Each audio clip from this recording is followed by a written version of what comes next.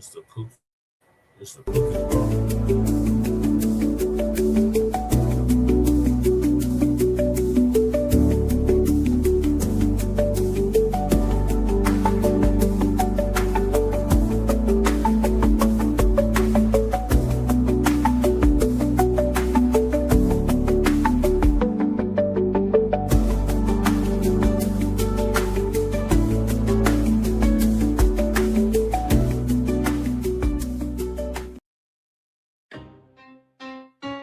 Y'all don't hear us. Pull up a seat and motherfucking listen.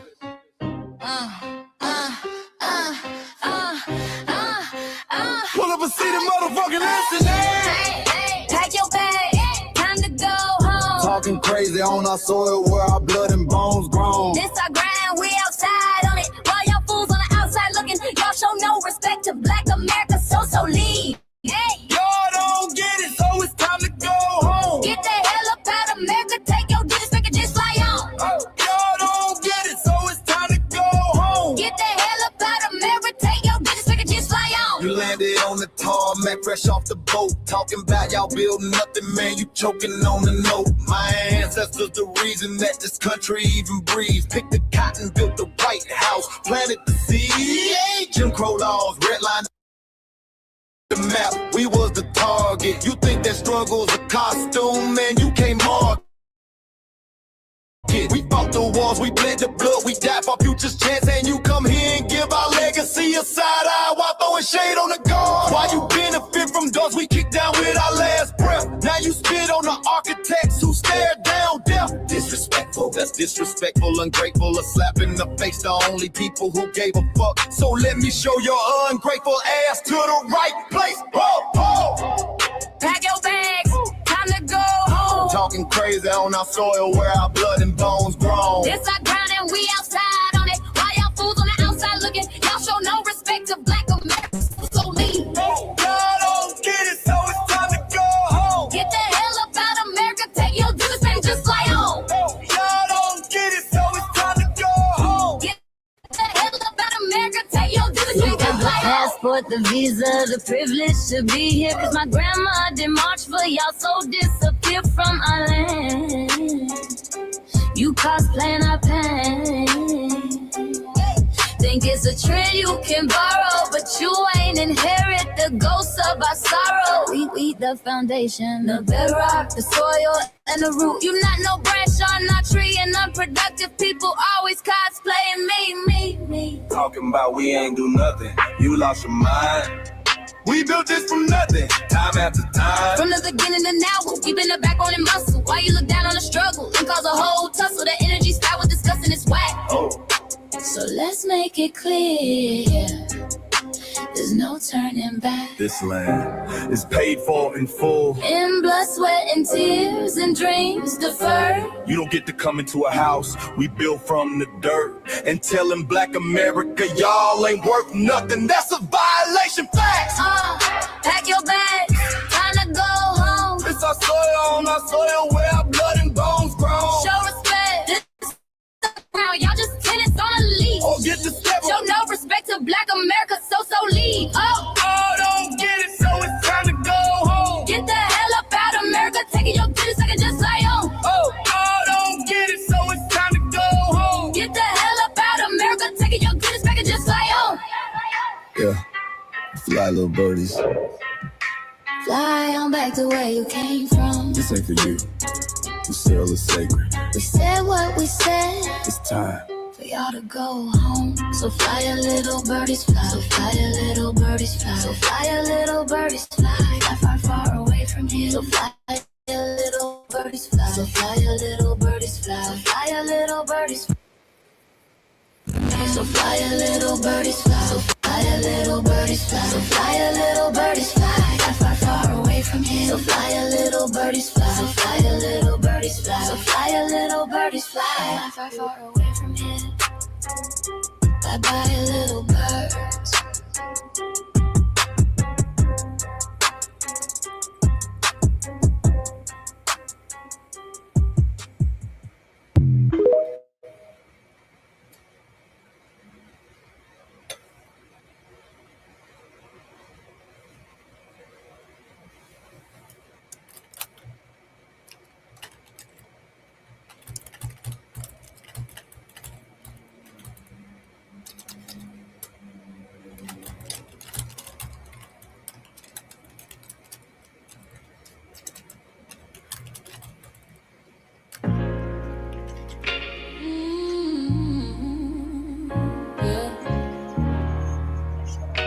They thought we forgot, If it doesn't get paid, but we never forget.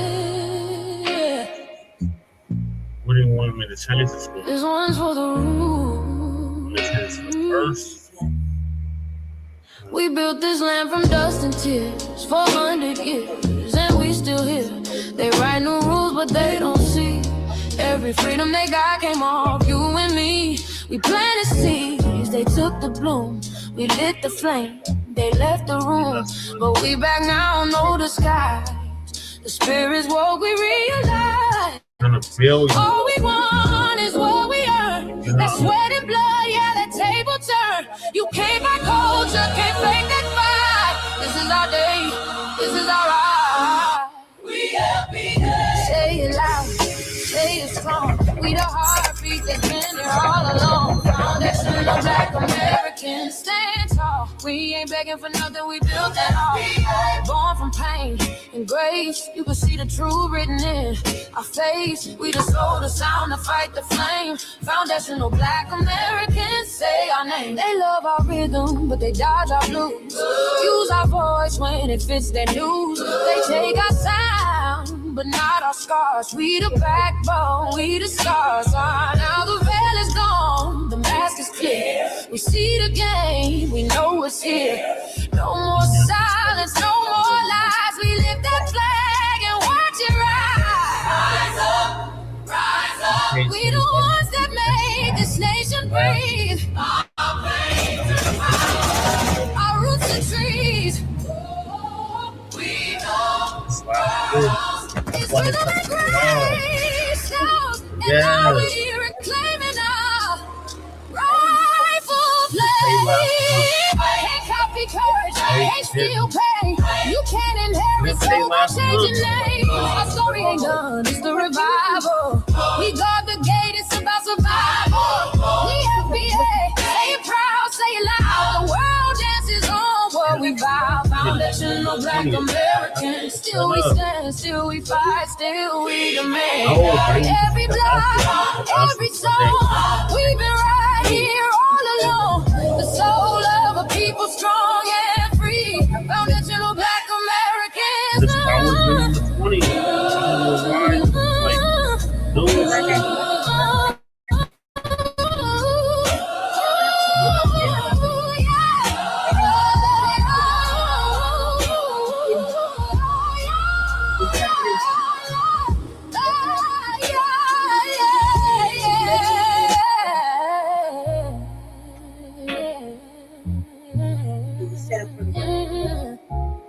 We the first, we the root, we the five, still rising, still here. Foundational Black American. We set the tone and they copy the cadence. Dance to our drums and deny the foundation. Wear the style but don't honor the source. Smile in the crowd and you distance and force. Say you not us but you rap like we breathe. Take the rhythm, then fuse the receipt. I ain't mad, I'm just holding the glass. Show in the mirror, now answer it back. I ain't here to cancel nobody.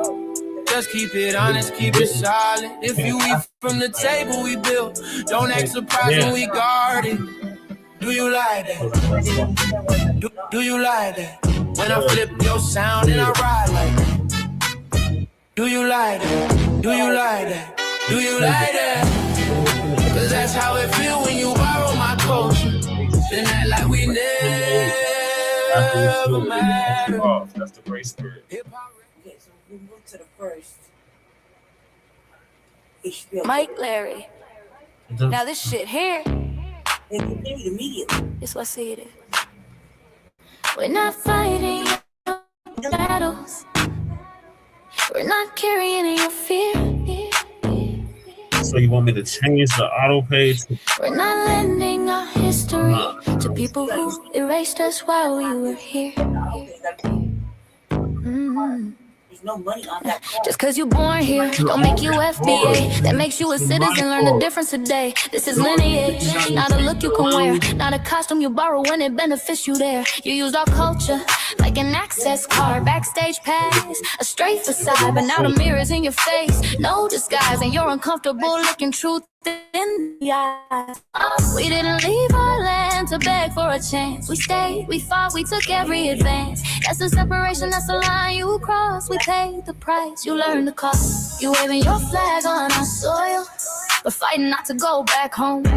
Waving your flag on our soil, building comfort on a foundation you didn't know. We waving our flag, red, black, and gold. Stood our ground, never sold. You waving your flag on our soil, but scared to build what you claim you love. Our humor, our style, the way we move, the smoothness, the sound, the things we prove. Music we birth, language we shape, innovation forged under constant escape. Warrior spirit means stay and defend, not flee your land and rewrite the end. You call it success, but don't confuse the two. Ease came after what we went through. You abandoned your land and called it strategy. You wave that flag loud, but won't return to build your legacy. That contradiction tells the story for you. I'm with the auto pay first. It doesn't work like that, Brittany. You waving your flag on our soil, Not how it's set we're up. fighting not to go back home. We living ours where we were forged, every inch earned, every brick known. We can't be deported, and that truth changes everything. We can't be deported, and that truth changes everything. One of those. We know who we are, and now we see who you are too. Just because y'all born here doesn't make you FBA at all. It makes you an American citizen. It's biologically impossible to be us because it's a lineage, not some damn costume you can just put on to look cool. You immigrants and immigrant Americans has used our culture as an access card, a backstage pass to our culture. Now y'all have to look in the mirror. Our sense of humor, the aesthetics, mannerisms, the style of dress, the smoothness, the creativity, our genres of music, innovativeness, our slang, our warrior spirit by staying on our homeland and fighting and not fleeing to somebody else's land to beg for a better life and shit on the very people who fought to have us there. That's who we are.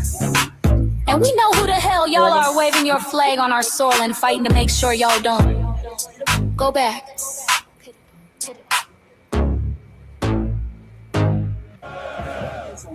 You can't leech off our culture anymore. Beat it. Thank you. Take care of it.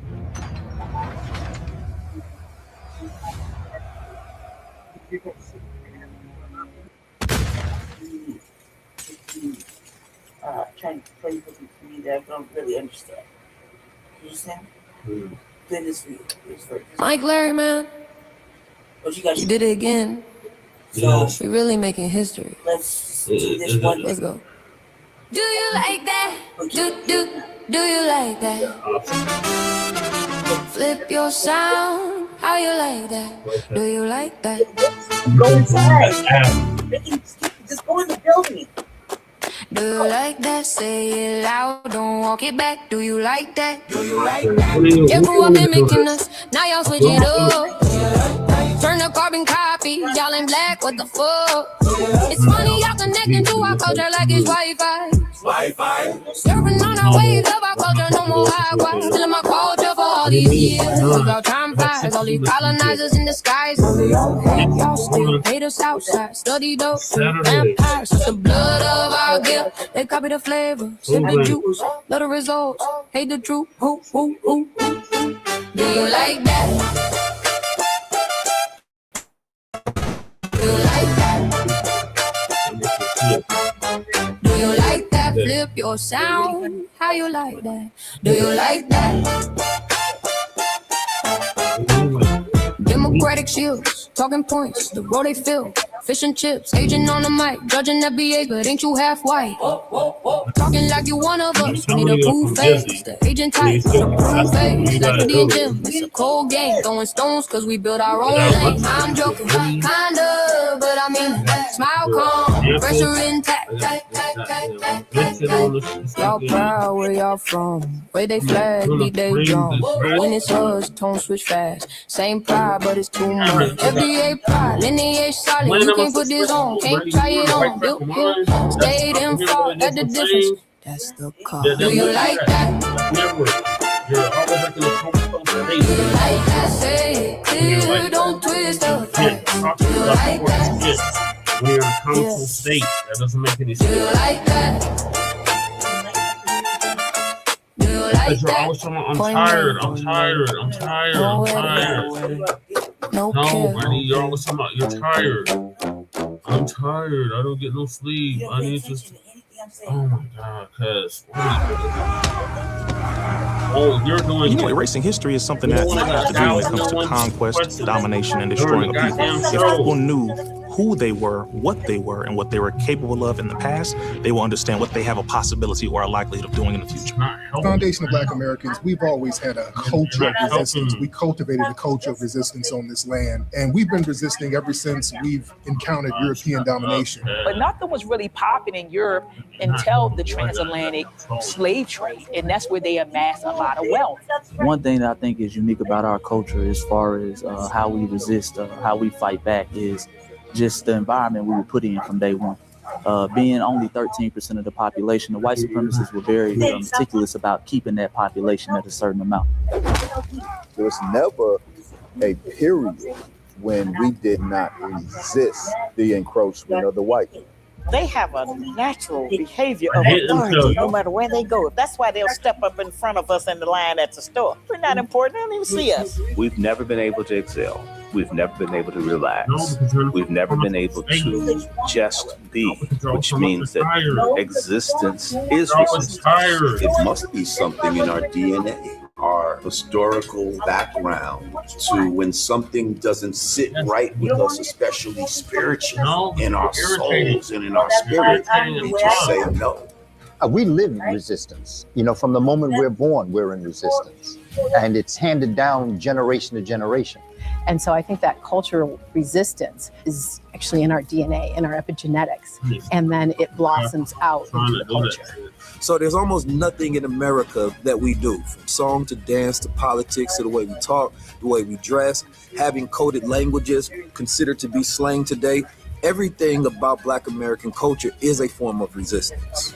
Of course, they want to always downplay our contributions to the global tapestry because they continue to act like our number one export in this country is not Black innovation.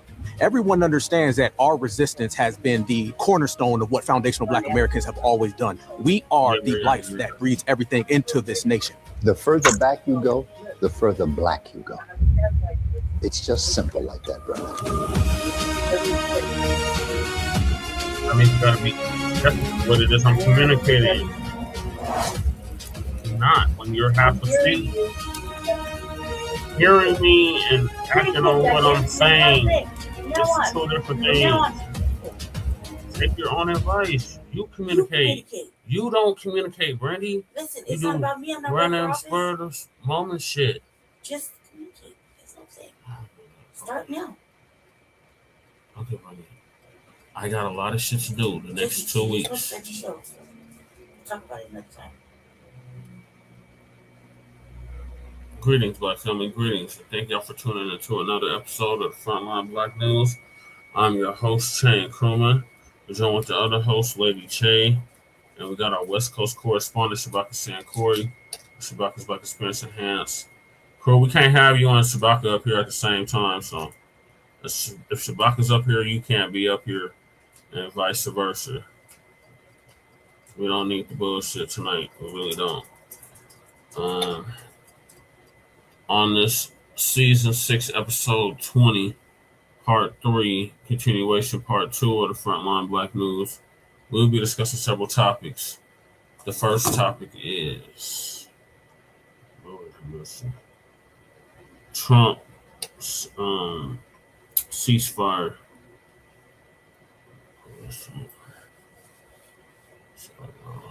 Let's pull it up on my phone. Donald Trump, aka the dump as a human shit, almost start started World War III. Then we got Donald Trump defeated by Iran. Ceasefire sparks debate. Black Americans respond to U.S. and Iran ceasefire. Trump furious over ceasefire coverage. Calls out CNN. Ceasefire broken. Israel strikes Lebanon as U.S.-Iran deal falls apart. Strait of Hormuz is still closed again. And then foundational Black Americans discuss Democratic Party, accountability, and reparations. Or did they? Black troopers expose racist supervisors win $1.6 million. The history of Asians aligning themselves with white extremists. And last certain, not least, we got our Unhoused neighbor news, our illegal migrant news, and our local Denver/Aurora news. And we are based out of East Denver, North Aurora, Colorado. We get the news from a frontline and Black First perspective. We are a part of the New Blacc Media and also the signal boosters of the New Blacc Media. We have been around for 6 seasons now and counting. And we have several platforms that are a part of the Frontline campaign. Frontline Black News is the first one. We started back in 2020, 2021. And Shabaka's Black Experience Enhanced is based on the 50th anniversary of the founding of the original Black Panther Party for Self-Defense. We started on Blog Talk Radio back in 2016 and have been around for 11 seasons now. And we did an episode yesterday. Make sure y'all check that out. Shabaka's Black Experience Enhanced covers the Black experience from the beginning of time until 10 minutes ago. It is also a part of the Frontline campaign that has recently, within the last 2 to 3 years, moved from Blog Talk Radio to StreamYard. Please make sure you like and share the broadcast, family. Please join us on StreamYard, YouTube, Frontline Black News. The links to all of our channels are in the description, including Frontline Black News, Frontline Black News 2, the backup channel, my personal page, Jesse Parrish, aka Chain Chroma. So we stream all the city council and local Denver events, Black events, like Carl Black Roundtable, all that type of stuff. Then we got Lady Shay's Seduction Doll YouTube channel. Make sure y'all sub up to that so she can start going live on that channel. And then sub up to her main channel, The Revolutionary Agenda, the RBA, which hopefully she'll be doing one tomorrow. And then we got Shabaka's YouTube channel, Janet 1. Make sure y'all sub up to that so Shabaka can start going live on YouTube as well. And then we got our cousin, our Lokester out the Bay Area, Jay Militant. Make sure y'all sub up to his channel as well. What's Cracking TV with Jay Militant. Then we got our brother Kukizi out the Mile High, Kukizi 5100. Make sure y'all sub up to his channel as well. Then we got our brother Breeze Omega out of Virginia by way of New York. Make sure y'all sub up to his channel, Breeze Omega. He just passed 1,000 subscribers. So salute to Breeze. Then we got our brother, the Church of Black Power, who was originally from Watts, California, now in Houston, Texas. And he just surpassed 2,000 subscribers, fast approaching 3,000. So salute to Church. And I was just on his platform a few days ago with Torian Ram Reloaded. And then we got, last but not least, our brother Black Truth United, who's on hiatus right now, but he did come up with the B1 Rolodex, which is a modern-day green book for FBA and B1 businesses. So the links to submit your business to the Rolodex are in the description, and the link to the Rolodex itself is in the description, and yours truly is in there for my political work. And then we got the Council, the Congressional Black Caucus, and create a foundational Black American Caucus. The petition for that is in the description. Then we got Brooks Call to Action. The link to Sister Brooks Call to Action is in the description for the Freedmen's Borough in New York. Working on creating one. Then we got Lady Chase GoFundMe. Make sure y'all donate to that if you haven't already. And then we got the 103-year-old Elders GoFundMe, who's on the verge of losing her home of almost 40 years in South Central Los Angeles. The link to her GoFundMe is also in the description. Then we got copyright disclaimer under Section 107 of the Copyright Act of 1976. Allowances made for fair use for purposes such as criticism, comment, news reporting, teaching, scholarship, education, and research. And I do not own the rights to the music. And if you don't understand racism and white supremacy, what it is and how it works, everything else you think you understand will only confuse you. In all 9 areas of human and people activity, and that is economics, education, entertainment, labor, law, politics, religion, sex, and war, and some say health and nutrition, in all 9 of 10 areas of human and people activity. And that was by Mr. Neely Fuller Jr., who transitioned exactly a year ago at the age of 95, produced justice.com. And when you're a black person or captured by any race soldier, you must never fuss, fight, or flee. Comply and defend yourself in court, also by Mr. Neely Fuller Jr., produced justice.com. And last but certainly not least, we got racism, white supremacy as conscious and subconscious behavior to maintain white genetic survival, to prevent white genetic annihilation. And that was by the late, great Dr. Francis Cress Wilson, a master teacher who passed away exactly 10 years ago at the age of 80 and would have been 90 about 2 weeks ago. And shout out to our FBA. Full life. And shout out to our FBA brother Tariq Nasheed for paying for her funeral, along with several others. So those are the topics. Make sure you hit that like and subscribe button. All right, Shabaka, what you got? Okay, what's going on? Greetings from Sin City, y'all, ladies and gentlemen. It's a pleasant 79 degrees right here. Okay, my kind of weather, you know what I mean?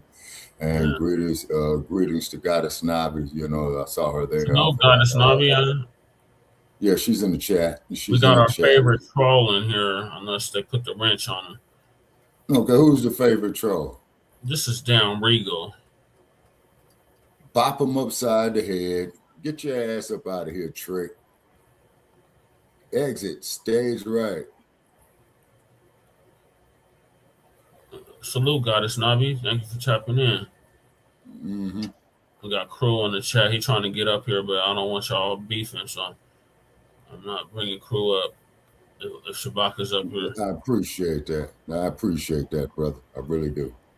All right, thank you, Crew, for putting him in the corner for 5 minutes. You might have to 86 him, though. Yeah, that's that damn Regal again. Mm-hmm. Yeah, well, Regal, you're a punk, okay? And the reason why I'm calling you a punk, Regal, because you never come up here, you're getting your head bumped, paying all that money on that ragged-ass Mercedes-Benz. Yeah, I ain't got my Mercedes. And he's stupid. You know? All right. But keep it all on a positive note. Okay. So following your lead, Brother Che, and and getting back on the dumpster, right? Okay, so you know he's losing support within his own man is because they having some type of dissension that's going on with his cabinet. Okay, it's because you have to understand Trump is not a war veteran. He's not a military veteran. The bastard got 5 deferments, right? So he's got JD over there in Hungary. You know what I'm saying? And JD, he's just as bad. But the difference between JD and Trump is at least JD's a military veteran, a war veteran at that. So, you know, although I don't dig JD, you can't take that there away from him. You see what I mean? And then on top of it as well, too, I'm watching Trump fall by the wayside, man. And, you know, and I'm enjoying it. Yeah, Goddess Navi, a 3-time draft dodger. Trump is a joke. You know? Yep. So, Professor Black Truth going to give us an update on did Trump almost start World War III? Yeah, he did. And it could still happen. That's the scary part. And happy new Blacc Media Appreciation Month all April long. Mm-hmm. Family and fellow soldiers, I'm the Professor, and this is the Moment of Truth. Before we get started with this morning's briefing, there's some housekeeping we need to do first, a couple of changes you should be aware of. For the last few days, people have been leaving comments or sending messages saying that the Cash App link wasn't working, that there were problems with it. I've had a chance to look into it, and long story short, I spent a while trying to see if they could fix the problem, only for them to instruct me to just delete the old Cash App and start a new one. The new link is shown on the screen and in the description. To the people who have been having problems, I can only apologize, but this isn't new. I've never been fond of Cash App because it's always been problematic. Cash App has a bad reputation for a reason. It's pushed largely to Black people, which I find suspicious, but recently it's gone from occasionally problematic to just plain unusable. I personally don't use it at all. In fact, I recommend that everyone use one of the other platforms like PayPal or Venmo. I've never had problems with them. Anyway, that's the info. The old cash tag is no longer valid and the new one is on the screen. The links on the videos have been updated, so all future videos should reflect the change. Hopefully, this will solve the issue. Regardless, I appreciate everyone's patience on this, though again, I would direct everybody to use one of the other platforms instead if you're able to. All right, that said, on to the morning briefing. There's an old saying, adversity doesn't build character, it reveals it. And that's certainly been the case during Trump's little game of brinksmanship the last few weeks. Seems this Easter the eggs weren't the only things cracking up. The orange man's been falling to pieces in front of the world. First, he puts out a profane rant on Truth Social, and next he was threatening to destroy Iran for all time. Well, if he was trying to scare the Iranians, it didn't work. If he was trying to scare America's allies and a lot of moderates in the U.S., including many of his own supporters, well, he succeeded with that one. You know you're a screw-up when you manage to get both Keith Olbermann and Tucker Carlson, of all people, to agree on something. All day yesterday, we were being told that the end of the world was imminent because Trump said he was going to erase Iran from the face of the earth basically by that evening. World War III was trending on Twitter, and while I'm glad people were paying attention to world events for a change, I was dismayed that people actually thought that the same guy who's running around trying to buy things for himself was seriously contemplating starting a third world war. You know, it reminded me of when people were saying Vladimir Putin was going to start World War III in Ukraine. Vladimir Putin has 2 daughters. Did you know that? One of them is 39 years old, the other one's 40. He's got at least 3 grandchildren, but you never hear Vladimir Putin talking about them, do you? Keep in mind, this guy is an old KGB spy. He understands what to keep close to the vest and what's safe to say publicly. When it comes to his daughters, he doesn't have them doing any interviews, and he never talks about them himself. Most of you didn't even know that Vladimir Putin even had children or grandchildren until I just told you. He's amassed all of this wealth for them. And if nothing else, Vladimir Putin is all about legacy, mainly his own. Now, do you think this career KGB spy did all of that? That he ran all of those people into the ground, that he killed all of those rivals, that he stole all of that wealth, that he ran all of these would-be critics into exile, just so he could start a war that would end with his own children and grandchildren dead? Or even if he put them in some underground bunker, they would wind up with a world where they wouldn't be able to enjoy all the money and wealth and opulence that he has stolen for them. Really? You think that's what he did it for? And the Orange Man is the same way. I'm not saying that these guys are motivated by any sort of altruism or sense of decency or restraint. Obviously not. I'm saying that they've got more on their minds than just whether they'll get their way by starting a war. You can put these guys in the crazy section, but not stupid. This isn't me saying the situation was under complete control. What I'm saying is it was never spiraling out of control. Now, we were told that this was the closest the world has come to a nuclear war since the Cuban Missile Crisis. Family, with the Cuban Missile Crisis, you had a direct standoff between the United States and the Soviet Union just 90 miles off the coast of Florida, with nuclear missiles armed and aimed at the United States. You had the U.S. with nuclear missiles in Turkey, which was the entire reason the Russians put nukes in Cuba to begin with. And finally, you had the U.S. put a blockade around Cuba to prevent the Russians from bringing in any more warheads or supplies, and Russia's premier, Nikita Khrushchev, threatened to break the blockade, which would have meant starting direct military hostilities against the U.S., which would have most likely escalated until there was a nuclear exchange. Now, in this case in Iran, do you see any nuclear powers facing off with the U.S. over there or anywhere else? This isn't to say that China doesn't care. They do. They're allied with Iran, and so is Putin. But even so, they're not committing their troops, they're not committing their planes or their ships to protect Iran.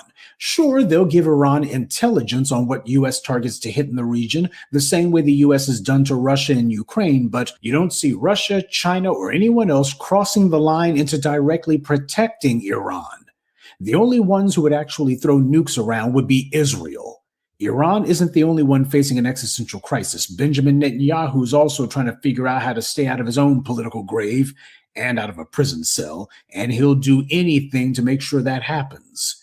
And on a side note, people were running around like chickens with their heads cut off yesterday, panicking about what can be done to stop Trump. The Iranians weren't the ones saying that. These people in the U.S. were. And the online pundit types were waving papers as usual and saying that Trump can't annihilate Iran because that would violate the 1948 UN Genocide Convention.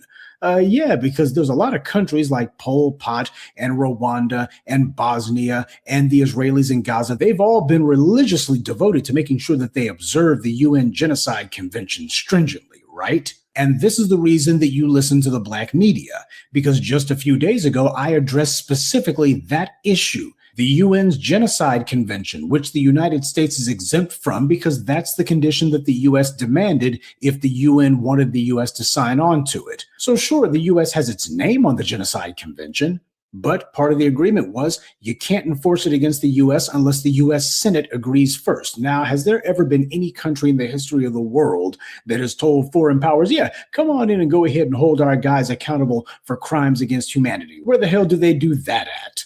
The U.S. not only is exempt from the Genocide Convention, but it's openly complicit in genocide, such as the Israeli genocide in Gaza. It's amazing how you have so many of these white leftists and others who are demanding that Trump be removed from office for threatening to commit genocide against Iran. But I wonder how many of these same people were demanding that the 25th Amendment or any other constitutional measure be used against Biden to forcibly remove him from office after he actually armed and actually supported Israel in committing a genocide. Biden was the one who allowed the Israelis to begin their genocide against the Gazans, and this is also what led directly to the pressure against the Israelis, including at the ICJ, that now has Benjamin Netanyahu's back to the wall and got him feeling like he has to go for broke or else. All right, so if Donald Trump never actually truly intended to start a nuclear war and he was trying to find a way out of this mess, then what's Trump's true goal? How could he think that this might help him? As I see it, Donald Trump has two objectives. First, he's been trying to stack up his money as much as possible. This is why he's just openly accepting bribes, and he's set up that crypto coin of his, which has netted him a couple $2 billion so far. And of course, Jared Kushner is doing similar things. The entire reason Trump was so desperate to get back into the White House was because the Democrats were burying him under a lawfare campaign. And they were doing it at the state level, where even a future Republican president wouldn't be able to pardon him. And worst of all, the Democrats had demonstrated that they could win these suits. They could make the charges stick. And secondly, this is why Trump is doing Netanyahu's dirty work for him. The Zionist zillionaires who run the Israel lobby told Donald Trump that they would bankroll his 2024 campaign, but the condition was he had to promise to go after Iran. No excuses. He had to topple the regime no matter what. No American president, including Trump during his first term, had ever been stupid enough to make a promise like that or even to attempt it because they knew what a mess it would become. Even Donald Trump knew that during his first term, but this time around, he didn't have a choice but to enter into this devil's bargain. Sure, he could have waited until after the 2026 midterms, but that would have been a hell of a roll of the dice. I think everybody can agree that Donald Trump got very lucky with how the economy went for at least the first 3 years of his first term. But we now see that his Midas touch has become the minus touch. Everything he touches disappears, especially money. Trump's problem is that he knows the lawfare campaign the Democrats were waging against him isn't going to stop when he leaves office this time. If he's going to fend off these legal attacks by the Democrats or pay what will be colossal civil judgments against himself, then he's going to need a gigantic war chest. And that's why he's stacking up the dough any way he can. At last count, he was up to $4 billion, but as they showed in New York, the orange man sucks at being a businessman, though he's great at being a swindler. Now, Benjamin Netanyahu and his buddies were telling Trump, you got to topple the regime in Iran any way you can. You absolutely have to do this. And I'm sure that the Israelis were also telling him that once you start dropping bombs on Iran, why the people, they're so ready to overthrow the government. They can't wait to have a revolution. Why they'll be flooding into the streets. They'll be toppling the Republican Guard. They're going to run the Ayatollah out of town, if not kill him outright. And of course, they're going to run out all of his friends and family too, while the government will fall immediately. You just got to get the ball rolling. Okay, well, the U.S. has been dropping bombs and Israel's been doing the same thing for the last 4 weeks now. Where's this massive popular uprising by the oppressed masses of Iran? All of these people who the white media, especially the white television media, have been telling everybody the people of Iran were ready to overthrow the government. All of these folks assuring everybody that, oh, those people are so oppressed, they just can't wait for an opportunity to overthrow the government. Okay, why hasn't it happened yet? If it was going to happen, it would definitely be now. But then again, we've been here before. You had the exact same cast of characters claiming that the people of Iraq could not wait to overthrow Saddam Hussein. Once the U.S. starts with shock and awe, the people will be in the streets, and why they'll be dragging Saddam Hussein to the gallows themselves. Except that's not what happened. The people of Iraq put up a fight. Even after W toppled the Hussein regime, you had the people of Iraq and a lot of foreign fighters who came in to start an insurgency. And you didn't see the people of Iraq rising up against the insurgents, now did you? That's how it went in Iraq, and that's how it's going in Iran. See, that's the problem with having all of these Israelis who are in Hollywood and such. They create all these propaganda pieces where they show themselves as basically being the smartest guys in the world, and they like to show all of their enemies as being the most hated people in the world because they assume that if they hate someone, that means everybody else does too. And then they actually buy into their own gibberish, and this is the result. The Israelis were selling a narrative that Iran would basically tear itself apart if the U.S. began dropping bombs because the people are so fed up with the regime and can't wait to overthrow them. But reality would have shown you the opposite if you bothered to pay attention. And that's the reason why Donald Trump's in the fix he's in. He's looking for an off-ramp, but he wants to do it in a way that will allow him to save face. At last report, the Orange Man says that some muckety-mucks in Pakistan told him they're going to try to put together the finishing touches on a deal with Iran to reopen the Strait of Hormuz. Well, considering that the Israelis keep dropping missiles on literally every one of the Iranian negotiators and government officials they can, the question is, who's even left for the Orange Man to make a deal with? This was an escalate to de-escalate scenario that Trump played out. Once he realized that he had painted himself into a corner, he decided to ramp up the rhetoric. That way, people would be so terrified of what he might do that they would forget about the fact that he doesn't have the ability to finish the fight that he started. He wanted an out. And if he chooses to pursue this, then this would be his out. Now, there is one little player in this particular drama who hasn't been mentioned yet, the Democrats. At this critical hour, when the Democrats' croakings of doom seemed to be coming true, that Trump was going to take the world straight to World War V, we would blow right past III. What has been the response of the loyal opposition? What are Democrats doing about this out-of-control lunatic, this senile old scumbag Trump who's about to blow up the entire world? What are the Democrats doing about it? Well, Minority Leader Hakeem Jeffries has posted a very strongly worded Twitter tweet. That'll show 'em. Well, with bold leadership like this, I sure can't wait to get to the polls in November and vote for the Democrats. Can you? This is the closest that the world's come to the end since the Cuban Missile Crisis, allegedly. Now, you would think the Democrats should be tripping over their own shoelaces to come to the base of the party, to talk to the most dependable voting bloc America's ever had, and be eager to make a deal. But you'd be wrong. They haven't done anything, haven't said anything. And I've been telling you this for years. Shouldn't they be ready to make any sort of deal in order to get Trump out of there, or at the very least to get themselves into a position where they can push back? Except they haven't been trying to push back. They've just been trying to get over on people. After all, wouldn't anything be better than Trump crashing the economy or starting World War III? Not according to the Democrats, because they're sticking to the script, the same old empty talking points, even now. They don't see Donald Trump as the threat. They don't see the impending collapse of the economy or the possible end of the world as being the single biggest problem that they have to prevent. It's Black empowerment and the fundamental changes that it poses that they're really scared of. They're certainly more scared of us than they are of any World War III scenario.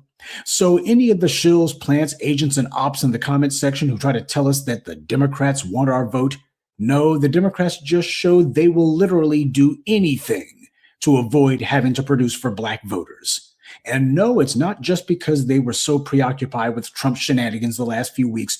Trump has already said that he's postponing the apocalypse again, and you don't see Democrats coming to us now. If this wasn't enough to get Democrats to put aside their policy of strategically ignoring us, then what will? Democrats' entire policy is to get back into power, but to do it without promising Black voters anything. People spend all their time talking about red lines, red lines. The U.S. had red lines that the Chinese better not cross, and that everybody's got red lines. Yeah, well, for the Democrats, their red line is anything having to do with producing for Black voters. That's the red line they're not going to cross. They make it a point to leverage crisis for their own benefit, but they don't want you leveraging crisis for your own. And this incident isn't even important enough for them to question the very group of foreigners who caused this to happen in the first place. The entire reason all of this is occurring is because of the outsized influence of the Israeli lobby. So what Democrats are proposing legislation to finally rein these guys in, to finally dismantle their apparatuses after all of the danger that they've exposed the U.S. to. Where's the Democrats' policy of containment for the Israelis? There is none. We didn't get to this point by accident. We got here by degrees, one step at a time, constantly making excuses for Netanyahu and his regime year after year, which eventually became decade after decade, until now, even with the alleged possibility of a third world war, nobody wants to stand up to the Israeli lobby. At least nobody inside the Beltway does. So now that we've had an alleged brush with nuclear war, when are some of these suckers online going to ask when the Democrats will move to change the status quo? Yeah, it's easy to talk about invoking the 25th Amendment. It's difficult to talk to the zillionaire Zionist donors who you're expecting to bankroll your campaign because money is what ultimately rules politics in the big leagues, right? It's not about having a winning message or about appealing to voters' interests. It's about who's got the biggest war chest. That's what they mean when they talk about playing the game. I've been saying since at least 2015, Donald Trump isn't the problem. He's a symptom of the problem. The racism, the political corruption, the foreign influence, these things didn't just come into existence when he ran for office. They've been part of the American fabric from the very beginning, and both parties have been complicit in it. And it's good that he's there because now people are finally demanding that something actually has to be done by the Democrats to attack the policies of the white right and to actually stick up for and defend the people who voted for them.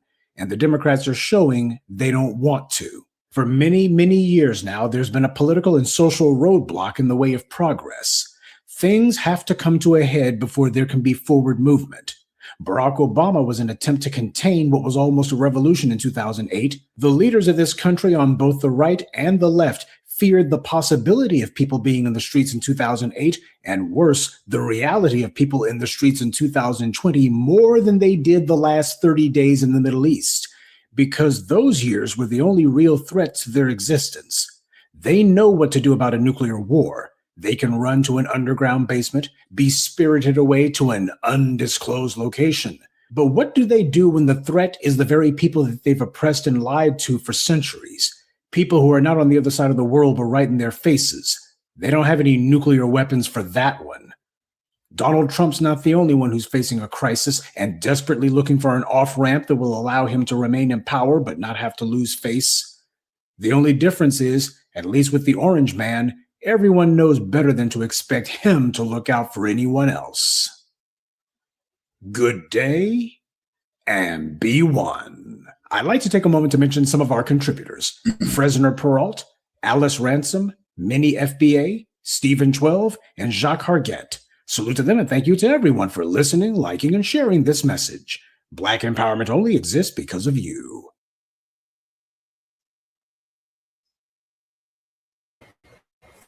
All right, Shabaka, what are your thoughts? Okay, once again, the professor's dropping knowledge, man. You know, Donald Duck, man, he's got to be impeached, but they don't have enough votes on the Democratic side, you know, to get the actual conviction, you see, because as you know, an impeachment is just that you got a notice to appear in court.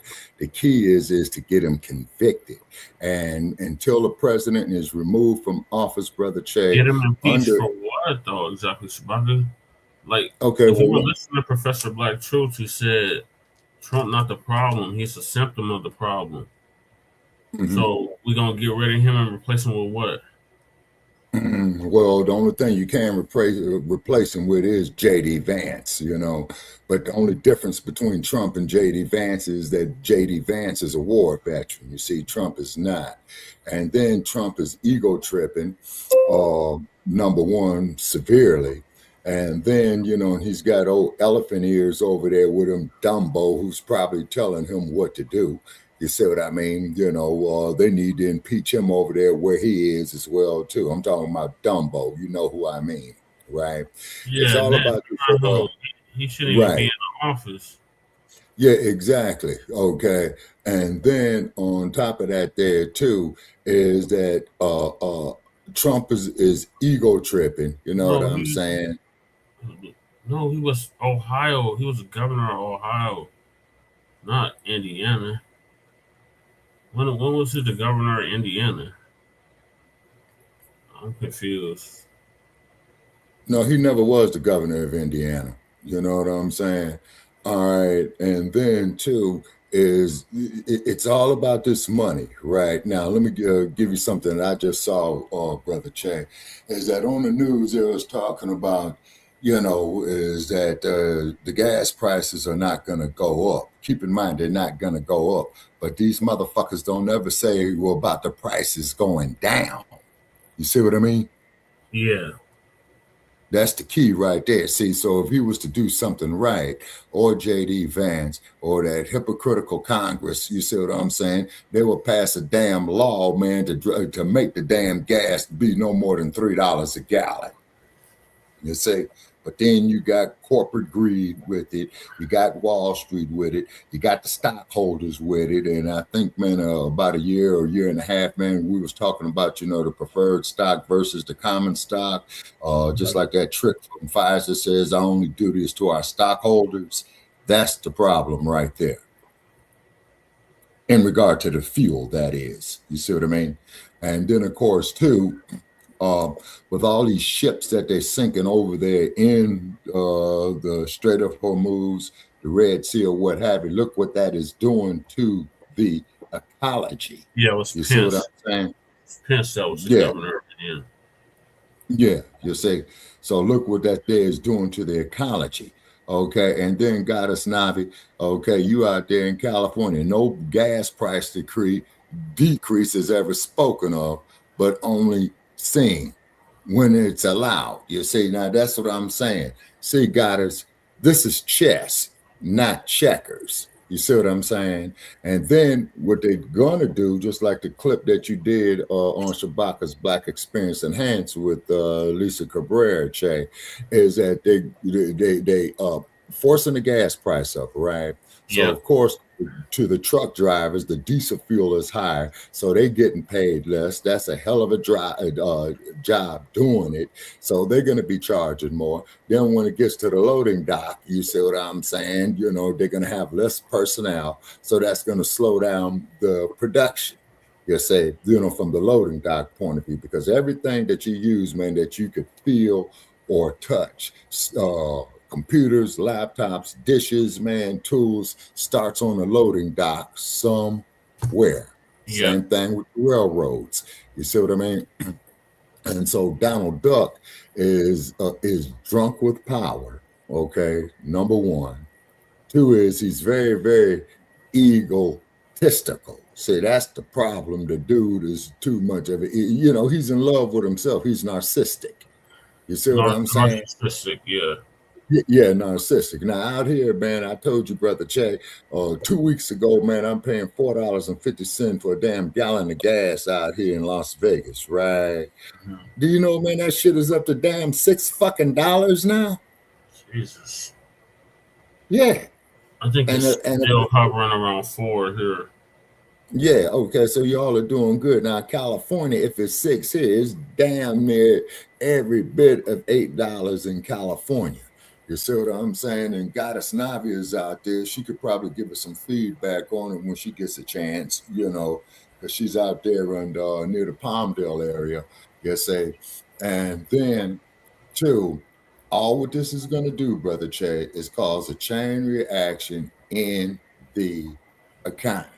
Okay, people is losing more and more of shelter. You see what I'm saying? Fit for human beings. Because this place where I'm at, man, I saw 5 people move about this damn place, man, like in the last 2 weeks. Okay, and I got to be moving up out of here. You see what I'm saying? And also, I'm going to be on a house hunt tomorrow. You see what I mean? That's but if I had, but if I but if I have to go, they're talking about in this chat.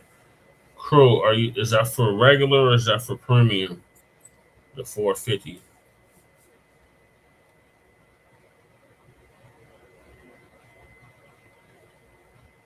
Okay. All right, go ahead, Shabaka. Yes, sir. Okay. Now Goddess says that she's lucky she's at 569 at 7-Eleven. Jesus. In That's for Palmdale. regular. That's for for the regular. $5.99.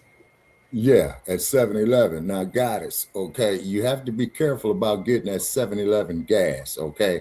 I don't know what kind of vehicle that you have, but you got to look at your owner's manual, okay, to get the full performance out of your engine. Is because, see, what will happen is if you got the wrong type of gas in there, it's going to stress out your engine. So therefore, then you got more in auto repair. So then they're going to bump the price up on the auto repair places because of the high cost of the gas.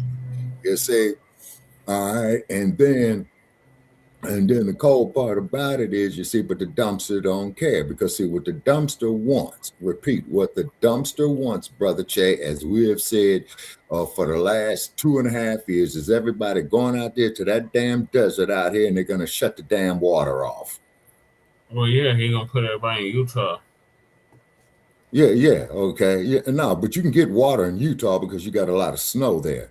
But out there in that desert, man, they're putting internment camps in Utah, Shabaki, who covered it. Oh yeah. For the past 3 months. Yeah. You see, that's what they're gonna do. Say this is why California is coming up here with these bullshit laws about, they're gonna make homelessness perhaps become a felony as opposed to a class 2 misdemeanor. You see what I'm saying? So of course, as we all know, a felony is where you're doing a year or more in the slammer. You see what I'm saying? So then what's going to happen is when all the parents going in there, the children are going to go into foster homes only to be violated and molested and God knows what they do to those poor babies in there. You see what I'm saying? All right. And we as a people, we got to pool our economical resources, just like we were stating earlier with Michael this afternoon, man, on the Zoom meeting. You say, and I told him how I felt, and I meant what I felt, and I stated how I felt, and then and I'm not going to sit up there and bite my tongue. You see what I'm saying? Yeah, you see. Exactly, Goddess Novice, and don't buy the shit. You see what I'm saying? Don't buy it. What you do, sister, is that you go up there, you fill your gas tank up, right? And you only use your vehicle for bare essentials. Now, as we all know, summertime is coming up, okay? So people are going to be out on the road, want to travel and all this old type of stuff. I bet you that the AAA club will tell you you're going to see every damn bit of a 30% decline on highway travel. You see what I'm saying? You see, and even though I might want to come back there to Colorado and kick it with you and talk about them ponies. Broncos winning the Super Bowl. That's the only winning we're going to be talking about. Well, then I'm bottom of the hole of the ship where they belong. Okay, you'll get no argument from me, Brother Che. Once again, like I told you, I told them to leave town and change their fucking name, man. So now I'm a Bears fan by default. You see what I'm saying? They moving to Indiana. Yeah, they're just going across the street from Chicago. You know what I'm saying? That's all what they're doing, because the Indiana state line is literally across the street from Chicago. You see what I'm saying? All right. So, be with the Bears by default. You know what I mean? And what have you. You see, He gonna Jay deport Militant. 20 million of the motherfuckers for that to happen, crew. They got to go. I don't think he's gonna be able to do that. Chevron, Okay, got it. Okay, Chevron is leaving California permanently because the cost of operations. Okay, where they going with Chevron, got us? Because I do know they got a lot of them out here, but their refinery. Khalifa. Yeah, and then got us, they got their main refinery out there in Carson, California. You know what I'm saying? I think they're closing that down, Shabaka. Damn, now that's bad. Because let's see, because you got the Chevron. So that's all I remember seeing out there was Chevrons and Arcos. Right, and of course, as we all know, Arco's the Atlantic Richfield company, so therefore I might be checking the Arcos, because the gas I put in my car goes from Chevron to Arco to Mobile, then 76. Anything else, man, I'm parking the damn thing, man, and just gonna have to get on public transportation. She said they're moving to Texas. Oh, okay, so they're moving down there, great state of Texas, down there, Governor Bush. Harry Hooser was FBI. Interesting. I didn't know that. Okay.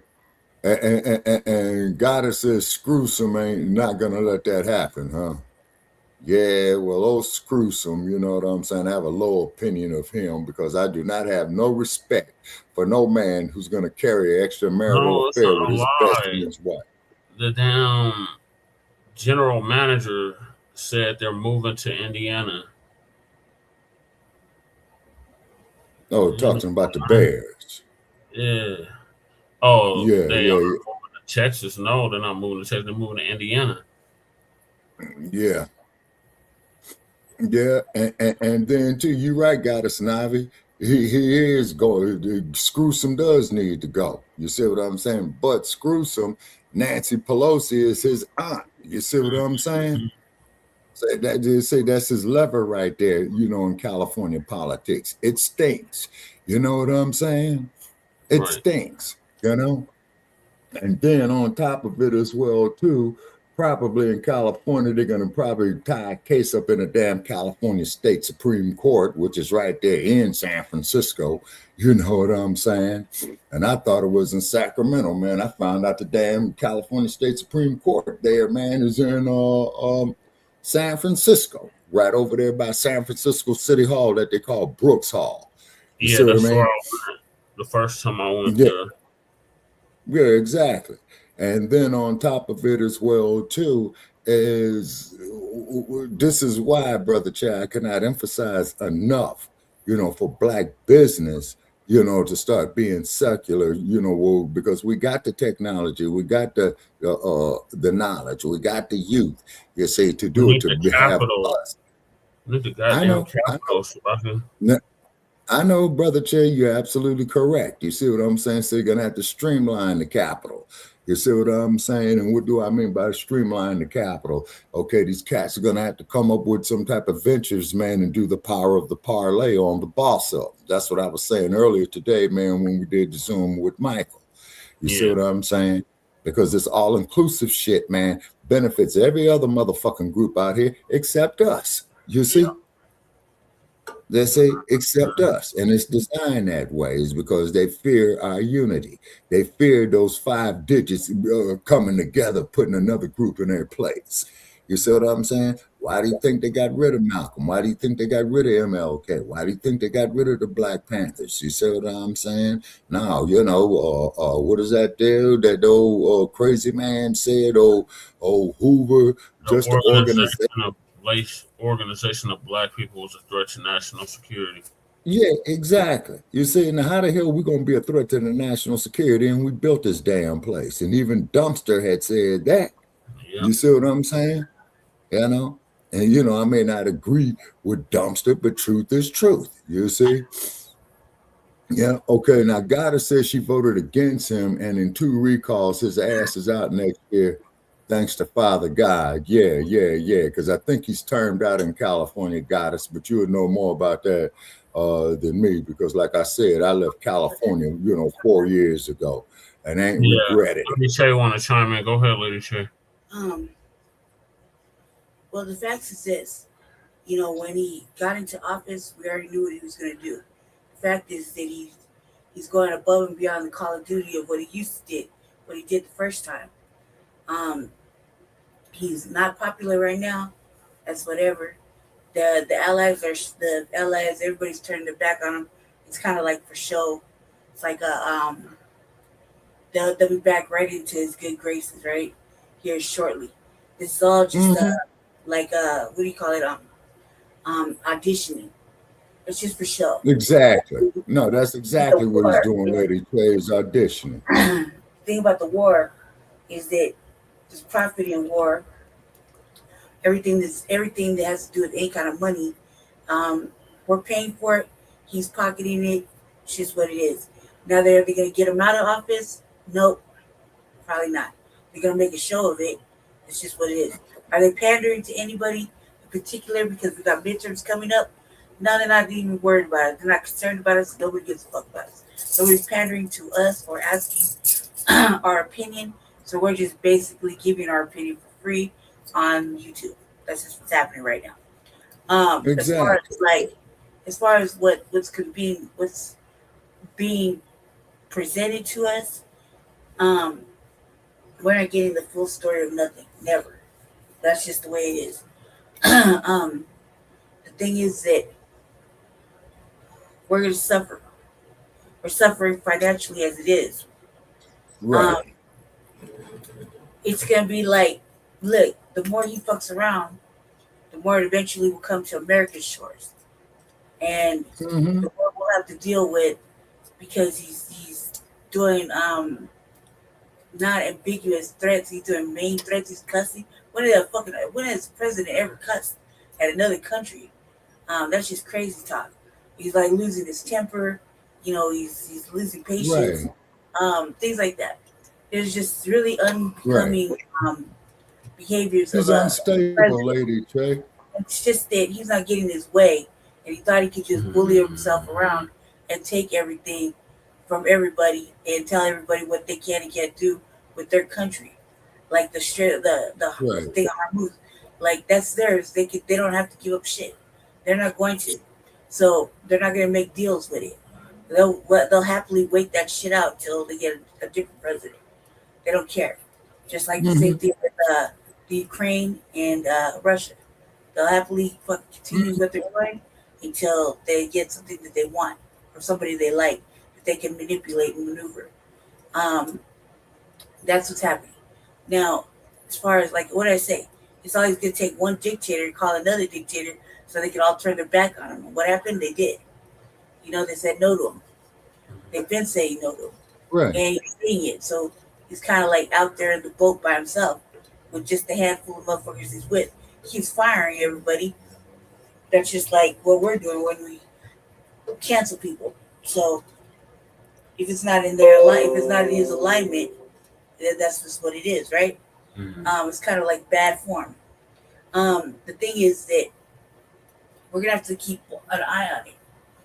As far as being in America, we're gonna have to keep an eye on it because it's affecting our livelihood. It's affecting the future of finances. It's affecting whether or not we're gonna be outside poor and there's gonna be a fucking be like that movie Civil War. I recommend y'all watch it. There it comes to the fucking shores and they end up doing what they end up doing at the end of it. You know what I mean? We don't want it to come to the shores. However, there's no talking to this dude. He don't give a fuck what the America wants. He thinks he's just doing the right thing. No, he don't. Exactly. And bullying everybody and trying to pirate around and creating charges like in the case of Maduro. That shit is something really to pay attention to. Him taking from Cuba and everybody supporting Cuba is another thing that people got to watch and see what happened. He disrespected Cuba for no reason, and everybody came and started to take care of Cuba and look out for Cuba. That's something big right there. That right there is like, whoa. That means they're not paying attention, or that everybody's paying attention to what Trump's doing, and they're going around making sure that other people aren't affected by his motherfucking shenanigans. What we saw yesterday on Lisa Cabrera's thing, where she showed that lady reading. Yeah. Whatever that lady was reading from one of Saudi Arabia's princes is a big thing, because everybody's asking the same questions, like, who told you to come do this? And nobody's really attacking Netanyahu, when it's really Netanyahu that wanted this shit done.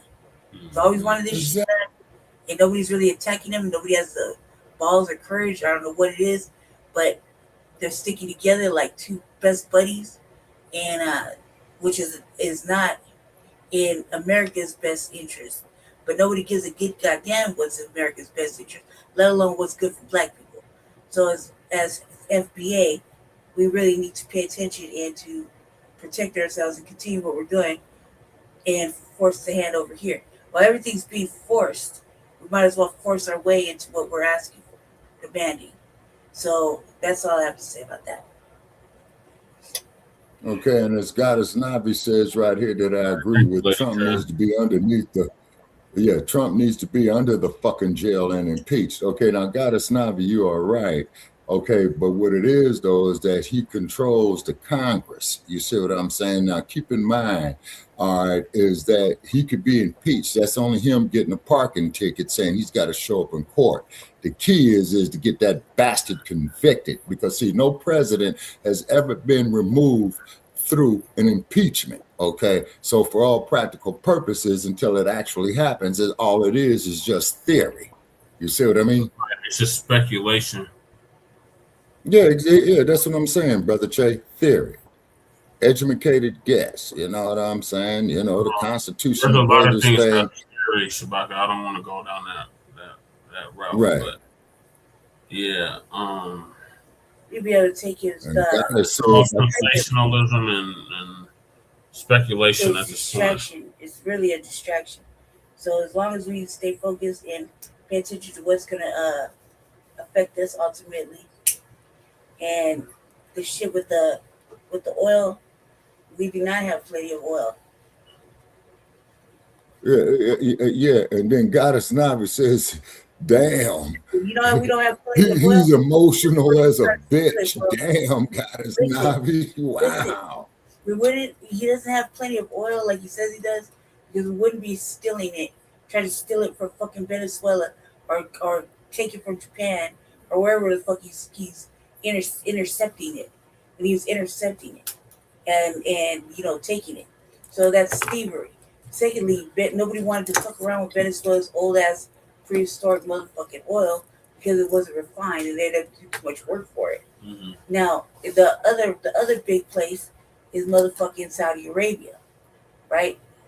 And they're not trying to fucking come off no barrels or nothing until this shit is fucking done, right? Because they're the people of it.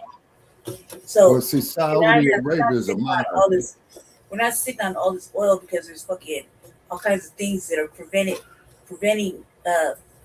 drilling and shit on the ground. Secondly, we are also don't have a lot of access to rare minerals, right? That's Japan, they took it, or China, they took it, right? So they have more access to our rare mineral and mining than we do our own shit.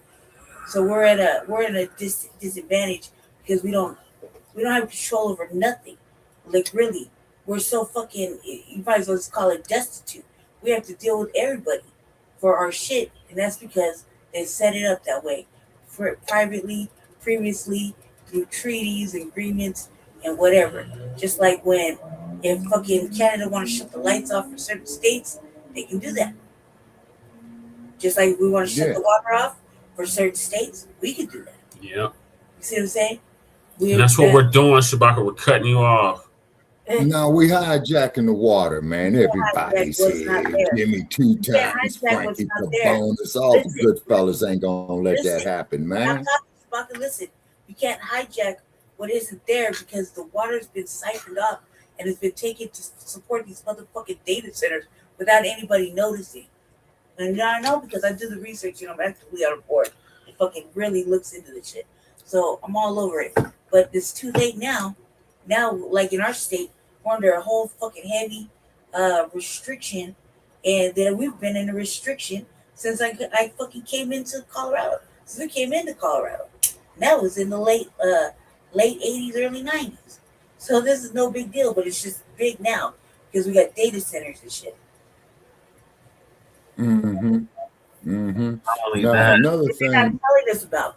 Not only that, that water that goes to the data centers has to be clean. So it's clean water while we get the fucking jail water. Just think about the water we're getting. We're getting over here in Aurora is like just might as well go back to the fucking county jail. It's like county jail water. No shit. And that shit ain't fit for a damn dog. Heavily lead filled, mineral filled. The water was mineral filled when we got here. And it's heavier now than it was before. Now we got permanent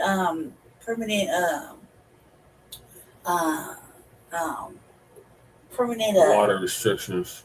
Well, we do got water restrictions, but it's different. It's fluoride. What do they call? I can't remember. They got fluoride in your water. Yeah, well, PPEs. we had. Thank you, Jesse. Thank you very much. Those things that turn your teeth brown here. We have that. We have lead. Where like in my parents' house, for example, like when we came here, the lead would be if you weren't wiping down or cleaning your restroom every day, the mineral buildup would show within hours. Dang. Black mold, spores, black mold grow rampant in certain parts of Aurora. Then they don't want to talk about it. They want to continuously build over shit, or they don't want to fix what was wrong. They never did. They never fixed the water. So the water from the water filtration company is being it's like gel. It's like this processing center to clean out the main ones. So they say it's safe to drink, but you shouldn't drink no tap water, not even out the hose. And we used to drink hella hose water. Hella hose water, especially in summertime. You know what I mean? So you shouldn't drink any of that, any of the tap water. You should just go get a water machine like my folks have and everybody else's folks got. Yeah, purifier. Yep. Yeah, purifier. Go ahead, Jesse. I'm sorry. Go ahead. I'm trying to keep it with all the comments. Go ahead. Who said they're trying to put a data center in Illinois outside of Chicago? They're not trying. They already have one out there. No, they already have one out there. They have one. They have them all in all kinds of places. The reason you don't know about it is because where it's at. You gotta look there. They put them in the hood. Oh yeah, and Goddess Navi is saying he's getting involved with unnecessary war, starting bullshit with people. He needs to pay out of his fucking pocket. There's profit in war and there's profit in racism. There's profit in the war, profit in anything that has to do with talking shit about our plight, our deaths, anything like that. It's the same thing. There's just profit into it. So anything that's going to make him money, yeah. But if you watch the market, the market is constant flux because he's emotional. So that's why I watch the market. That's why I keep saying, like, the market tells the truth. You look at the fucking market, you see the influx of up and down with certain products, certain things, right? Because he's fucking emotional and it's affecting everything. So that's why that's what makes me unstable, lady. Really buying shares and things like that because it's not a good thing because the market's in flux. But go ahead. Yeah. Go ahead. I apologize. Go ahead. And that senility on his part too is because, like I said, me and my cousin, we was talking about is that really the president, to be mentally and physically up and sharp. Until he shouldn't the be 11th 5 years. April. There's nothing wrong with him. He knows exactly what the fuck is going on. That's why it's just stressful. He's just overwhelmed. He knows exactly what the fuck is going on because that man, all he cares about is money. When he stops caring about money, that's when you need to be worried. Real shit. That's all he cares about. Yeah. There's nothing wrong with him. So you're saying he's senile? No, he's not senile. He's just having a fucking mood because the market's down. That's it. That's all. He's very much in his right state of mind. When the market's up, he's happy. Everybody's winning. Blah blah blah. He's lying to everybody. When the market's down, he's fucking having a fucking temper tantrum, like a little kid and firing people because they're not doing what the fuck they want them to do. So that's how you can tell. This poor little rich kid. Let's look at the market.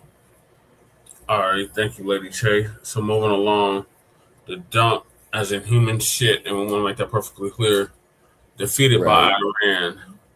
Ceasefire sparks debate. So Lisa gonna give us an update on that. Okay.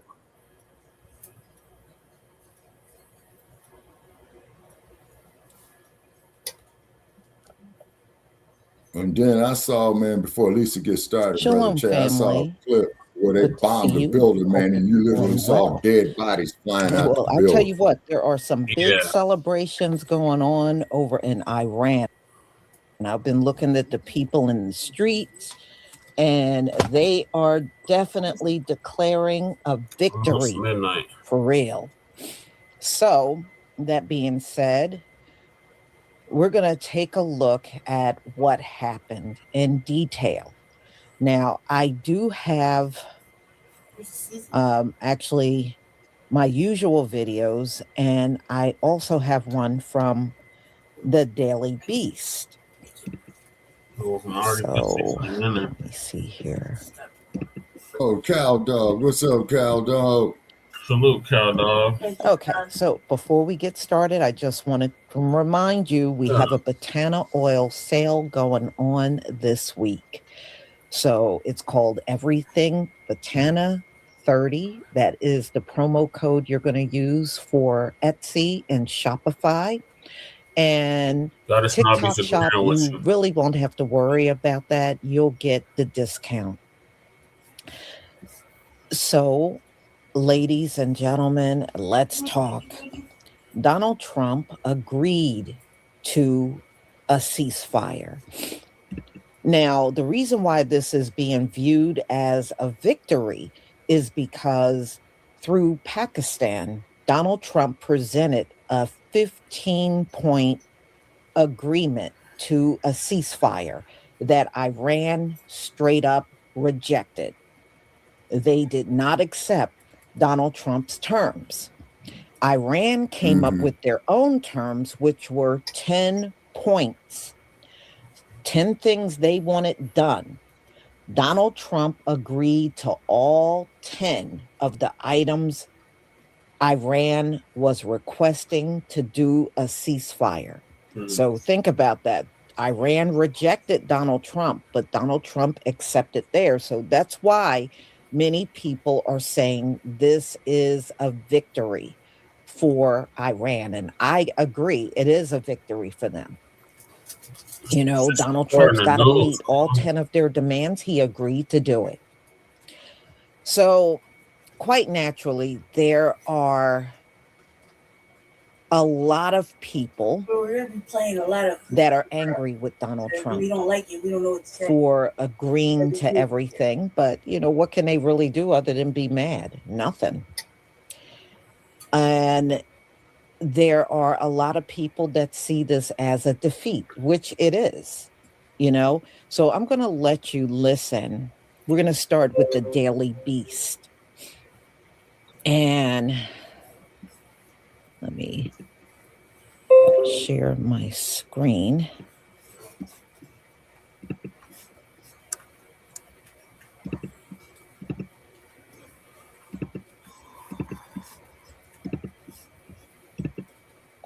Okay. Please give me a 1 if you can see my screen. Yes, Lisa, we can see your screen.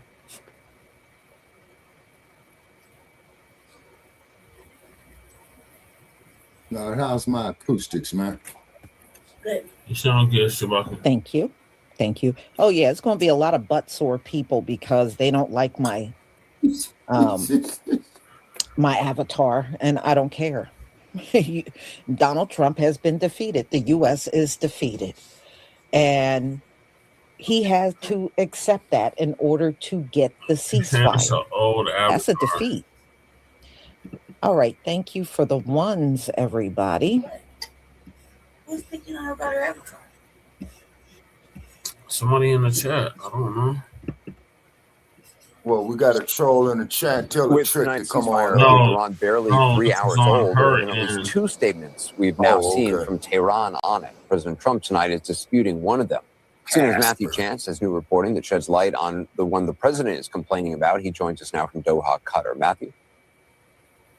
It's Qatar. That's right, Anderson. There are a couple of statements. There's a very short They one from say it the either Iranian way. Foreign I'm gonna Ministry, say Qatar, Foreign Minister, Qatar. but basically saying, look, They're we're going to both observe a ways. ceasefire and open the Strait of Hormuz on the basis that there will be negotiations with the United States, and our 10-point plan, that Iranian 10-point plan, will be accepted as the basis for those Either negotiations. Qatar or It doesn't go any Qatar. further than that. The second document, the And one that's that apparently true. President Trump seems to be objecting to, They say is the it's one that's Qatar. been sent to us by the Qatar. Supreme National Security Council of Iran. That's Iran's highest military body, and that's a lot more aggressive, and it goes into a lot more detail about what that 10-point plan to end the war from Iran actually involves, and it includes things like this: regulating passage through the Strait of Hormuz in coordination with Iran. So basically making sure that Iran still can exercise control over that strategic waterway through which 20% of the world's oil passes, to end the war against the axis of resistance. So that's a reference to Iran's proxies, and perhaps Israel stopping its attacks on Hezbollah in Lebanon, but also other proxies in the region as well. The third point it mentions is the withdrawal of US combat forces from bases across the Middle East region. That's obviously a big ask, unlikely to be accepted, but nevertheless, it is one of the points in that 10-point Iranian plan, according to this Supreme National Security Council document that was sent to us, by the way, by the Iranian Foreign Ministry. The fourth point that I identified here, a compensation payment that Iran is demanding. That's war reparations for the damage that have been incurred throughout this 5 or 6 week US and Israeli military campaign, which has caused massive destruction, I expect. And finally, the lifting of sanctions, all sanctions, and the unfreezing of assets. That would obviously be a major boon for the Iranians. The document also goes on to talk about how negotiations to sort of find a final agreement, a final end to the conflict, a cessation of hostilities, will be carried out in Islamabad, the capital of Pakistan, over the next 15 days, and they'll start on Friday. So again, a much more detailed document from that supreme military body in Iran compared to what we saw from the foreign minister that just sort of spelt out the raw, the bare bones of a ceasefire agreement. So Matthew, I just want to be clear. You got that more detailed statement that was actually sent to you by the foreign ministry of Iran? Yeah, it had already appeared on state news agencies in Iran, like the Fars news agency and the semi-official Tasnim news agency as well. But when President Trump posted on Truth Social that he objected to that report, to that document, he said it was fake. I followed up with the Iranian Foreign Ministry and said, look, do you have this document that you can send to me? And they sent me the document themselves, which was exactly the same as the document we originally had. And so, look, I think we're pretty confident, very confident, that this document is authentic. So, as the foreign ministry, would they be involved in the negotiations or any negotiations that take place between the U.S., Pakistan, and Iran? I expect so. I mean, the Foreign Minister Arangchi has been one of the more outwardly facing officials in what's left of the Islamic regime. Remember, a lot of his associates have been killed, assassinated in US and Israeli strikes over the past several weeks. I don't know for sure what the makeup is going to be of the Iranian negotiating team, but there's every possibility that the Iranian foreign minister is going to be part of that. Matthew Chance, I appreciate your reporting from Doha.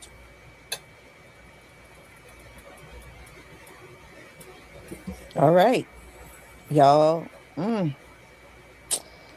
Yep, Donald Trump caved.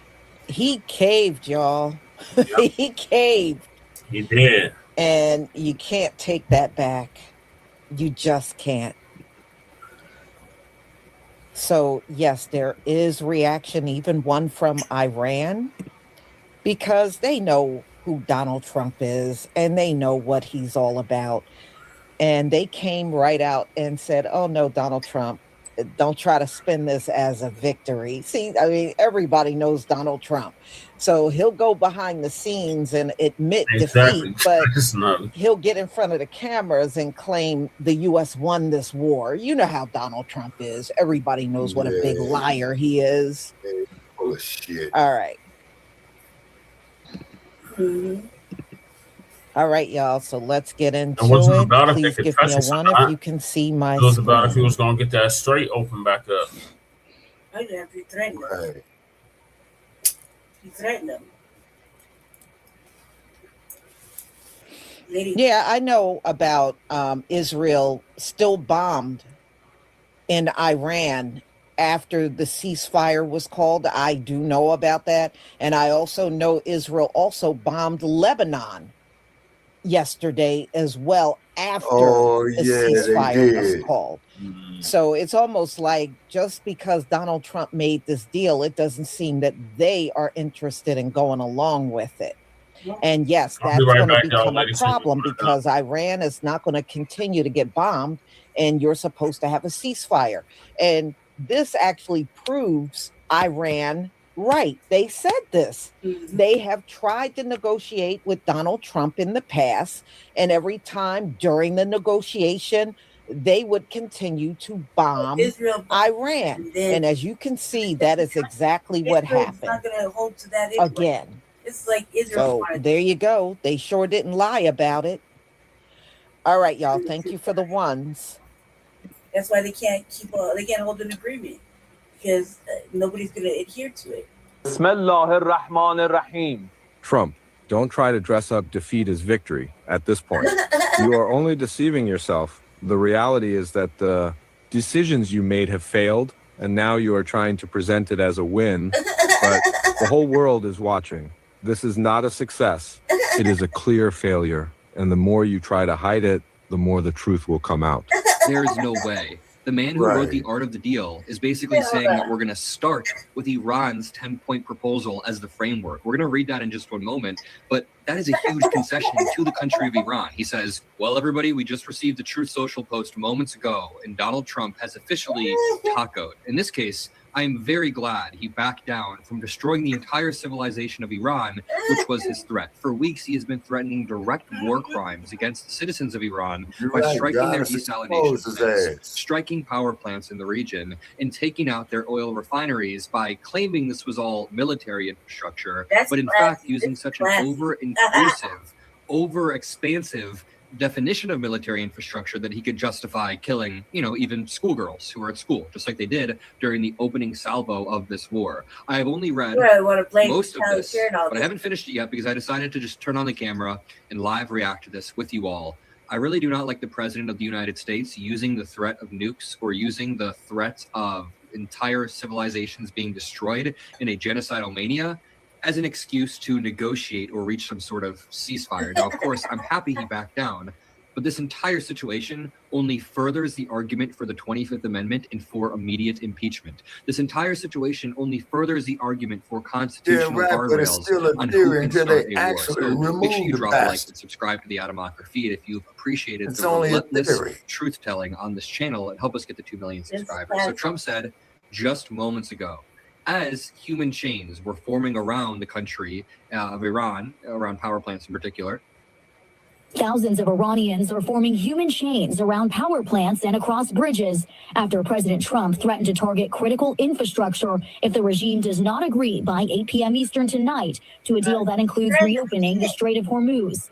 The demonstration. All right, now let's see exactly what Donald Trump said in his announcement post just moments ago. He said, quote, based on conversations with Prime Minister Sharif and Field Marshal Manur of Pakistan, and wherein they requested that I hold off the destructive force being sent tonight to Iran, and subject to the Islamic Republic of Iran agreeing to complete, immediate, and safe opening of the Strait of Hormuz, I agree to suspend the bombing and attack of Iran for a period of 2 weeks.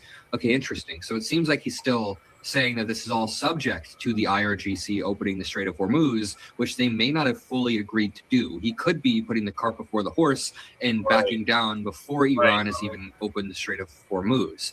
He also says they need to completely reopen the Strait, which, I mean, which is back to the status quo of the original war. Like literally 45 days ago, the Strait was already open. So all we've gotten for this war is more debt, dead soldiers, and the reopened Strait. Either way, let's continue. He says, this will be a double-sided ceasefire.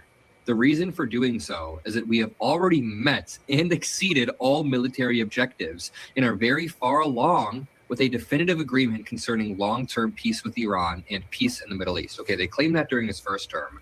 And literally 7 hours ago, he said he was going to genocide all of Iran. That doesn't sound like we're getting towards peace in the region. Also, let's just very quickly before we finish that, go through the goals of this war that Trump and Pete Hegseth and everybody have stated. They said no more nukes, no more funding terrorist proxies, no more missiles, no more Navy. Well, we destroyed their old conventional Navy, but they still have a Navy that can close the Strait of Hormuz. They still have missiles that are hitting Israel and that are pointed at the Strait of Hormuz. Their nuclear material, like the enriched uranium, still exists. They still have the knowledge and they still have. Donald Trump is panicking as he has suffered a massive and catastrophic defeat in his unlawful war against Iran. The people of Iran have taken to the streets, rejoicing in their complete and total victory over Donald Trump and his regime. You see the people out on the street here in Iran. Here are people out in Iraq and Baghdad. Across the Middle East, the Shiite community and others are out partying and having parades over the defeat of the United States. And let's be very clear, this was a total and utter capitulation and surrender by Donald Trump and his regime. The Trump regime said that they were adopting the 10-point negotiating framework from Iran. And when you read that framework, which we've been talking about for weeks now, Iran's 10-point negotiating framework. Remember, the Trump regime had a 15-point negotiating framework where they wanted Iran to surrender. Iran had a 10-point negotiating framework, which the Trump regime was saying that's nonsense. We won't even look at it. These are, quote, maximalist demands that will never allow us to get to a ceasefire or an end to this war. Well, the Trump regime didn't just take 1 or 2 or 3 of those points from Iran's 10-point negotiating plan. Trump accepted all 10. You want to know what those 10 are? There's a statement here. I mean, I've read them before, but this is what Iran's Supreme National Security Council put out. Here's the 10 points that Trump agreed to. Commitment to non-aggression, continuation of Iran's control over the Strait of Hormuz. And by the way, Iran says only 10 to 15 ships will get to go through the Strait of Hormuz and have to pay a $2 million fee to Iran. Acceptance of uranium enrichment from Iran, lifting of all the primary sanctions and all secondary sanctions against Iran, termination of all UN Security Council resolutions against Iran, termination of all Board of Governor resolutions against Iran, payment of compensation to Iran for all the damage caused during the war, withdrawal of U.S. combat forces from the region, cessation of war on all fronts, including against Hezbollah and Lebanon. You can't get much more of a surrender than that. Iran got everything it wanted and more. And when those points were pointed out to Donald Trump and his regime, Donald Trump lost it. So the CNN posted a graphic of what the 10-point Iranian negotiating framework is. There's a reason why the Iranians are celebrating, because they got everything they wanted and more. But CNN published the 10-point framework, and Donald Trump was like, the alleged statement put out by CNN World News is a fraud, as CNN well knows. The false statement was linked to a fake news site from Nigeria, and of course immediately picked up by CNN and blared out as a legitimate headline. The official statement by Iran was just released and posted on Truth. Below, authorities are looking to determine whether or not a crime was committed on the issuance of the... A meat grinder with no clear picture of what winning looks like or how it ends. A commissioned officer not a junior soldier, a senior officer with command responsibility, is quoted describing a potential ground invasion of Iran as, in their exact words, an absolute disaster. When an officer at that level allows that assessment to reach civilian journalists under wartime conditions, that is not a leak. That is a warning. And then there is the image, a meme now spreading across American military social media pages, the kind of pages run by and for active duty personnel, not by political activists. It shows a soldier in American military gear, tears on their face, holding a photograph. The photograph is the thing the soldier is supposedly fighting for, the reason the sacrifice is worth it. And the photograph shows Donald Trump, Melania Trump, Jeffrey Epstein, and Ghislaine Maxwell. No caption needed, no political commentary required. The soldiers sharing that image are making a statement that no speech, no press briefing, and no patriotic framing can neutralize. They are saying, we see exactly what this is, and it is not what we signed up for. Now look at what this war actually has and does not have, because this is where the strategic failure becomes impossible to deny.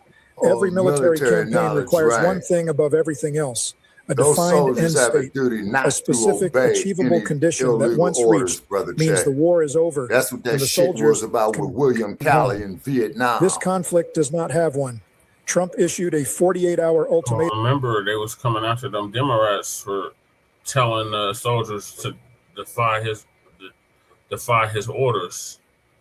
Okay, but they have to go through okay, because see, from what I understand in the Uniform Code of Military Justice, okay, it is against the law for a soldier to follow an illegal order. That's what happened with William Calley with the My Lai massacre. You see, those orders were illegal. And like 5 other Democrats were saying too. And remember, Trump was like, I'm gonna have y'all, what did he say? He said that he wanted to have them killed, but he couldn't have them killed. So he was gonna have them removed or something. Some crazy shit. Right. Yeah, you see. And then too is that there is it. It's in the Uniform Code of Military Justice, man. If they if that dump, who's the commander-in-chief, give illegal orders, right? All them 4-star generals are right there obligated not to follow it, and that would be great grounds for impeachment on his ass. But keep in mind, the removal of the president from the office through the impeachment is only in theory, because no president has been removed from office in the impeachment. Right. You see? Not Nixon, not Clinton. Yeah, exactly. You see what I'm saying? And then Clinton should not even have been impeached, because what his case was, man, that belonged in divorce court. They should have took that shit up before Judge Maybelline or Judge Hatchett. Wasn't Andrew Johnson or Jackson? No. It was Andrew Johnson who was impeached, Brother Che, but he was not removed from offices because it was one vote that saved his ass to be the president. And that vote came from where? I'm sure it was wait a minute. Lincoln was a repub, so Johnson was a repub. And if I'm not mistaken, Brother Che, correct me if I'm wrong, I think it was a Democrat that saved Johnson's ass. Andrew Johnson, that is, not Lyndon Johnson. Because because Lyndon Johnson got up there and said, I will not seek nor I accept the nomination of my party, President of the United States in 1968. So the only thing what the bastard did with that shit, man, because they two sides of the same coins, man, is that he opened up the door for that crooked ass Richard Nixon to go up there. What was his campaign? Law and order. Law and order. Yeah, law and order. Yeah. I am not a crook. Yeah. But his campaign was law and order. Yeah, but he was not a crook. Yeah. You see what I'm saying? You know. And then the cold part about it is that these, and just like how you always say, Brother Chad, they always come to us in the black community, vote blue, no matter who, and no Biden up there. If you don't vote for him, you ain't black. And then that son of a bitch, man, had blocked every damn issue, man. What was that for school segregation or whatever that they didn't want? He didn't want to integrate his kids into a jungle. Yeah, exactly, Cow Dog. Watergate was a joke, Cow Dog. And the cold part about it is, Cow Dog, you're going to love this what I'm about to tell you. Okay. I'll never forget the day when John Dean got up there and spilled the beans on Tricky, where he got up there and said it was Tricky that gave the orders to that bullshit. You see what I'm saying? And that was the news that was unfolding. And that there, people was in the spring of 1973. I'll never forget. I think I was about 15, 16 years old. And John Dean got up there and sang. You know what I'm saying? He said, yeah, Tricky gave them damn orders. You see? Now, you got to hopefully that if some of these people and the damn Congress got a set of balls, they'll get up there and say, you know, this bastard got to go. He got to go. Not only is he messing up the economy for the United States, he's messing up the world. World's economy. Issue the 25th Amendment on him. Yeah, exactly. You see what I'm saying? Now, with him being old, and if they can get this bastard declared senile, then they can get rid of his ass, man, under the 25th Amendment, man, because he's incompetent. Or here, what is that they called? Okay, you remember the movie Air Force One with Harrison Ford? Yeah. Okay, and you remember that what they was talking about, the 25th Amendment. He's incapacitated. Yeah. Incapacitated. That's the key word, incapacitated. I don't think he's gotten to that point yet. Like, yeah, but he's damn sure on his way. When you get to incapacitated, Chewbacca, you end up like Dianne Feinstein. Yeah, exactly. Or Nancy Pelosi. Well, she's knocking on that door, but where you like literally you can't perform the functions of the office. You can't even wipe your own ass. You can pretty much, yeah. Stand up. And Maxine Waters is getting up there, and the reason why I say don't crumb bum on Maxine Waters, because I do remember, because she used to be my state assembly person, and she also used to be my congresswoman, you know what I'm saying? So, but I will always appreciate Maxine, you know, with our boy Gary Webb, where Gary Webb got up there and said that he knew that shit was coming in there, and he said that he was a dead man, and what's that, less than 3 weeks after he said it, they dumped on him. Yeah, well, let me finish this up, Chewbacca. Mm-hmm. Yeah, like Biden wasn't confident. Yeah. I'll let him go. To Iran demanding full access to the Strait of Hormuz. Iran refused. The 48 hours passed. The strait remains closed. The threatened destruction of Iranian energy infrastructure did not happen on the timeline promised. But that sequence of events revealed to every military professional watching and to yeah, you can't wipe your Okay. So what I also want to say about the Straits of Hormuz, Iran will remain 100% in control with the Strait of Hormuz. Now, it gets even deeper. When they open it back up, people have to pay $2 million to enter the Straits of Hormuz, and they got to pay another $2 million to exit the Straits of Hormuz.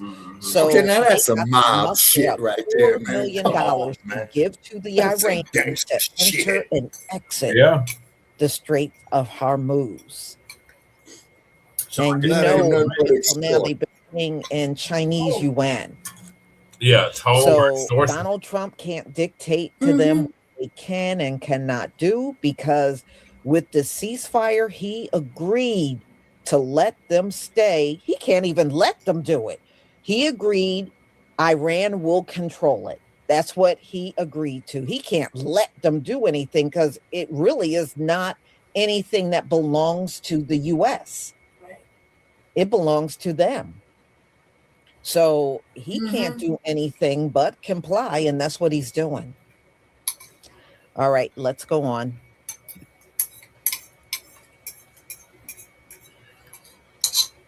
Every adversary watching is that the gap between what this administration threatens publicly and what it can actually deliver militarily is very, very large. That gap does not close with better messaging. It closes with either military escalation that the troops themselves are warning against, or a political exit that no one in Washington has yet been willing to describe out loud. Subscribe to this channel now if you are not already. This is the kind of analysis the mainstream channels will not run because it does not fit the official story. We run it anyway. The contrast between the two.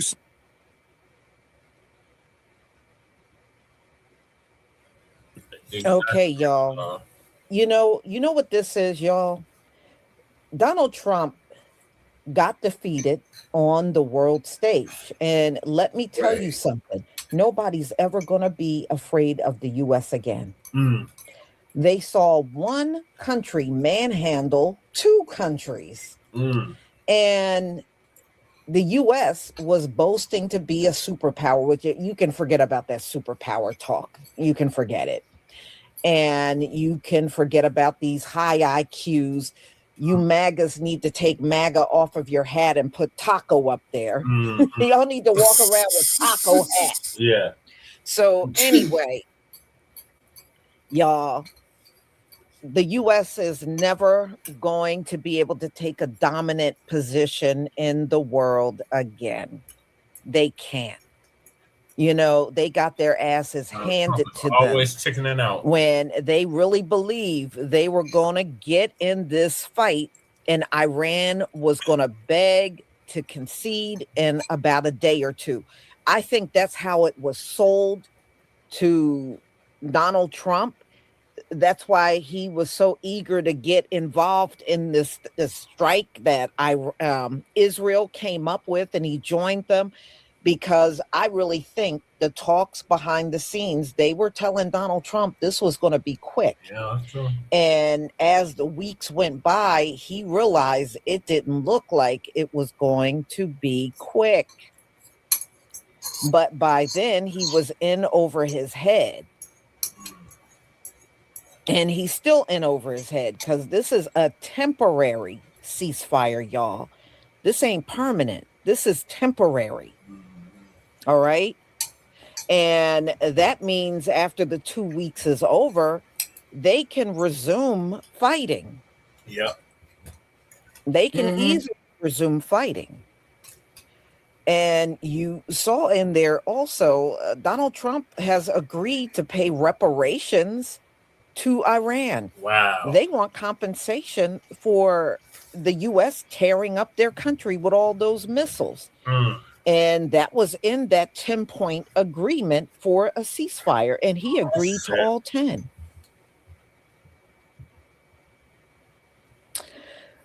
So everybody getting reparations before. And Donald Trump is definitely defeated.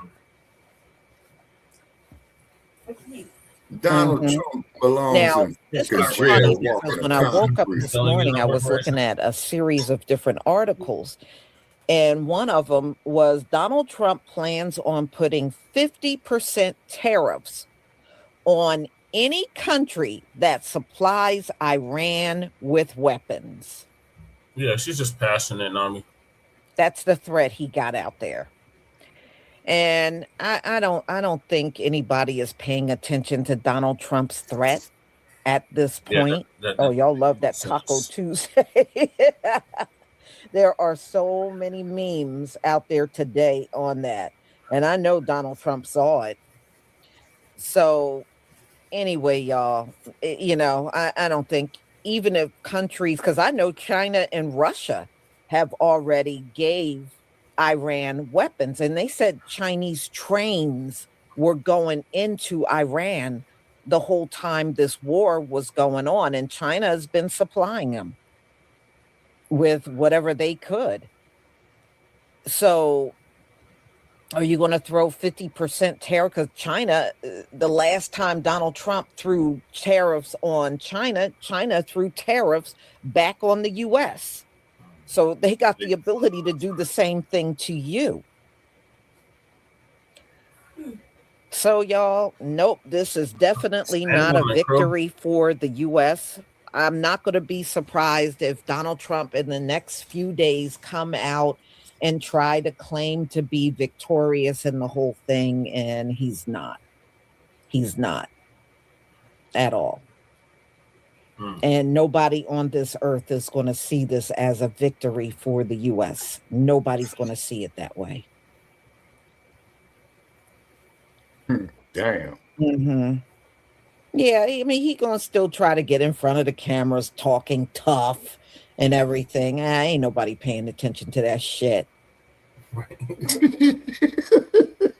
Mm-hmm. I know damn well I ain't. No, he'll just do what he always do. He'll get into some big ass rant on Truth Social. You know, that's and I'm the greatest president, and you know, and I'm gonna go do this, and I'm gonna do that. Man, you sounded like a busted over the Trump. last few days. Oh, civilization straight going in. busted. And I knew he was full of crap. That's true, God. It's not. And You know, they ain't gonna get it he done. also agreed to vacate every single military base there. Well, you might as well vacate because they're all destroyed. Stockholm syndrome. Because they don't want any U.S. presence in that region. They want all of the U.S. military and their bases gone. And that's also part of that 10-point agreement.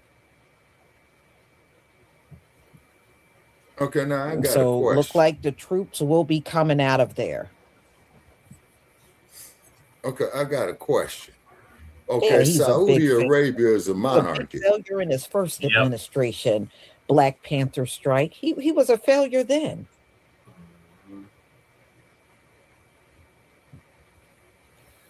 Okay. Mhm. Okay, so Yeah, now Saudi the Arabia. Democrats want to invoke the 25th Amendment. The Democrats need to go somewhere and sit down. Right. See, you should have invoked that before he dropped the first bomb. Exactly. Or immediately right after he did, and he never came to Congress for authorization. You should have invoked it then. Exactly. You waited too long. Yeah.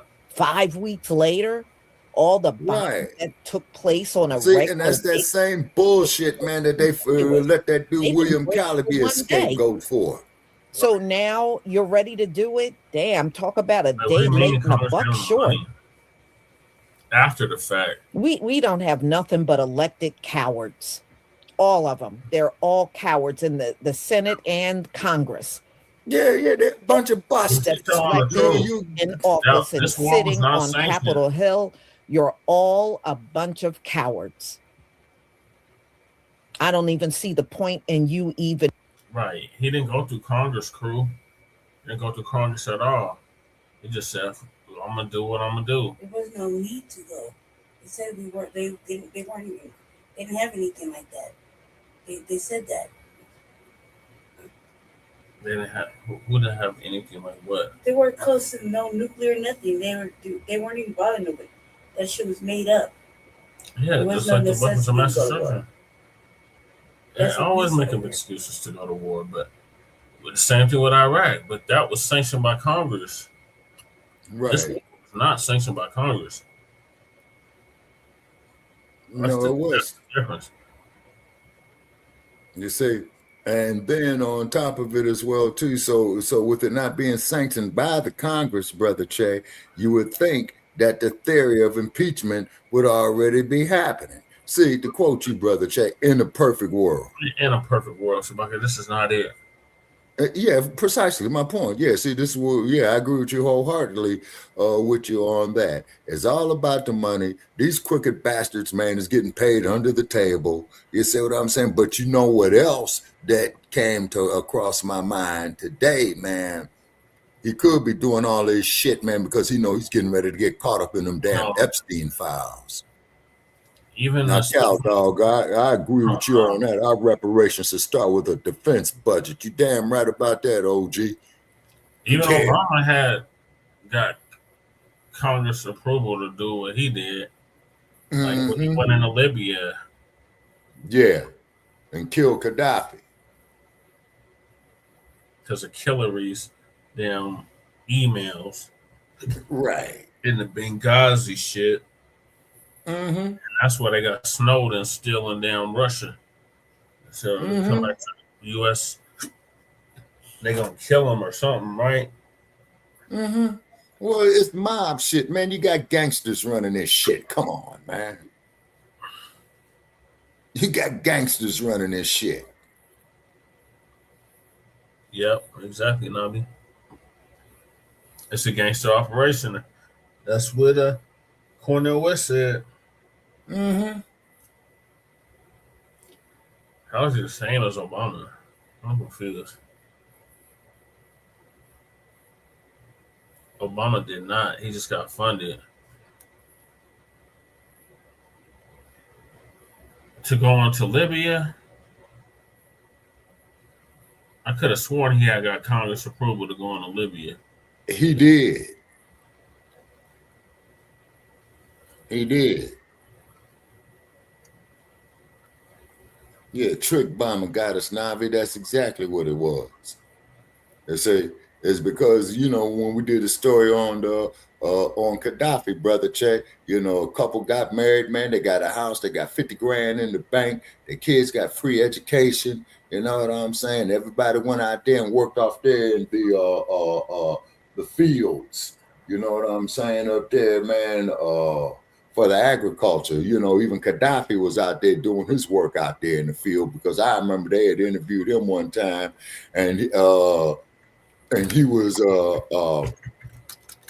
going out there working, and they were interviewing him. You see what I'm saying? And then, of course, you know, they just knocked off Gaddafi's son too. You know that, right? Damn. Mm-hmm. Mm-hmm. Mm-hmm. Yeah. Yeah. Because that's when what was it? That's when they went into Libya, that's when Hillary was Secretary of State. Right. Yeah. Yeah. Yes, and then of course, you know, and I forgot the guest that we had who broke it down, and I researched it. You know, a couple got married, man. They got 50 grand, you know, to put off in the bank. They got their own house. They got their own job. You say the 50 grand was to take care of the little baby as the baby grows up. Gaddafi had shared all the wealth that his country was bringing in, particularly with the gold. You see, that's what the U.S. didn't dig about him. You see. Yeah. You were right, Crew. They didn't get congressional approval to go on to Libya. No, it didn't. You see, and then keep in mind is that Gaddafi, man, he became the head of state of Libya at the age of 27. They had that moratorium opinion. Hostilities. The mission did not constitute hostilities. The administration pointed to the UN Security Council's Resolution 1973, which authorized all necessary measures to protect citizens, to protect civilians, and its primary international legal basis. Okay, wait a minute. Navi says that Gaddafi only had one child and he got knocked off too. Yeah, that's what you were just saying, Shabbat. Okay. And Sinclair busted Obama out at the press club about in drugs. Damn, cow dog. He was like that, you know, with the rainbow and the dope, huh? Damn. Yeah, he got an approval letter later from Nancy Pelosi. Nancy Pelosi was she the Speaker of the House?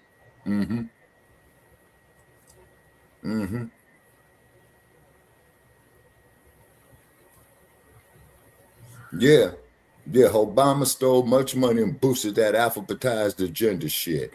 And then cow dog, up there when they did that bullshit, man, when the U.S. Supreme Court ruled same-sex marriage in all 50 states, what the fuck they do in San Francisco City Hall, man? They put rainbow colors up there. Exactly. That's exactly what he is. He was the first color president. Yeah, Hillary laughed about Gaddafi. Yep. Yeah, and Obama killed him. Yep. Yeah, it got us, yeah.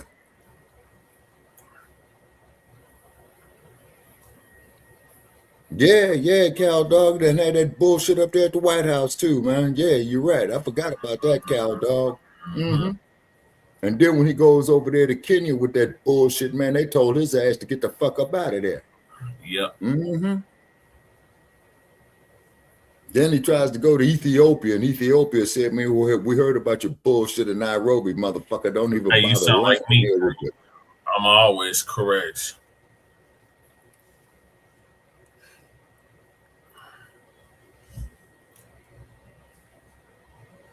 Yeah.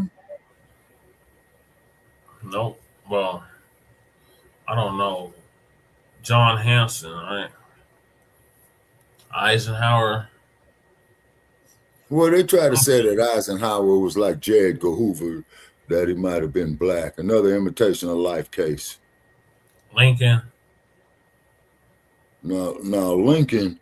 The only reason Lincoln, man, quote unquote, freed the slaves, man, is because he wanted to take away the economic. No, but wasn't Lincoln a mulatto?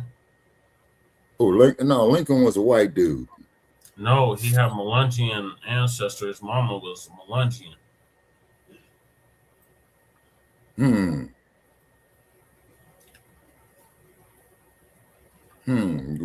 wait a minute. That's why when he was running, they would poke fun at him. Okay. What is that damn book I have? I have a book about all the presidents. Right. Yeah, I got from my grandfather, and in the book it shows like all the political ads and all the stuff that they were running. Right. From back then in the newspapers. Right. And the tabloids. Right. Mm-hmm. And they used to make fun of his Melungeon background. Mm-hmm.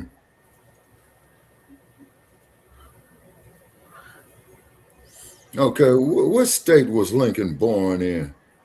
Illinois. Yeah, the land of Lincoln. Okay. He was born in Springfield, Illinois, the state capital. Okay. Yeah. Mm-hmm. Yeah, he had a black mammy. Mm-hmm.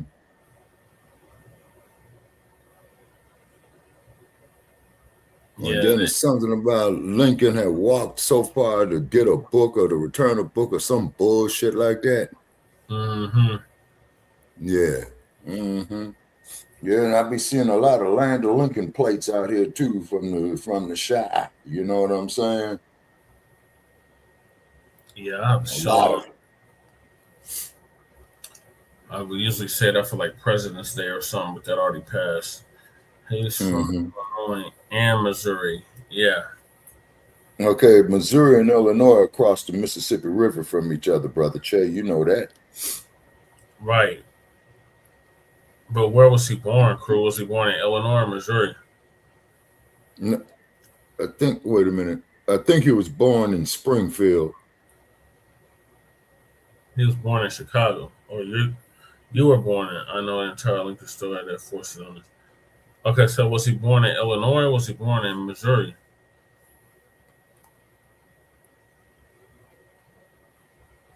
They got a big ass statue. No, it says they do have a big ass statue of Lincoln in Wyoming. Yeah. I think it's either in Cheyenne or Laramie. Mm-hmm. I think it's Cheyenne, Brother Che. Yeah. Yeah, because you remember I crossed that whole motherfucking state of Wyoming, man. Mm-hmm. Wasn't shit out there. There isn't nothing out there. It's just plateaus. Mm-hmm. And rolling hills. Mm-hmm. All right, let me finish this. Yeah. Being there. Yeah, Springfield's the capital. Yeah. Mm-hmm. Yeah, and think about that. One of many ancestral shadows. Kamala, well, not Kamala so much, really Biden. He was the president. She really couldn't send funds to anybody, but Biden could. And Biden sent all that money to Ukraine, knowing the U.S. was really, when you think about it, the U.S. was insolvent even then. This is not something that happened overnight. It took decades to get to this point. So many of these presidents, including Reagan, Clinton, all of them, have been spending money technically this country never had. So if it's insolvent now, it was even insolvent back when Biden was in office. And he sent massive amounts of money to Ukraine, knowing the U.S. didn't really have the money to do so. They did it anyway. So, y'all, this place is full of crap. The only thing Donald Trump has proven, he can't run a country, and he's even worse at heading a war. He's even worse. Him and Pete Hegseth are not qualified. They're not war strategists. And the people that could have been of help, they fired them all. Yep. They fired them all. And you see what they both sound like every day on TV. They sound like two babbling idiots. So now, Cold Dog, you got scenery up there, man, by Reno. Lost this one. And Lake Tahoe. Yeah, Northern Nevada. It was There's a lot of neck. scenery in Northern Nevada. Technically, y'all, it was never neck and neck. It's Southern Nevada that ain't got no scenery. You can tell the most behind Iran out here. Because when I say they brought it because I was watching it on live, y'all. They were just pounding the hell out of Israel. We got plenty of scenery. And you saw the strikes on the military bases. And another reason why the U.S. was defeated, do you know Donald Trump had all of the satellite feeds cut? You know why he did that? I know why he did it. He didn't want anybody to see how bad those 10 U.S. bases were damaged by Iran. So the feeds were cut so nobody could see the aftermath of those strikes on the military base. He didn't want it seen. He didn't want it seen. Another reason why he did not want it seen, because you would know with a certainty it's more than some 13 people that lost their lives on all 10 of those bases destroyed. There's no way it's just 13 people. You would know instantly just looking at those bases. Remember, you had a lot of people on those bases when it was struck. So there's no way you would know instantly. There's no way it was only 13 people like they're trying to tell us. Yeah, and then Cal Dog, Lake Tahoe too. So he cut all satellite feeds so nobody could see all 10 of those bases and how bad the damage was from those missiles striking each and every one of them.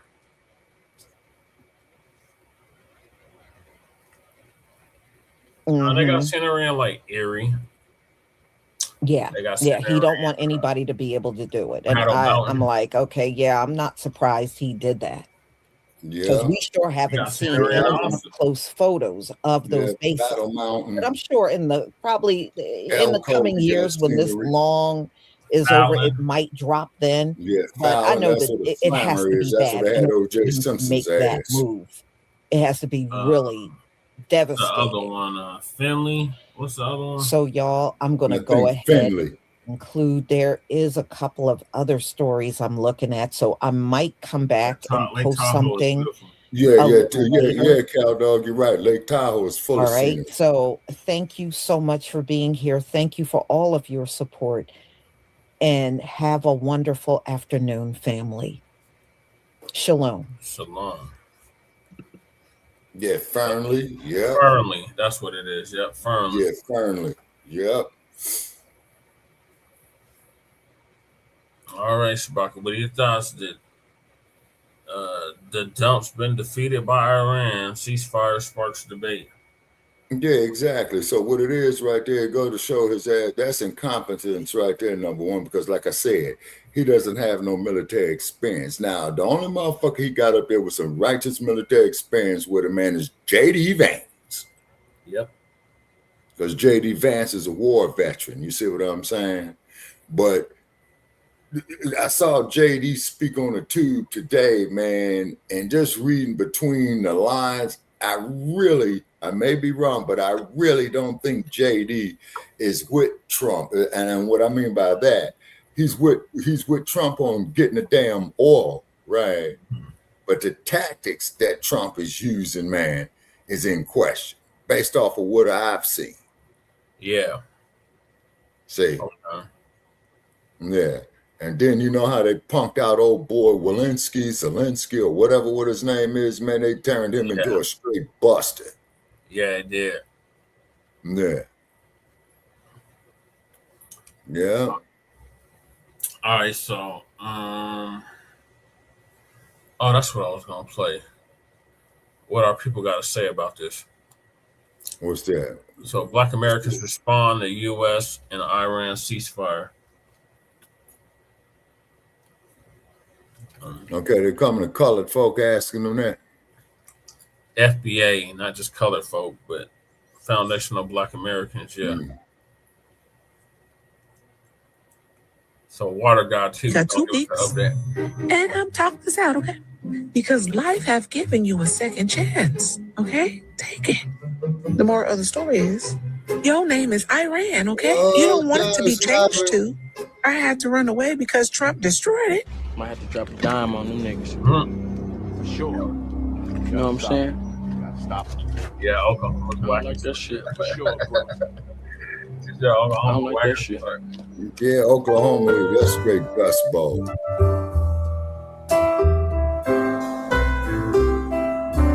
Oh, yeah, me too, Cow Dog. Yeah, just in the state 80, Cow Dog. Have you been along that state 50, though? Yeah. Hi, y'all. We back with another video, man. Y'all know what we do. Always pushing help both and a better understanding. So check this out. In this video, y'all, we got Trump and Iran agrees to a ceasefire, right? So a lot of people are talking about, Trump kind of scared. Yeah, his eyeliner on. Annihilating them, and now it's damn. But really, how this is affecting us is gas and food prices. So this is why American people here in America feel a way about what's going on with this war. Now, with you being a woman, you would spot that quicker than a man would. Muslim, some FBA sisters, and then a Caucasian. No, we're trying to keep down peace. Now that you're how everybody feels, right? But they did say that this war was going to be short and it was going to end, just like they say about the shutdown, the government shutdown. It's like, And then when we find out about the details, it's about that Jim Beam down money. But if it was us on the table, us as people, we would definitely come to an agreement because it's cost us way more than it cost these higher ups who make that decision. Okay, specify, Goddess. I'm gonna let y'all hear how some of the people who are going through this, what they think about it. Make sure y'all subscribe to the channel. Hit that like button, push one out. Oh, she responding to go live Tuesday, Thursday, Friday, and Sunday. Everybody who be in my comments talking, y'all got something to say, call on Tuesday, Thursday, Friday, or Sunday. Stop texting me this big old long paragraphs in there. You want me to have this back and forth with you. Call in and show your face so we can see, if you're going to stand on the link every show. So, yeah, you want to see my face, go to the LA County Jail. Let's get it. Iran, y'all need to use your minds. The most fucked up calm down. in there. Think level head, okay? Be level head, whatever you want to call it. Is that am I saying that right? And think about all the opportunities that you have right now with Trump, okay? So during these 2 weeks, think it out. Talk it out. Do a musical, a dance, something. Do a play. I don't care. But realize that you got Captain America today, and he's thinking about peace and love, not destruction and war, okay? And that's a good thing with Trump, okay? So take your time. You got 2 weeks. And talk this out, okay? Because life have given you a second chance, okay? Take it. The moral of the story is, your name is Iran, okay? You don't want it to be changed to. I had to run away because Trump destroyed it. That's a long I look like hell in my mugshot, Nobody's going to remember it, okay? And nobody's going to remember you. So take this day, think about what you can change, and think about how you can change your life. so your people can live, okay? Good night. Let's pretend that Trump never tore up the Iranian nuclear agreement that Obama signed. We'd have $44 billion more, 13 fewer American deaths, 300 fewer American injuries, $2.49 gas, 11 fewer U.S. military bases blown up by Iran, motherfucker right here, supreme leader in Iran, and a much safer world. To quote our man off the East Coast. That man hand off the button, y'all. Listen, Trump agrees to a ceasefire for 2 weeks. It's a long tweet he put out. Basically, he was setting off 2 weeks. Now, I ain't gonna lie. I think if he would have did some nonsense while all them people was human chain linked around, It's a public record. I think we would be having a different conversation right now. But it's 8:15. And we ain't got to worry about it for two weeks. Worse than the James for the working Brown class people like me, that's one more pay period, y'all. We make it one more pay period. Boy, they know how to get the middle of the month bills up out of us, okay? All right, listen. I'm going to update y'all with some more stuff coming. Iran is still making tweets and making AI videos talking about Trump after he just ceasefire. Now, let me tell you something. They ain't going out like no chumps, okay? They standing strong on what they saying, but I mean, listen, you gotta respect the people. Talk about wiping out a whole goddamn demographic of people. Come on now, Trump. We listen. I know America cruise sometimes. Trust me, I seen the fouls, but then some stuff we just can't do, especially in public now. Come on now, you know what I'm saying? Jeez Louise. I'll update y'all when I get some more information. We got another pay period of this bullshit, y'all. Okay. Anytime you get arrested, it's a public record. Fox News, Newsmax, and a whole bunch of news agencies with live reporters in Israel right now are reporting cluster strikes, missile strikes, detonations, and explosions from Iran into Israel. I'll play you a clip. Multiple incoming. One of them screamed over our... And that would be either the detonation of an interceptor missile or a successful interception of an Iranian missile. We saw one of those with the secondary boosters, and they're really terrifying because they're firing. There's footage all over X right now of multiple missile strikes and intercepting missiles flying into Tel Aviv, parts of Jerusalem, and other parts of Israel currently right now, maybe hours after the apparent ceasefire deal was struck. I even saw a clip of a Fox News host saying that they're not sure if the people on the ground know that a ceasefire deal has been struck, which would also involve Israel. I'm not a troll. I mean, listen. News. Donald Trump decided to call off the attack that he promised would end civilization today. He's pausing this attack for 2 weeks. Based on conversations with Prime Minister Shehbaz Sharif and Field Marshal Asim Munir of Pakistan, and wherein they requested that I hold off the destructive force being sent tonight to Iran and subject to the Islamic Republic of Iran, agreeing to the complete, immediate, and safe opening of the Strait of Hormuz, I agree to suspend the bombing and attack of Iran for the period of 2 weeks. So, what this says, ladies and gentlemen, is this. 1, definitely market manipulation. 2, maybe the military is once again trying to come up with a creative way to go after the uranium because it doesn't make any sense what he's saying at all. And then number 3, Donald Trump knows he's getting his behind kicked by the Iranians. We saw what they did today, standing up around those power plants, those nuclear power plants, daring Donald Trump in front of the world to commit war crimes. Again, we have the most incompetent and dangerous person running the United States of America, ladies and gentlemen. And I still believe he needs to be removed from office immediately. And just like we all thought, Trump chickened out again. Don't get me wrong. This is a good thing for all of us that he chickened out. But come on, man. He just making America look weak. Like we just like the lip boy. We just be pushed around. Got it. Oh my God. Trump did what he always do. That's human shit. It's a good thing and I for want all to make of that us. perfectly So we're clear, going to by see the what way. 2 week ceasefire does, and we'll see. Y'all, Trump is not who he think he is. He is not. Okay, after all that, they brokered a 2-week ceasefire, right? I mean, going back and forth, some real serious bargaining back and forth, right? And America was saying, hey, you know what, we actually got a lot of what we really want. Okay, and then 10 minutes later, 10 minutes after Trump announced, a ceasefire, the Iranians play him for a fool. Okay, they start firing off missiles. Okay, because it's a joke, right? It's like, is everybody in agreement who's talking to him? Because it looks like it's like one faction that, kind of want to not completely destroy the country, right? And maybe get out with their skin.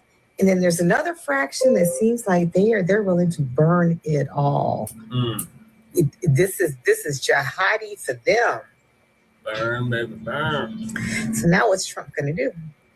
Okay, because 10 minutes after signing, the ceasefire, they're firing missiles off. I just want to see what's going to happen. And you know what? And I'm actually going to pray on this because nothing good is going to happen. Nothing. This is your tax money that's funding this war, ladies and gentlemen. Trump gave Iran an ultimatum that if they don't give up by today, Tuesday, April 7th, that it would be the end of a civilization, that we would be sending them back to the Stone Age. It's Tuesday, April 7th, and this nigga Trump has given them a 2-week extension?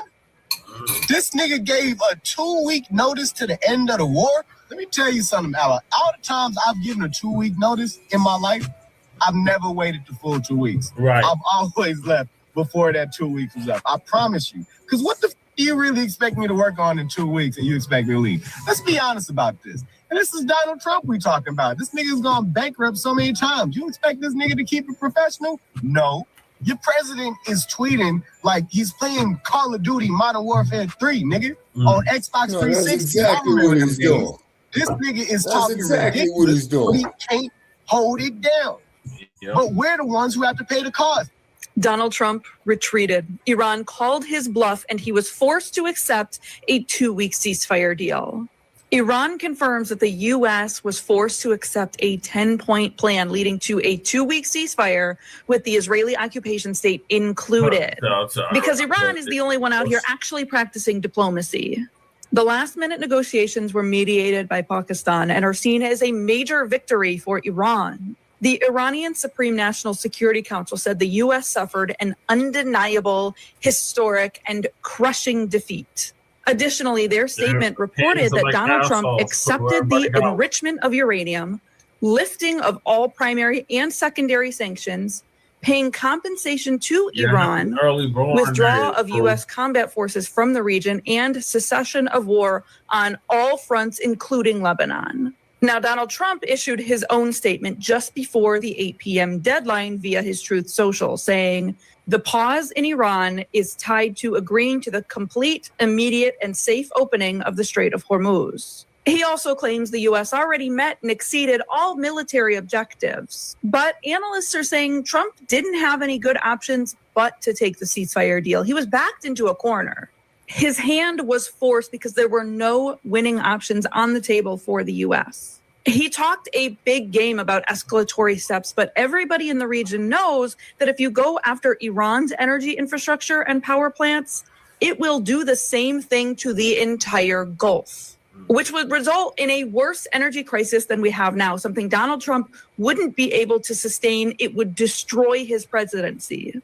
As of now, Israel has not issued an official response, but it appears the Israelis are going to begrudgingly accept and go along with the proposal. So for all of Donald Trump and Israel's posturing about this war and escalatory attacks, Iran is the one who came out on top. Well, did any of this actually surprise you? Were you surprised at all?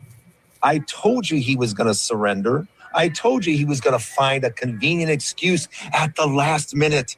Yeah, that's exactly what happened. Exactly what I said in my videos. Yeah, but we're still number one. Exactly, he would do this because we're going to take him off the face of the map. His tell is he runs at the mouth and says all this weird ass stuff. and tries to scare everybody. And that's how you know he's just full of it. And Iran knows that. And I can tell you right now, Iran is not surprised he surrendered either. You know, he was looking to escape, and rightfully so. He has no business being in the position that he's in right now, having the country in the position that it's in right now. So am I surprised that Donald Trump surrendered? No, I'm not surprised whatsoever. He was looking for a way out, and Pakistan was nice enough to help him, and he got his exit. So what do I expect to happen over the next couple of weeks? Nothing. And after that, I expect the United States to be heading home. We shouldn't have been there in the first place, but yes, I expected Donald Trump to surrender today, and he did. All right, so y'all see different takes on the Trump ceasefire situation, and all in all, it looked like Trump was selling wolf tickets. Okay, but I mean, that's what politicians do, you know? They're like, you know, they got that small dog syndrome where they just, you know, all bark, no bite. But we'll see. Look, I don't know how this gonna play. They probably playing chess. I don't know what they doing, but I want to know what y'all think in the comment section. I think all of those was great takes on what they thought about Trump.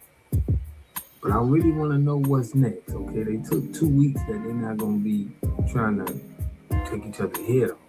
So in them 2 weeks, do you think they're gonna be able to come to a resolution, or you think we're gonna be back at it again? Oh, you're back at it again. Prices going up, food prices going up, a war that's not benefiting us. Okay, seems like we still trying to fight other people's fight. But let me know what y'all think in the comment section. We're going live tomorrow. Y'all got any issues, y'all call in. I'll catch y'all in the next video. Peace and love. Community must have three things to have a community in it. You must have a wholly independent economic structure that can provide goods, service, products, and things for your own people, and jobs and tax bases for your own people. You should at least control 4 basic things. You should be trying to control water, food, medicine, and energy to be able to survive and compete. Here we got Mr. Pollock. He had a cornfield. He took advantage of a free water test from us, and this is what we found in this water. We found sulfur, we found hardness, and we solved these problems with an easy fix of 2 tanks. So get your free water test today. Stay blessed. Click the link below. All right, thank you, Water God. All right, a civilization is intact. What are your thoughts on what our brethren and sisterin had to say about the ceasefire, Shabaka? Okay, like I said, man, is that Trump, man, is losing credibility. Okay, he's probably starting to realize that he fucked up real bad. Okay, and he's trying to get his lies straight. Yep. See, what are your thoughts? Well, they said it before. It just looks bad. Mm-hmm. And he's been looking bad. Okay. So, of course, you know, Dump, he didn't like that.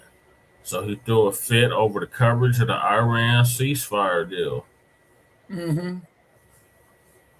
And then not to mention, Brother Chad, before we came on, I was looking at Cartoon News Network, and he hit one of them buildings, man, and then you literally saw dead bodies flying out of there. Yeah, I think that's what's on the screen, Shabaka.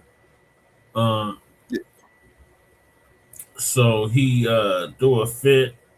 He's furious over it, and he called out CNN, Caucasian News Network, Caucasian Nazi Network, or Cartoon News Network. Right. Trump furious over the, coverage of his ceasefire negotiation. Here it is. Breaking news, Iran's foreign minister just responding to Trump's announcement. I want to read part of it to you. He says, if attacks against Iran are halted, our powerful armed forces will cease their defensive operations. For a period of 2 weeks, safe passage through the Strait of Hormuz will be possible via coordination with Iran's armed forces and with due consideration of technical limitations. Obviously, those words are crucial there. And the Supreme National Security Council of Iran has also issued a statement that I have here, and I'll just share you a couple of the important lines here. One of them is that the regulated passage through the Strait of Hormuz under the coordination of the armed forces of Iran, thereby conferring upon Iran a unique economic and geopolitical standing, which sounds like in a translation, Iran saying that they see this as acknowledgement that they control the Strait of Hormuz. Put up the picture full mass. We have a statement from Trump's social media post, Truth Social. It says, and I quote, "The alleged statement put out by CNN World News is a fraud." And CNN well knows. The false statement was linked to a fake news site from Nigeria and, of course, immediately picked up by CNN and blared out as a legitimate headline. The official statement by Iran was just released and posted on Truth below. Authorities are looking to determine whether or not a crime, now get this, a crime was committed on the issuance of the fake CNN World statement, or was it a sick rogue player, ? CNN is being ordered, understand the wording, ordered to immediately withdraw this statement with full apologies for their, as usual, terrible, quote, reporting.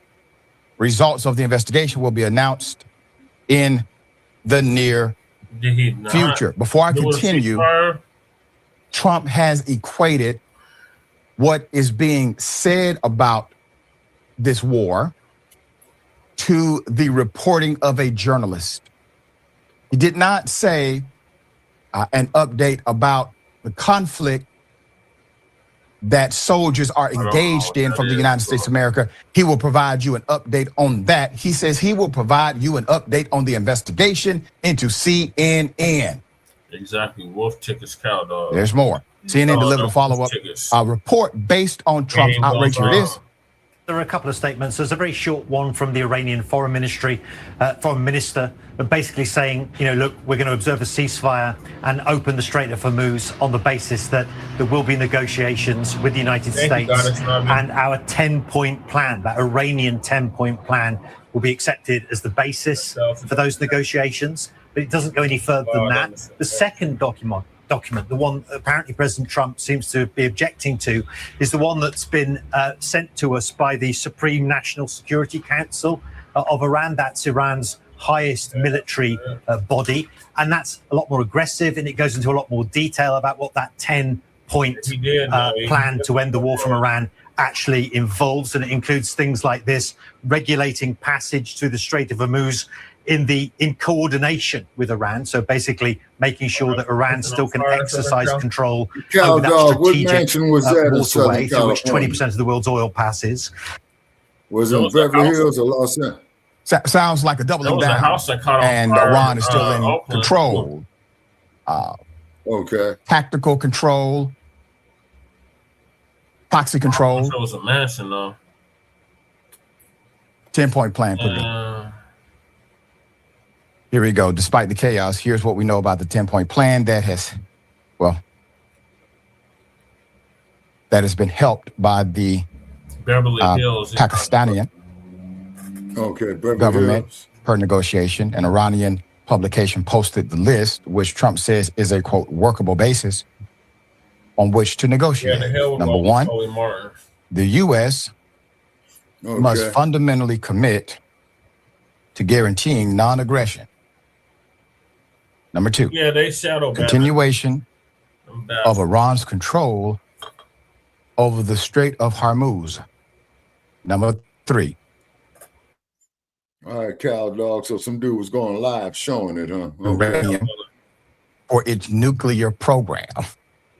He said that in Beverly Hills, that's its own city. It seems as if Iran may actually have more leverage than they did prior. But I will continue. Number four, removal of all primary sanctions on Iran, removal of all secondary sanctions against foreign entities that do business with Iran or Iranian institutions. Number 6, end all United Secretary Council resolutions targeting Iran. Number 7, end all International Atomic Energy Agency resolutions on Iran's nuclear program. Excuse me. Number 8, compensation payment to Iran for war damage. Sounds like reparations. Number 9, withdrawal of U.S. combat forces from the region. Number 10, ceasefire on all fronts, including Israel's conflict with Hezbollah and Lebanon. I have more, but is it not ironic? I thought Israel was at war with Iran. It seems as if America has taken the lead here. Okay? Ironically, also, the 10th point of the 10-point plan is about the ceasefire. The other 9 points have to do with their domestic and economic policies.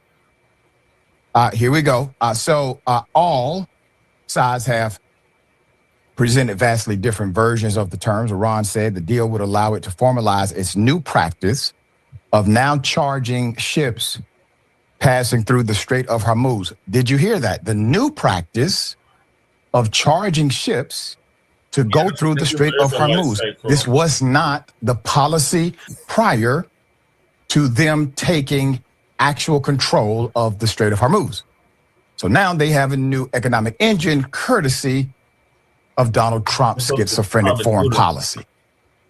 Trump said the U.S. would work with Iran to remove buried enriched uranium, though Iran did not confirm that.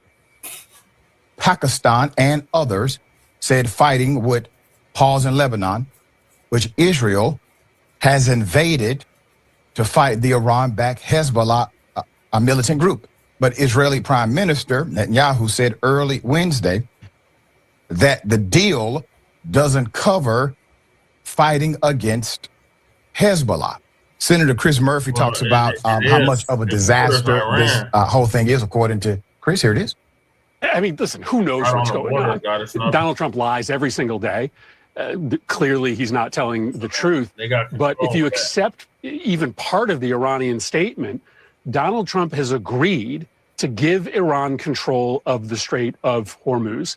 That is extraordinary. If you go deeper into the statement from the Iranian National Security Council, they claim that Trump has also agreed to Iran's right to enrichment, to suspend all sanctions against Iran, and to allow Iran to keep their missile program, their drone program, and their nuclear program. Now, who knows if any of that is true, but if at the very least this agreement gives Iran the right to control the Strait, that is cataclysmic for the world. And it is just stunning that that's where we have gotten to. The hell is going on? So you engage with the conflict with Iran, you talk big and bad, civilization will be destroyed tonight, and then you do an about face, say, well, you know what, I was about to do it, but they came to the table with reasonable negotiations. We will provide those negotiations. And then when you see what the president of the United States has agreed to, it gives Iran more power than they have ever had internationally in the history of their nation.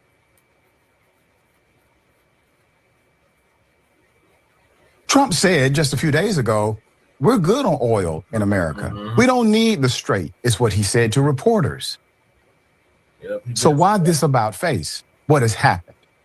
Seems as if, and we know Trump likes to be paid off, but his policy is so damn schizophrenic that if you just follow the trend, you may see an interesting pattern emerge. And I'm not just talking about his international policy, but also his internal institution himself.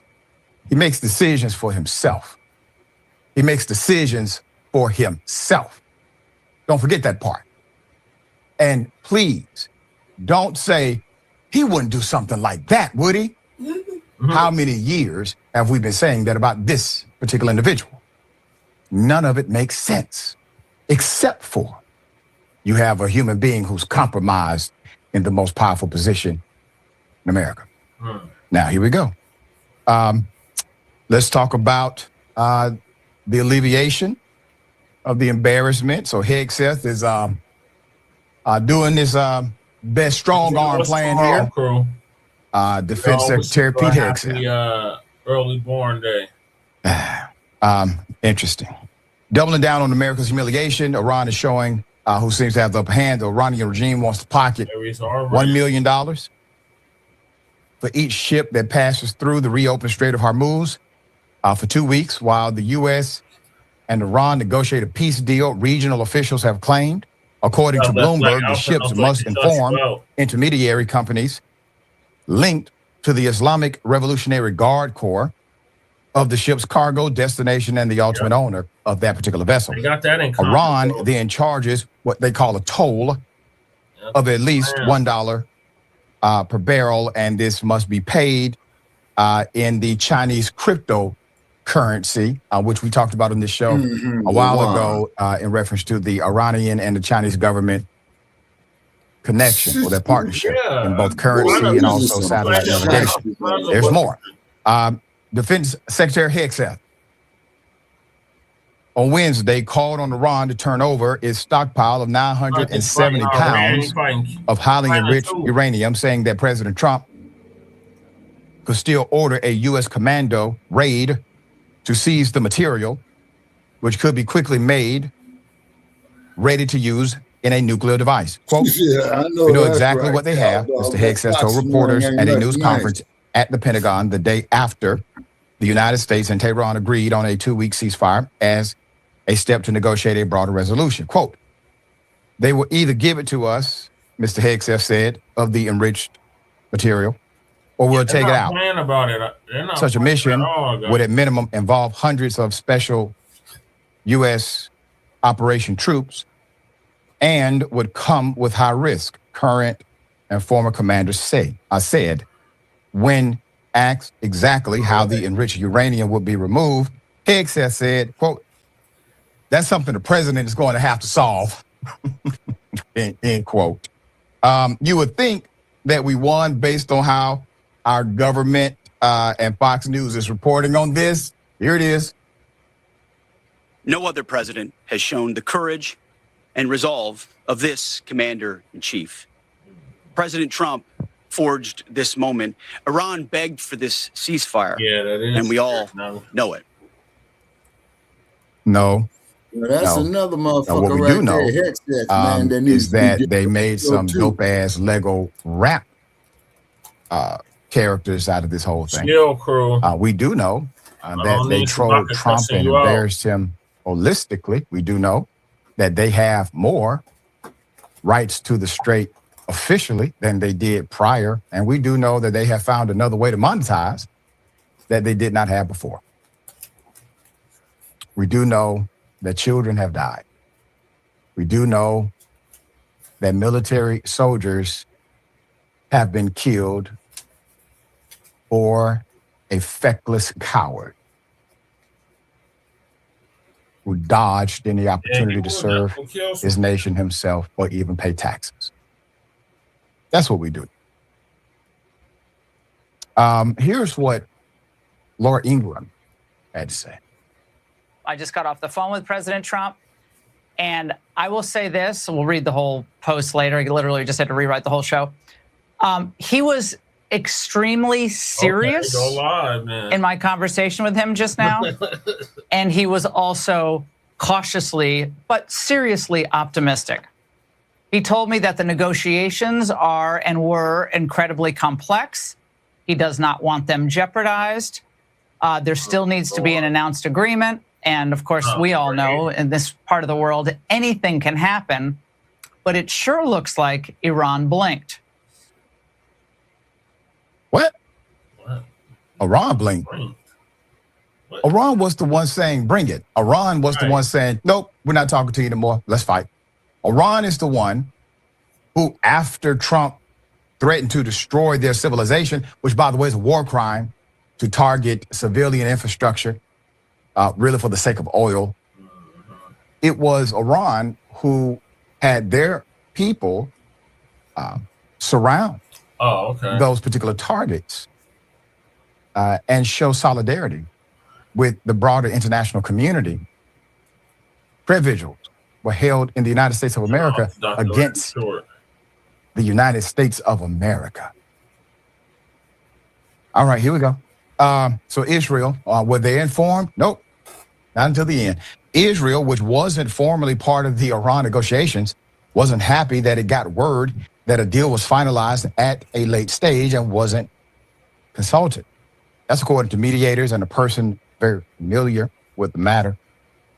The extent of the consultation was Trump calling Netanyahu shortly before the ceasefire was announced, a White House official confirmed. Netanyahu agreed to participate in the ceasefire, the official added. The Israeli Prime Minister's office did not immediately respond to a request for comment. Mediators said Israel officials weren't happy with the terms, including the planned inclusion of Lebanon in the agreement, as Israel considers Iran and Lebanon separate arenas. Netanyahu said Wednesday morning that the deal did not include Lebanon, contradicting an earlier statement by Pakistan. And remember, they are part of the negotiations, which is they are mediating the talks. The Israeli military said Wednesday that it had ceased military operations in Iran, but was continuing to strike Hezbollah in Lebanon. I'm going to get into some direct quotes in just a moment. But remember, for decades, Netanyahu has made the case that Iran must be stopped because they are enriching uranium to become a nuclear power. In the agreement, or at least the potential agreement that we have, that Trump said he's open to, it clearly says that they will be allowed to enrich uranium for their nuclear program. Here it is. Head of the opposition party in Israel said, quote, "There has never been such a political disaster in all our history. Israel wasn't even at the table when decisions were made concerning the core of our national security." End quote. I'm going to read more in just a moment. Israel was not at the table. Isn't that something? Feels kind of like we weren't at the table when you all made the decision to partner together to go to war with the country that we had no beef with and utilize our taxpayer dollars to do so. So this president isn't known for bringing people to the table. Now you're getting a taste of what it's like to partner with Trump. Good for you. The reason is because we have had our hands forced to fund wars that we do not believe in by way of our tax dollars being taken from us who work every day. There's more. The quote continues, "The military carried out everything that was asked of it. The public demonstrated amazing resilience, but Netanyahu failed politically, failed strategically, and didn't meet a single one of the goals that he himself set. It will take us years to repair the political and strategic damage that Netanyahu and Trump wrought due to arrogance, negligence, and a lack of strategic planning." The U.S. and Israel already compromising the ceasefire. However, here it is. State media reports that Iran has halted the passage of oil tankers through the Strait of Hormuz after Israeli attacks on Hezbollah in Lebanon. Earlier today, we know 2 vessels were able to go through this passageway. But again, state media is reporting that the Iranians are choking off the strait. There were reports of explosions on 2 Iranian islands and at least 1 oil facility off the coast of Iran, an indication that the United States or Israel is still conducting airstrikes against the Iranian regime. Yeah. Incompetence, corruption, bigotry, all of it into one. All right, Jackson, thoughts here. Well, you know, I think that anytime people think that Trump is going to start behaving like an adult is always just a moment of hope and naivete, because, you know, a man who stopped developing emotionally at the age of 4, who's in a complete mess of a situation, there's no telling what's really going to happen going forward, because after everything that we've done, we have little to no leverage to dictate terms in this situation. We've already broken the ceasefire. And, you know, Donald Trump's never really going to live this down. He's never going to hear the end of this. He can't really spin this in a way that makes him or the country look good.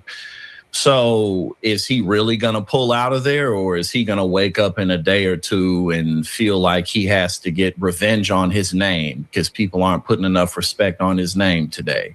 We've already got troops and bases over there. So this situation isn't over. And we'll just have to keep taking it a day at a time. But also, Donald Trump is a man who has no scruples or filter of any kind. You know, he's got a slush fund account in Qatar filled with hundreds of millions of dollars from Venezuelan oil sales.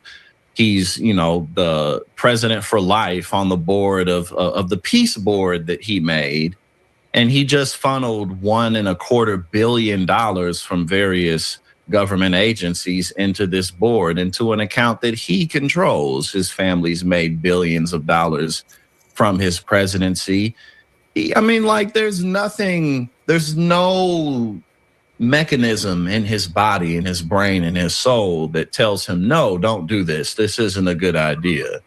So we don't know how this is going to end out. You know, yesterday morning, he said he was going to nuke Iran, basically. And then he's like, okay, for 2 weeks, we good. But the ceasefire is already broken. And this is a man who can't take defeat or admit to fault or take blame whatsoever. So unfortunately, we still have to take this a day at a time. Yeah, and coupled with his obvious cognitive decline, coupled with his sensational need for praise, and also his love and infatuation with money. Cory Booker, Senator Booker, did a breakdown of how much money Trump and his family, how much they've made in year 1. And it totals to over $1 billion in year 1.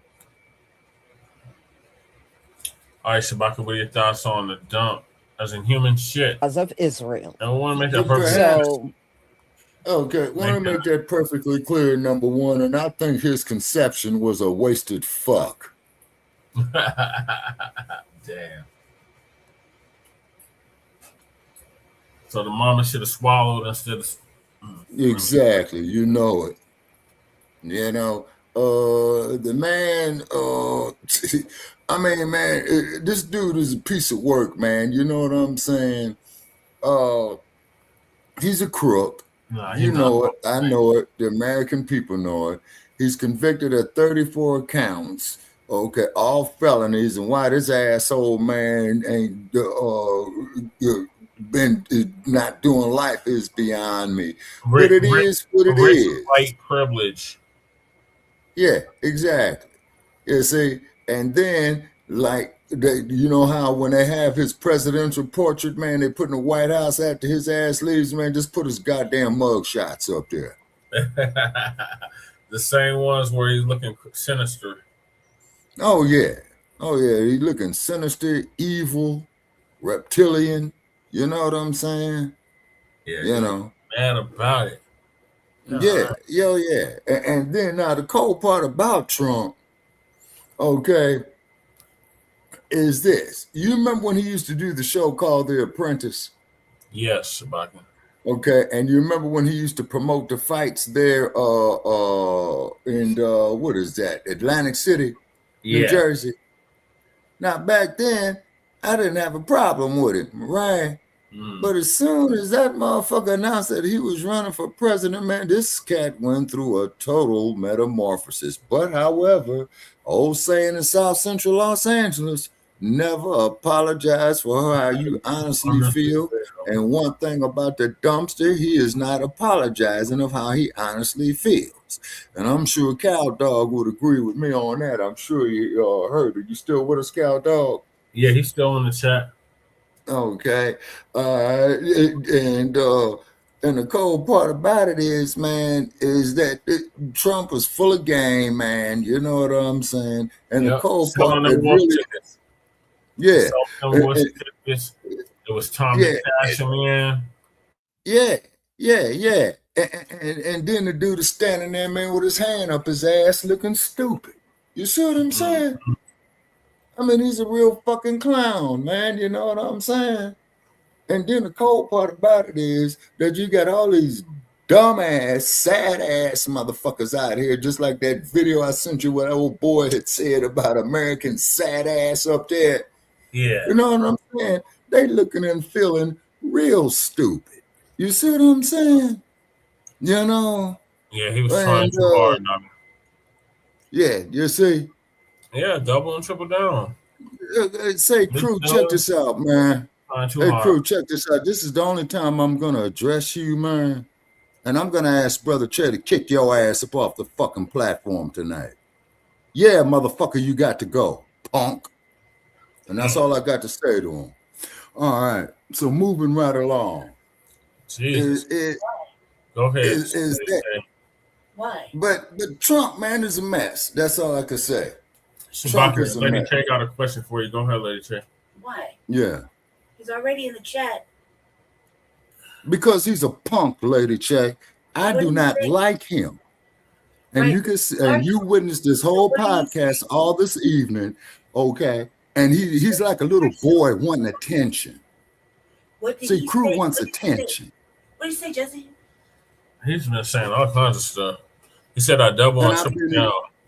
Yeah, and I've been ignoring him all night. And the reason why I'm addressing him right now because we're toward the end. Crew is a punk. He's agreeing with Trump, I guess. But fuck Crew. Let's continue our business. He said something about if he was to fight Chewbacca, he would do it without his gloves or something. The only thing I'm gonna do is bust a cap in his ass, man. He don't want to fuck with me. Chewbacca, we had an agreement that he would not be on the program when you were on there. He wouldn't be on the same panel up there with you. Hey, if you want me to leave, Lady Che, I will leave. I'm out. Have a nice night. No, lady. No, Chewbacca, where are you going? You gotta stick to your agreement. All right, so you can hear me in the air. You gotta stick to your agreement. We agreed that if you were on the panel, he would not be up on the panel. Right. He'd be in the chat and on our program, which is Line Blacc News, the Revolutionary Agenda. Now, your two shows, which is Chewbacca's Black Experience Enhanced and Grand Rising with Chewbacca, he is not to be up there nowhere, right? Right. So we had agreed to that. You can't do this on Frontline Black News and ask him to be evicted from the program when he's just in the chat, running freely and saying whatever the fuck he wants to say. He's in the chat. It's a free motherfucking country. He has a wrench. It's just that's just the way it is. Now, when you're in the chat saying whatever the fuck you want to say, we don't excuse you from the chat. Now, on our program, we respect that you're up here. You're up here first. You got here first. First come, first serve. You've been here this whole night. There's no need for you to leave because that kind of looks fucked up if you just leave because I'm checking the situation. I'm in the back. I'm doing something serious and I'm not paying attention to what's going on in the chat because I can't see it. Jesse's up running the chat and he's allowing everybody to say whatever and he's moving the chat however he's moving it. I don't know what's going on up there with him, but that's just the way it is. Now, you already agreed. You made an agreement. You can't just keep coming and changing it as you go, Chewbacca. We already told Ray what it is. If he's just making comments and doing whatever, it's a free motherfucking country.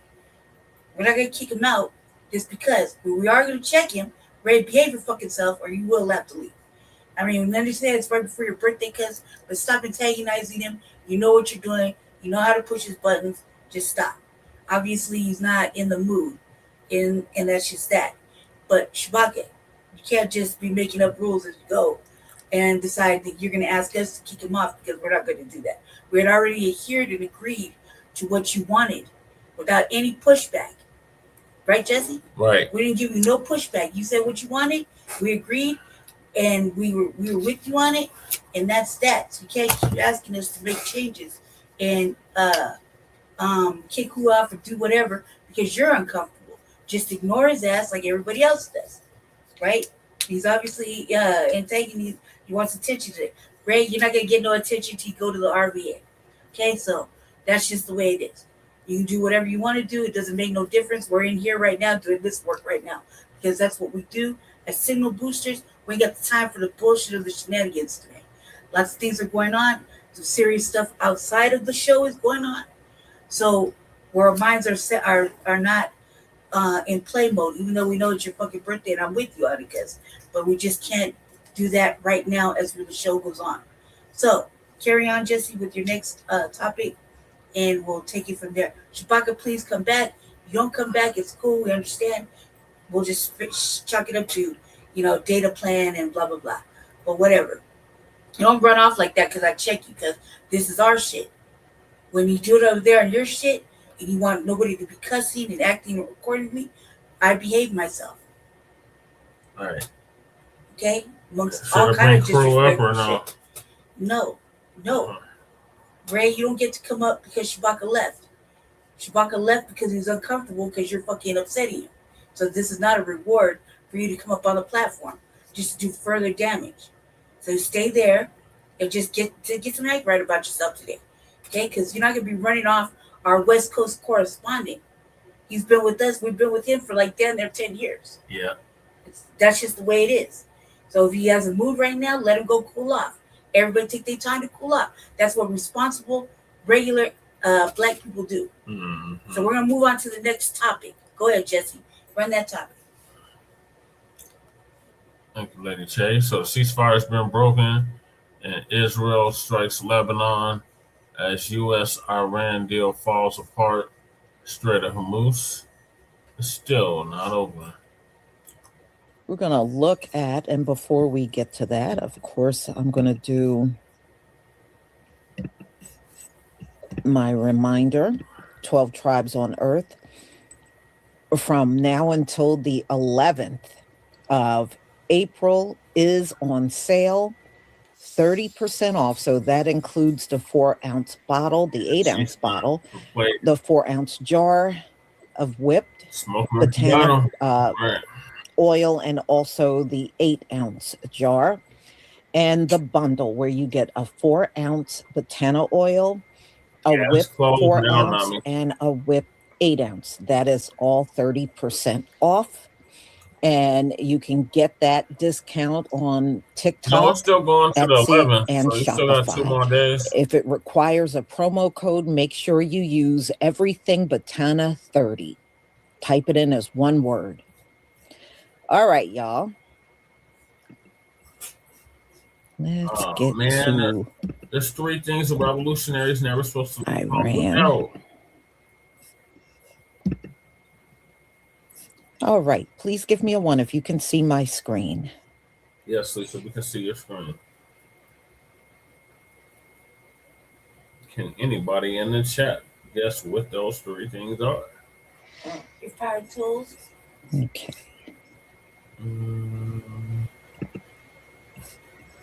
Yeah. Your ID. More simple. Power tools. Simpler than that. Breakfast.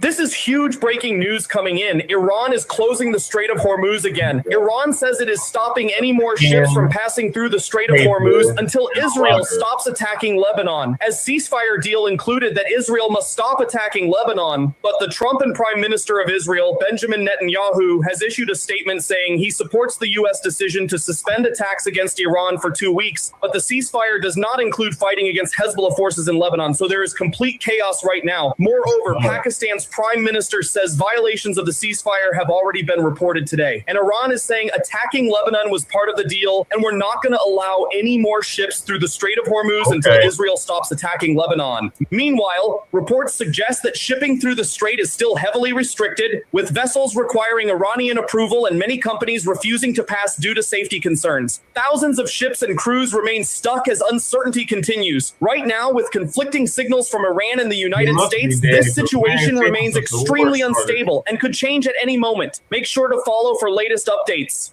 Well, that was quick. Iran already shut the Strait of Hormuz because Israel refuses to stop bombing Lebanon, including Christian villages and towns during Easter. Tehran made it clear the Strait stays closed until Israel stops hitting Christians in Lebanon. But here's the kicker. Pakistan helped broker a ceasefire that included Lebanon. Bibi Netanyahu flat out said nope and kept the carpet bombing going. This comes right after Defense Secretary Pete Hegseth declared a big military defeat over Iran. Yet here we are, Iran reclosing the world's most critical choke point. I called this the second I saw Israel wasn't on the ceasefire agreement. Netanyahu is literally blowing up the deals. This has been the pattern since day one. In a week, we get ceasefire talks and short-lived agreements that collapsed under 24 hours. Then, when the weekend hit, total escalation, big strikes, while markets are closed, Trump crashing out on Truth Social. If they bombed midweek, markets crash. But weekend fireworks, stocks only pump when they reopen. This is starting to look a lot like coordinated market manipulation. Bottom line, if Israel doesn't stop attacking Lebanon, the war is back on full blast. And the weekend window just opened. What do you think? Coincidence or playbook? Leave your thoughts and comments below and follow for daily updates. Breaking news. The Economic Times and the Fars News Agency in Iran are reporting that Israel has violated the ceasefire agreement, and ships at this point, tankers have been stopped traveling through the Strait of Hormuz. What? Yes, the Economic Times and the Fars News Agency out of Iran are reporting that Israel has violated the terms for the ceasefire. They have attacked in some way, and that shipping has now been stopped through the Strait of Hormuz. It was just attempting to open again. Again, this is what's being claimed. This is what's being said. Do not have any more details than that. But if it's true, Israel, shame on you. Shame on you. You're the one who got us into this war. And by the way, what do y'all think about Israel and all the mess that they got the United States into and Bibi Netanyahu? Do y'all approve or disapprove of what Israel has done? Do you approve and disapprove of what they've done here in Iran and what they did in another place nearby, because I can't say that word, but it starts with a G. That's our word. Do you all approve of that? But yeah, Israel apparently has violated the ceasefire, is what's being claimed, what's being reported by the Fars News Agency and the Economic Times of India, the largest financial newspaper in India. And if true, this is bad. This is not a good thing. Love you for my Democrats, my MAGAs, my Graces, my Cookies, and the burned out light bulbs. Yeah. And I've had enough of Israel. Have you? I have. Time to cut their money off. Looks like Trump's ceasefire deal is going to last less than 24 hours. Instead, I'm going to do my own work and do my research and carry on. And I've been behaving.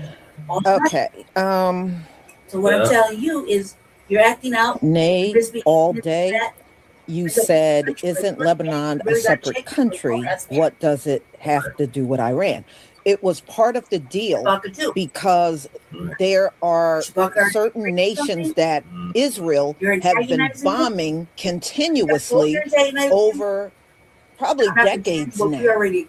And Lebanon was included in the ceasefire that Donald Trump agreed to. So it was Lebanon, Beirut, Gaza, all of that was included in Iran's ceasefire. That's why you're hearing about Lebanon. So the fact that Iran put that in there and Israel already went on a huge bombing, and I'm talking huge, y'all, bombing campaign just hours ago against Lebanon. It has now violated the ceasefire agreement. So that's why they opened up the Strait of Hormuz when they heard about the bombing that Israel did on Lebanon. They closed everything back up. So the Strait of Hormuz is closed. The ceasefire is violated. Iran don't have to honor anything now. But if he's saying it with his words, they don't have to honor anything. They can look at Donald Trump and say, well, the agreement is off. And they would be within their right to do that. Look, I'll move my shit up there. So that's why you're hearing about Lebanon. They were included in the ceasefire, which means not only does Israel have to stop bombing Iran, they have to stop bombing Beirut. They have to stop bombing Lebanon and also Gaza. That's all in there. So it's got to be you. All right. All right, let's go on. It's so close to your seat that you can't contain yourself. I'm on that same page. Now we see that the Strait of Hormuz is literally closed again. It's because of a disagreement, because Israel is saying that they get to continue to attack Lebanon. The U.S. is backing them up in that effort. And Iran says, whoa, whoa, whoa, that's not what the deal says. So back to square one we go. Trump has a major problem on his hands if he wants this ceasefire in Iran to last. Israel has not stopped bombing. They are bombing Lebanon. They are saying they are not included in the ceasefire, nor is Hezbollah. Iran says they are included in it. Now they are each trading strikes back and forth. Iran is striking the United Arab Emirates, Kuwait, destroying more desalination plants. Israel struck a funeral at a cemetery in Lebanon, killing at least 10 people at a funeral. Guys, this has to end. Trump has to do something to get Israel back, or this ceasefire is not going to last through the day at this point. It is in very serious jeopardy. Iran, due to this, has now closed the Strait of Hormuz. No traffic is moving through. So very, very serious stuff happening here. Trump wants this to end, wants out of it. That is clear. Israel seems to want to keep it going. Let me know what you think about this in the comments. Like, share, spread the word, follow, subscribe, and I'll see you back here for the 411. Iran is reclosing the Strait of Hormuz. This is after Benjamin Netanyahu said that Lebanon was not a party to the ceasefire. Pakistan's prime minister said that Lebanon was absolutely a party. This was after Pete Hegseth has claimed a complete military defeat of Iran, as Iran is reclosing the Strait of Hormuz due to a breach of ceasefire. Benjamin Netanyahu is quite literally blowing up ceasefire negotiations.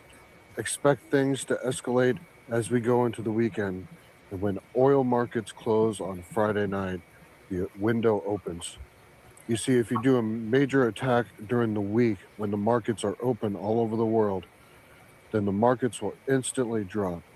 But if you do an attack during the weekend and the attack is successful, the markets will only go up when they reopen. People in leadership bet on successful missions. If Israel does not stop attacking Lebanon now, then the war is back on. This is all after Donald Trump's administration is taking some kind of victory lap. And Hegseth today said that the United States was fully prepared to attack civilian infrastructure. The threat in it itself is a war crime.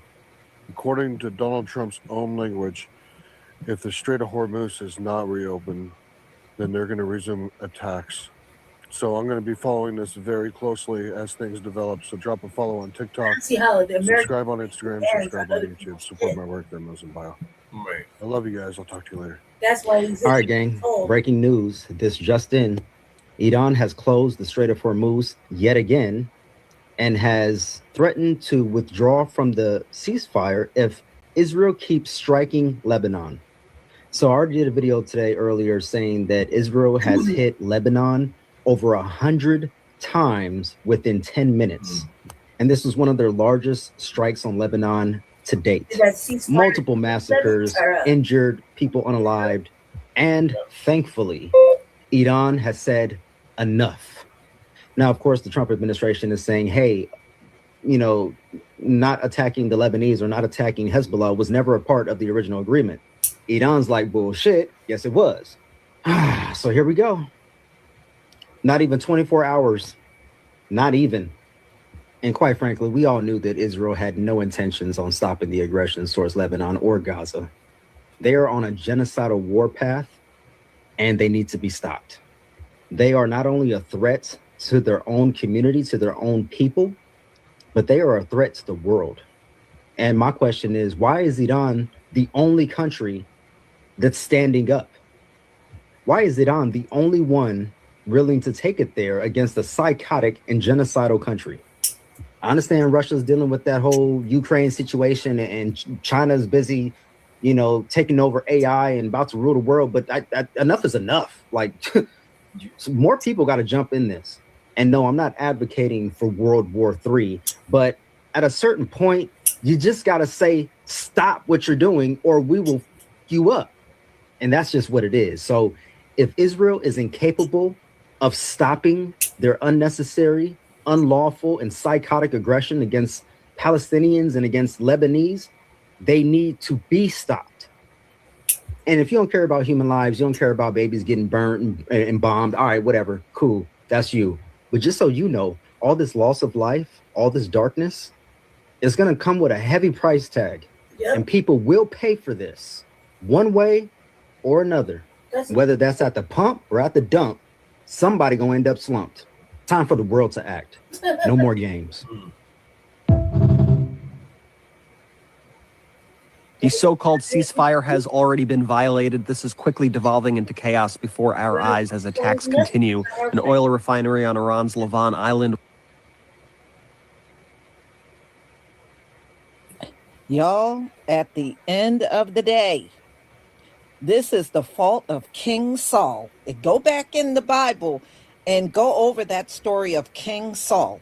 The Most High told him to get rid of everyone, men, women, children, their livestock, everything, take everything out. He defied the Most High and let these people live. This is who we're dealing with today. This is exactly who we're dealing with today. So if you think one person cannot make a huge impact, that story proves yes. One king's decision thought he could overrule what the Most High told him to do. And now look at what we're dealing with today. I'm just saying, y'all. I'm just saying. Let's go on. Was attacked this morning. Iran then retaliated, striking Saudi Arabia's east-west oil pipeline in a drone attack. Kuwait says water desalination and power plants were struck by Iran earlier today. We're also hearing that the UAE and Bahrain were attacked. Meanwhile, Israel continues to pound Lebanon with airstrikes. The scenes out of Lebanon look apocalyptic right now. This is one of the largest coordinated strikes by the IDF against Lebanon to date. Reports are already coming in that at least 300 people were killed in the attacks, with many more injured. Iranian state media outlet Fars posted on Telegram that while 2 tankers transited the Strait of Hormuz this morning, they will block the strait as long as Israel attacks Lebanon. Iran says that Lebanon was part of the ceasefire agreement. Shehbaz Sharif, the PM of Pakistan and the independent mediator of this ceasefire, says that Lebanon is part of the ceasefire. But now the U.S. and Israel are contradicting him, saying that it is not. Sharif posted this morning, quote, "Violations of ceasefire have been reported at few places across the conflict zone, which undermine the spirit of peace process. I earnestly and sincerely urge all parties to exercise restraint and respect the ceasefire for 2 weeks as agreed upon so that diplomacy can take a lead role towards peaceful settlement of the conflict." Meanwhile, people are absolutely stunned by Trump's deal with Iran, even many supporters of Trump's war, as it appears he folded to every one of Iran's demands, including allowing them to charge ships to pass through the strait. This situation is extremely precarious at the moment. We'll keep following it, so spread the word and listen to the Midas Touch podcast for more updates. Hey everybody, it's just past 12 noon on the east coast of Florida. We already have some very important and urgent breaking news updates that is just coming out right now. So look at the reporting I already did, made 3 posts about it, but now that's already old news about this ceasefire. And the new news is that Iran has already halted now the oil tankers trying to go through the Strait of Hormuz because they are demanding that Israel cease their attacks on Lebanon. So if you go back and look at the 3 parts that I just posted a little bit ago, one of them, I talked quite a bit about Israel's response to what Trump and allegedly Iran had allegedly agreed to. They said that they supported it, but that they were going to continue their attacks in Lebanon because they want to wipe out Hezbollah. And I mentioned how this was very similar to their actions in Palestine, Gaza there, about saying they're going to wipe out Hamas. So Lebanon then put out a statement today saying they want some kind of agreement like we got with Iran, because they're saying these attacks by Israel are, against international law. They're hurting their civilians, innocent people there, and that it is, violating humanitarian rights and the whole thing. Well, I guess that's now a really big deal, because Iran's semi-official Fars news agency said that 2 tankers were allowed to pass through the Strait this morning. However, then they reported later that simultaneous with Israel's attacks on Lebanon, which I've been reporting about, the passage of oil tankers through the Strait of Hormuz has been stopped. And Iran then threatened to destroy oil tankers if they tried to travel through the Strait without permission, as the regime has now imposed a toll of up to $2 million per vessel. So much winning, Trump and Hegseth. Remember, everybody was going through that Strait of Hormuz just fine. They weren't having to pay anything. And that was on the 27th of February. And allegedly, all of Iran's nuclear capabilities had been, in whatever happened in June, where they said it was super successful, totally obliterated. But even before that, they had an agreement with Iran that worked. It was verifiable, and it was working under the Obama agreement that Trump got rid of. But anywho, so here we are now because of Trump deciding, even though, as I posted in the 4-part post yesterday, going over this fantastic New York Times article, deep dive into how we got here. Because basically, Netanyahu and his head of the Mossad came to the White House and gave Trump a big hard sell, and he bought it, hook, line, and sinker. And on the 27th of February, before this all happened, oil prices were real low. Now they've skyrocketed. We had sanctions against Iran on oil. Trump had to lift those sanctions. They're getting to get the money, but they're getting it at the highest prices ever for that oil. And now they're saying this win that Trump and Hegseth are claiming total victory for something they started that they didn't have to, and we still don't see any reason that this happened, and that we spent millions and millions and millions and millions of dollars and lost American lives and injured Americans and others. And Trump claimed in this little agreement that, someone asked about would there be a toll, and he said, it might be a joint venture. It could be a beautiful thing. It doesn't seem beautiful. So Saudi Arabia's east-west oil pipeline, which has become vital in transporting crude from the Persian Gulf to the Red Sea for export, came under drone attack at 1 p.m. local time there.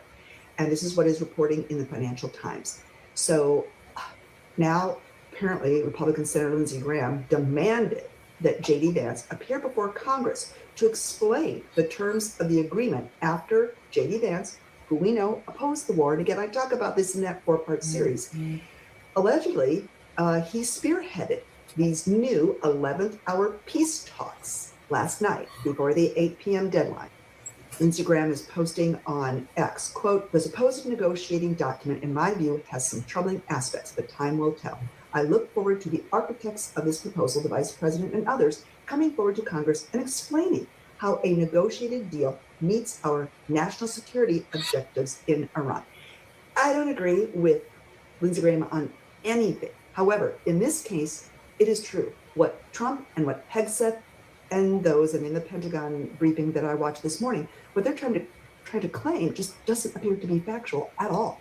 Republican Representative Don Bacon of Nebraska said that Trump has secured, quote, significant victories. However, he expressed extreme skepticism over these peace talks and whether the president's claims of, quote, total victory are accurate. He said, quote, the government is still in place there and we should be negotiating from a position of strength, not a position that's good for them. Because as we've been reporting, this deal, whatever it is, seemed to be very good for Iran. So what have they gained? Yes, they had a lot of loss of life, equipment, and so on. But it's a huge country.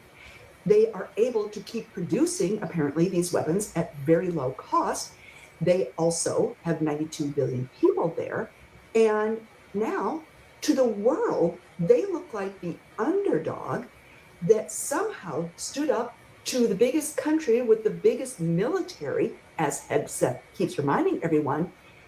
And they didn't get back down in just hours, like what happened in Venezuela and like what Trump thought was going to happen, because that's what Netanyahu and the head of the Mossad told him. We suffered a lot of loss, equipment, people, our allies in that region, the US bases, the Arab states. We don't look more powerful. We look desperate, and nobody is helping us. Now, this representative continued, he said, Iran will work with Russia and China as soon as they can start rebuilding their military, and they will be a threat 5, 6, 7, 8 years down the road. So as long as this government is in place, total victory has not been earned. Laura Loomer, who was one of the top people telling Trump to do this, she's pro-Israel, she predicted that the ceasefire will fail, as it appears to have. So even she claimed negotiation is a negative for our country. We really didn't get anything out of it, and the terrorists in Iran are celebrating. I don't know why people are acting like this is a win. And then Mark Levin, who was another big whisperer in Trump's ear and a pro-Israel commentator with close ties to Trump, said that while he trusts Trump's instincts, the Iranians could not be trusted. And he said, quote, the enemy is still the enemy and they are still surviving. So their piece of this big breaking news is that Iran has now publicly released what they claim is the 10-point framework for this, quote, peace deal and 2-week ceasefire. It says that the U.S. should accept their continued control over the Strait and recognize their right to have uranium enrichment, lift all sanctions, pay compensation, and withdraw all troops from the region. That would be a win and a victory for us. So last night, Taco Tuesday Trump described the points of the peace proposal as a, quote, workable basis on which to negotiate. But a White House official today said the points do not match what Trump was referring to in his Truth Social point. So again, a White House official, allegedly entertainment purposes, but they are saying today that what Iran is putting out as what they agreed to in this deal do not match what Trump appears to be referring to on his Truth Social post. Trump called the deal to reopen the Strait of Hormuz a, quote, joint venture. Remember, he said a beautiful thing, and also promised that the U.S. was working with Iran to dismantle their uranium enrichment capacity. So Iran's 10-point peace plan that they think that we've agreed to is, quote, commitment to non-aggression, Iran's control over the Strait of Hormuz, acceptance of Iran's uranium enrichment, lifting of all primary sanctions, lifting of all secondary sanctions, termination of all UN Security Council resolutions, termination of all Board of Governors resolutions, paying compensation to Iran, withdrawal of U.S. combat forces from the region, and cessation of all war on all fronts, including Lebanon. So again, that's where this probably broke down, and they closed the Strait of Hormuz because they absolutely are fighting in Lebanon. In the meantime, this supposed, totally decimated country is outlining a scheme to rake in millions of dollars from the reopening of the Strait of Hormuz that was already open before Trump did this. The exact terms remain unsettled, but it is looking like the Islamic Revolutionary Guard Corps would have tolls of at least $1 per barrel payable in Chinese cryptocurrency. Now people are calling it the Tehran toll booth. Some analysts are saying Iran could net as much as $500 billion over 5 years. All right, folks, we'll get back to you later. This is ever-changing. Talk to you soon. We have some breaking news right now. There is complete chaos over the alleged ceasefire between the United States and Iran. Iran is now saying it will stop ships from passing through the Strait of Hormuz, according to state TV, until Israel stops attacking Lebanon. But Donald Trump is saying that Lebanon and Hezbollah were never part of the ceasefire deal. He told PBS that this is a, quote, separate skirmish. So right now, there is clear confusion over what this ceasefire even includes. At the same time, Pakistan's prime minister is reporting that there have already been multiple violations of the ceasefire, and Iran is doubling down, saying attacks on Lebanon were absolutely part of the agreement, and until those stop, they will block traffic through the Strait of Hormuz. This is a major issue, because that strait handles a huge portion of the world's oil supply. You would think this is something they would have fully agreed on before announcing a ceasefire. But clearly that's not the case. Things are moving fast. Spread the word. Follow along for all the latest updates.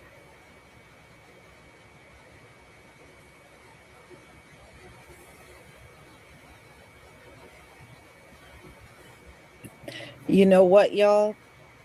The bottom line is Donald Trump agreed to the terms of Iran. And you can't now say, well, they didn't mention it.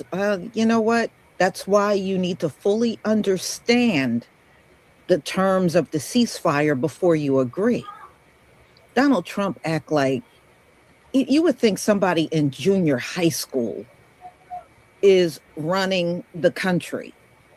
You know, usually you thoroughly go over that. You should have members of your cabinet, like your intelligence, you know, and everybody at that meeting with you, so everybody's eyes can be on that paper. Whatever you're looking at on the computer screen, paper, whatever. Everybody's eyes on it. And people can pick up things that you might not pick up on. You know, so who knows who was at that meeting? But Donald Trump is acting like, oh, I didn't see that on. They said, no, that was part of it. That was part of it. So how do you make an agreement and not know and fully understand the terms of the agreement? This is just further embarrassment on the U.S. For real. This is further embarrassment. So I guess the president can't read now. And the people in his cabinet can't read. So anyway, y'all, this is one big mess. He was supposed to bomb Iran out of existence just at 8 p.m. yesterday. And here we are, not even a full 24 hours, and they can't even uphold their end of the bargain. Says a lot about who these folks are. It really does. So, y'all, I'm going to go ahead and conclude. Thank you so much for being here. Thank you for your support. And I will see you on my next live. Shalom, family. Jesse.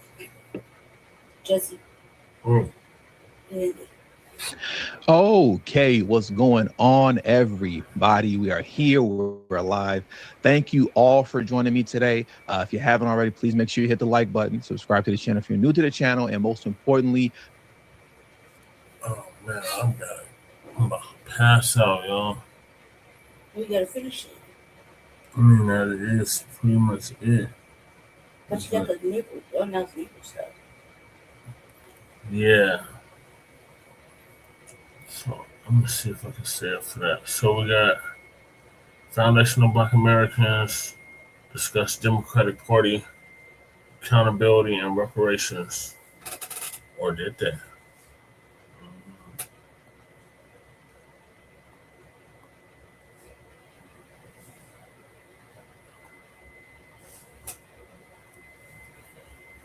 Can't focus. You have us so distracted looking at what's going on with the police, right? We're distracted with what's on television. We're distracted with the music industry.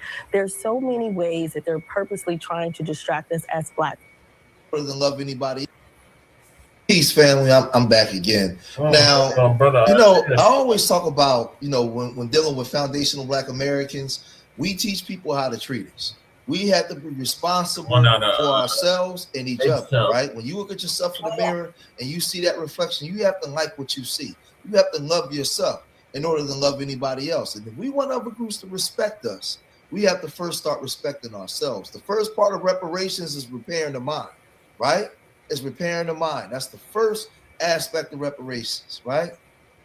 You know, the brother Isaiah Factor, Uncensored, he has some foundational Black Americans on his channel, and they you know, they had a great discussion on what we need to do in our communities, how we can transform our communities, how we can clean some things up. And we're going to go over this today. I'm going to critique some things. I'm going to give my opinions on some things, but I want you guys, when you're watching this, when this is over, every foundational Black American leave a comment. Let me know what you think we should. What's your opinion based off of what you watched today? Do not watch this and don't leave a comment. Everybody leave. So we're gonna get off into this, and they have a panel of foundational Black Americans, and I'm gonna break this thing down. Man. Let's get off into it. Factor Uncensored tonight. A real question. Are Black people judged by stereotypes more than other races? The numbers say many believe so. A Pew study found 63% of Black Americans say media coverage is more negative, and nearly 4 in 5 say they see stereotypical depictions. Tonight, we ask on our viewers on Instagram at The Isaiah Factor, do Black people get stereotyped more? 82% said yes, 18% said no. So why does one person's action sometimes define an entire community, the race? Is this bias, perception, or something deeper? Joining us to talk about it, we have Derek Muhammad, Todd Smith, Jasmine Terry, Reginald OG1 Gordon, and Bacc here on The Factor Uncensored. Now, Todd, this was your idea. I saw it on your Instagram. Yes. I said, let's do this topic on the show. What have you seen out there that gives you this message? What I see out there are excuses to why African Americans are treated badly. Like, all of us probably as Black men have gone to the malls, especially when we were younger. You had a white person clutch their purse, follow you around the store. And the reason that they would give is, well, most thieves are Black. Most shoplifters are Black. So that becomes a stereotype of an entire race of people, but we never see the flip side of that. Statistics show us that most school shootings are done by white males, but we don't see people running out of schools every time a white boy goes into the schoolhouse. Most child pornography producers, 70 to 75% are white men. Most sexual offenders, 57% are white men. So we don't see Black mothers clutching their children when a white person walks into the mall. And it comes from hatred. Everybody has prejudice, but it comes from psychological conditioning. The pirates of the Jack Sparrow and the pirates conditioned you to believe that you're something that you're not. So now you respond to it. They got you saying that you on demon time, unaliving your own people. They got you calling yourself a bad bee. They got you, all the things that they've done to you, they got you doing to each other. Think of this, 400 years of oppression, 100 years of Jim Crow and black codes and over 5,000 lynchings and all these different things. When you walk down the street and 2 white men are walking up the street, they cross the street. You should be afraid. You should run when you see them based off the historical narrative, right? If you get on the elevator and there's a W woman on there, you should make an about face. But somehow they condition the world and you to believe that you are the predator. You are the violent person. That's psychological conditioning and programming over time. I think hatred is so ingrained in some people's mind, and me and Derek talked about this before the panel. Hatred and these stereotypes were placed on us to justify our mistreatment, to justify our enslavement, to justify brutality against us. Because how can you treat a human being like an animal? And it was at one point called subhuman. Thank you. You have to put it in your mind that these people are subhuman. These stereotypes are true. And that hatred has gone down from generation. That's how the elite oligarchs condition poor W's to come and do the things that they've done. You know, when people say, well, it's a poor people versus rich people. No, those poor W's became your enemies because those rich oligarchs trained them to come. When you look at those images of us being lynched from poles and set on fire, those was poor W's that was doing that, right? You never seen the Carnegie family or the Vanderbilts come and do that to lynch anybody. They was using poor W's to do that. So make no mistake about it. Them people are your enemies too. Generation. So when a white person does something negative, it's not seen as indicative to the whole race. But when one Black person does something negative, you could have 10 Black people with doctorates. Let one Black person drop out of high school. See, all of them are uneducated. Well, what about the 10 that have doctorates? So it comes from a deep-seated hatred. And until we can, I don't think we can do it. We just have to pray. Unless we change people's heart, these stereotypes will continually negatively affect us more than other people. And what is the trickle-down effect that we see as a people, Bacc? I think we saw this on the panel a couple of weeks ago. We see And that accusations. was a panel about The Black vilification. women being vilified. Absolutely. And then we were on the panel and we were vilified while being on the panel. Absolutely. But I think what to me is more damaging, and I think all the points that Todd made are true, is when it becomes internalized. Right? When we start to, so let's say you have a bad experience with a Black business, then it's, oh, you know how Black business is. But if you go into a white restaurant and they're not on point, you don't make this sweeping indictment about white businesses. And then on the other hand, you have. But would that be interracial issues? Black and Black? Yes, but that's why I said to me what's more damaging, because like you said, we can't control other people's hearts, right? My focus is always on my own people. So when I see us start to internalize these stereotypes, that's the piece to me that really piques my interest. Well, we do that a lot of times. They got this upscale restaurant here in Philadelphia, right? Downtown, prime real estate. A Black man owns this restaurant, and it's high. It's very high. When you go into this restaurant, the drinks are high, the food, and I hear a lot of Black people complaining, right, about the drinks are too high, it's too pricey. And I'm like, well, wait a minute, he's downtown, State 48 is up the street, Ocean Prime is around the corner, the Barclay is up the block, right? And when you go in there, if you and your wife is going there, you paying $500 at least, right? All of a sudden you're complaining. Well, see, we always say that, we got $1 trillion spending power. We got to do better. A lot of times y'all go into Black establishments looking for something wrong so you can complain about.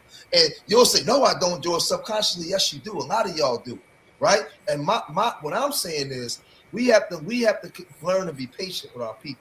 We're starting to build. We're starting to produce and create again for ourselves. And sometimes, man, the customer service and everything, it's going to take time.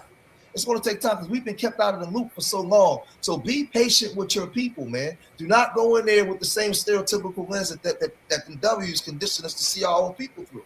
We can't do that.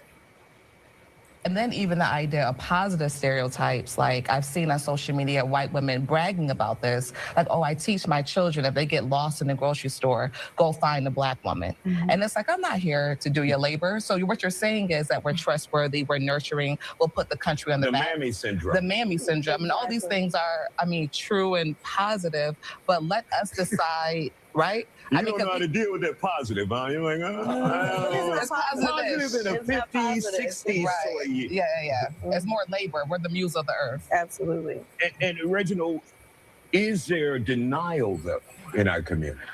Absolutely. And I say that to say because, even going back to the 1990s when one of the most powerful women that sits in the White House called Hillary Clinton put the negative stereotype out on super predators being Black boys, on how it had affected hundreds of thousands of Black boys ending up going to prison, being called, dehumanize them as animals, tough on crime, tough on juvenile, being kicked out of school. So when she put that negative stereotype on calling young boys super predators, that played a huge role. And still today, young boys playing that, looking at themselves in that negative way.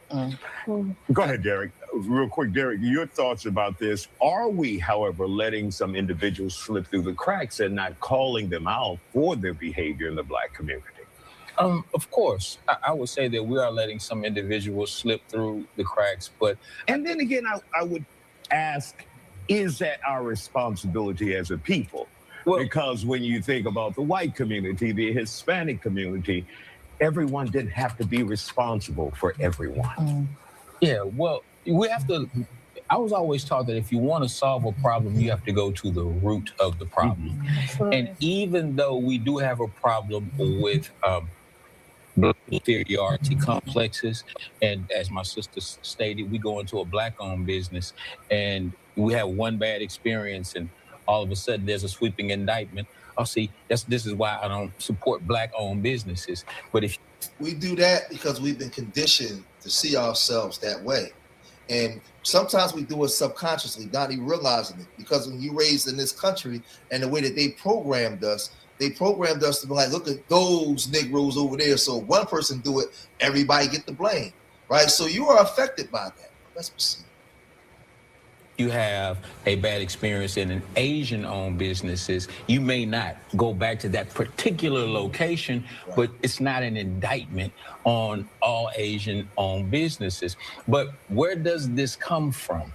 It comes from centuries of conditioning. People have been conditioned to think the worst of Black people. And when you have been conditioned to think the worst of a community, then you're gonna always look. But we've been conditioned to think the worst of ourselves. That's why we come online and commit verbal genocide on each other every day. We're not passing down generational wealth. We could talk all day about W supremacy and what the W man did, but let's talk about our reaction and response to it. Based off of a response to it, when we do a critical analysis and we look at our communities, right, we've been conditioned to have self-hate, right, and not produce. Because at the end of the day, if we can say that nobody's coming to save us and we got to save ourselves, then it's incumbent upon us to do something.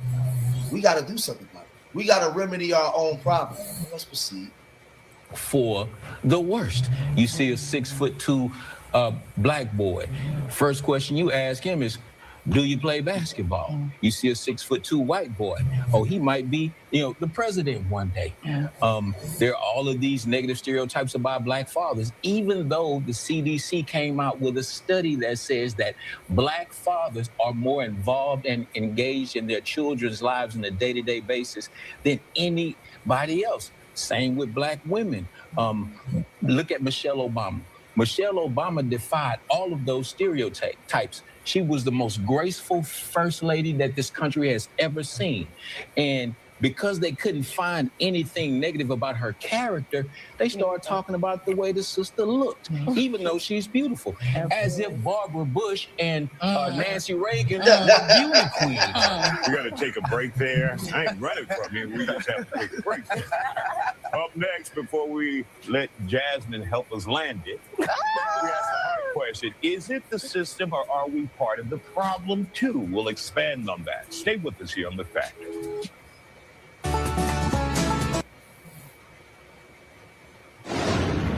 And welcome back to The Factor Uncensored. Now, the why. Is this about bias or accountability?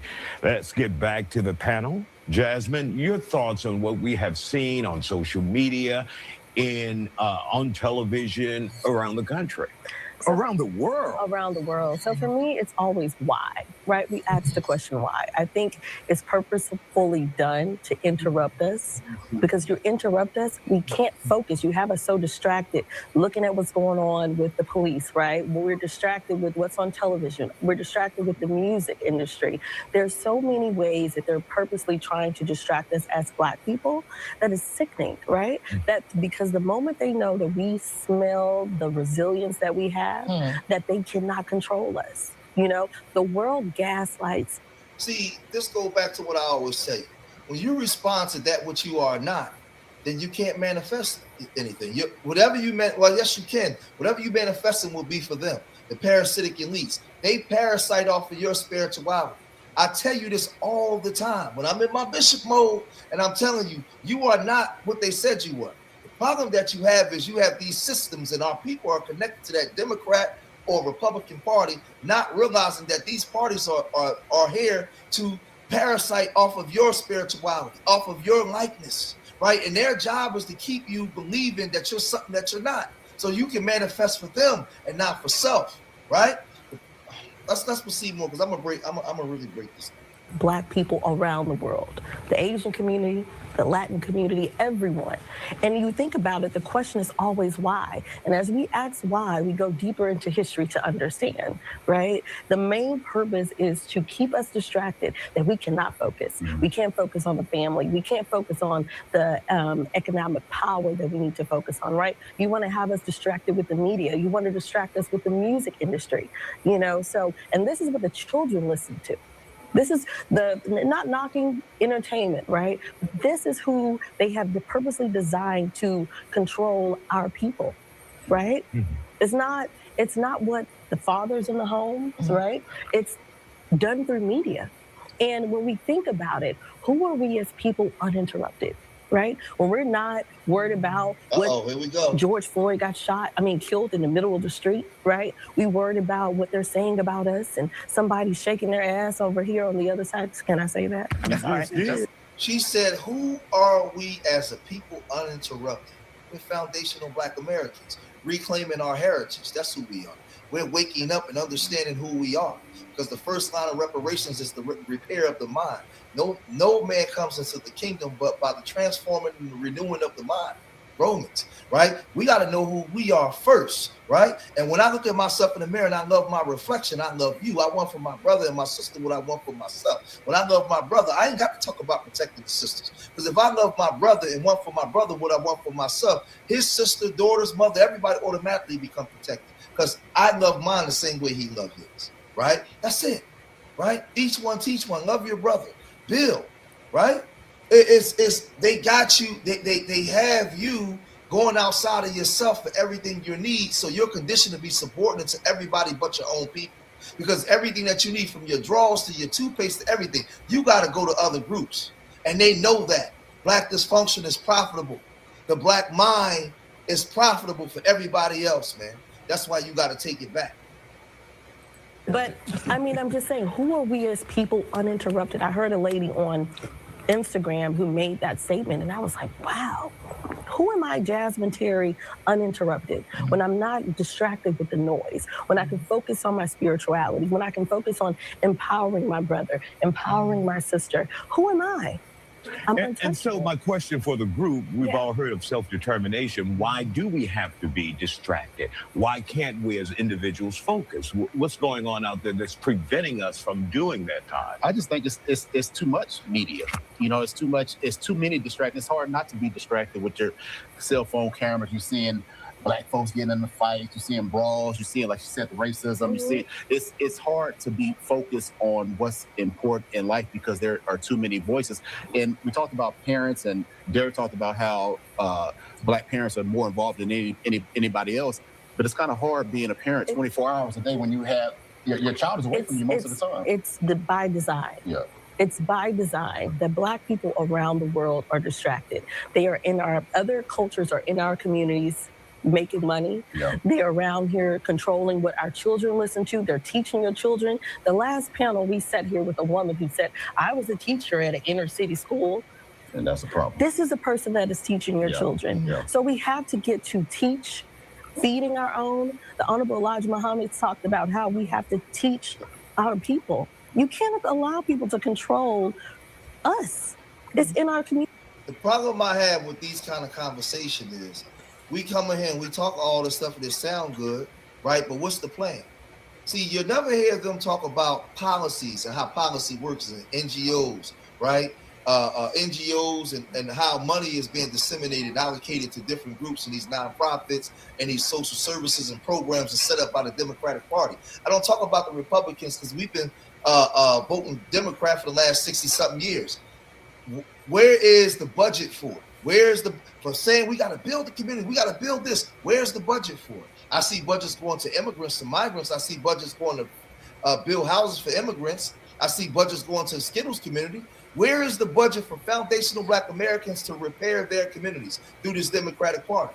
Where's those budgets? They don't have the budget. So it sounds good saying this, but they never, ever talk about where we're going to get the money to redevelop your people. This is where you got to listen. No emotion. We just listen. Unity. And we're purposely distracted. We are purposely distracted because the moment you are not distracted, you can focus. You're resilient. We created American culture. Look what African culture do around the world.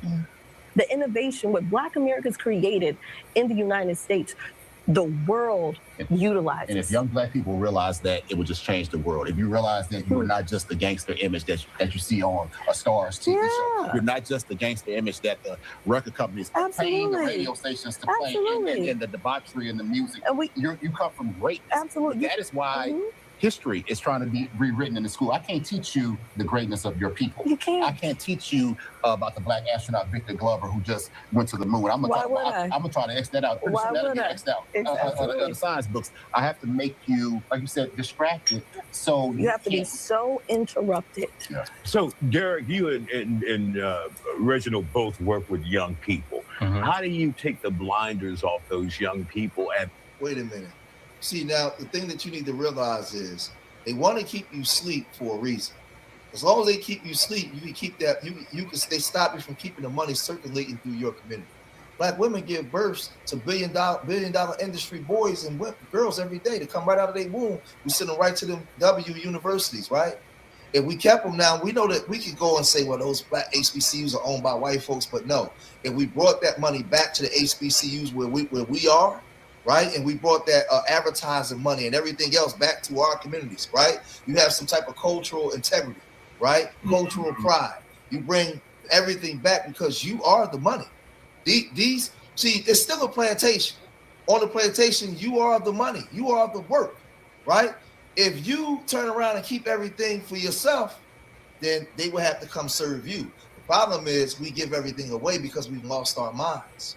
We lost who we are.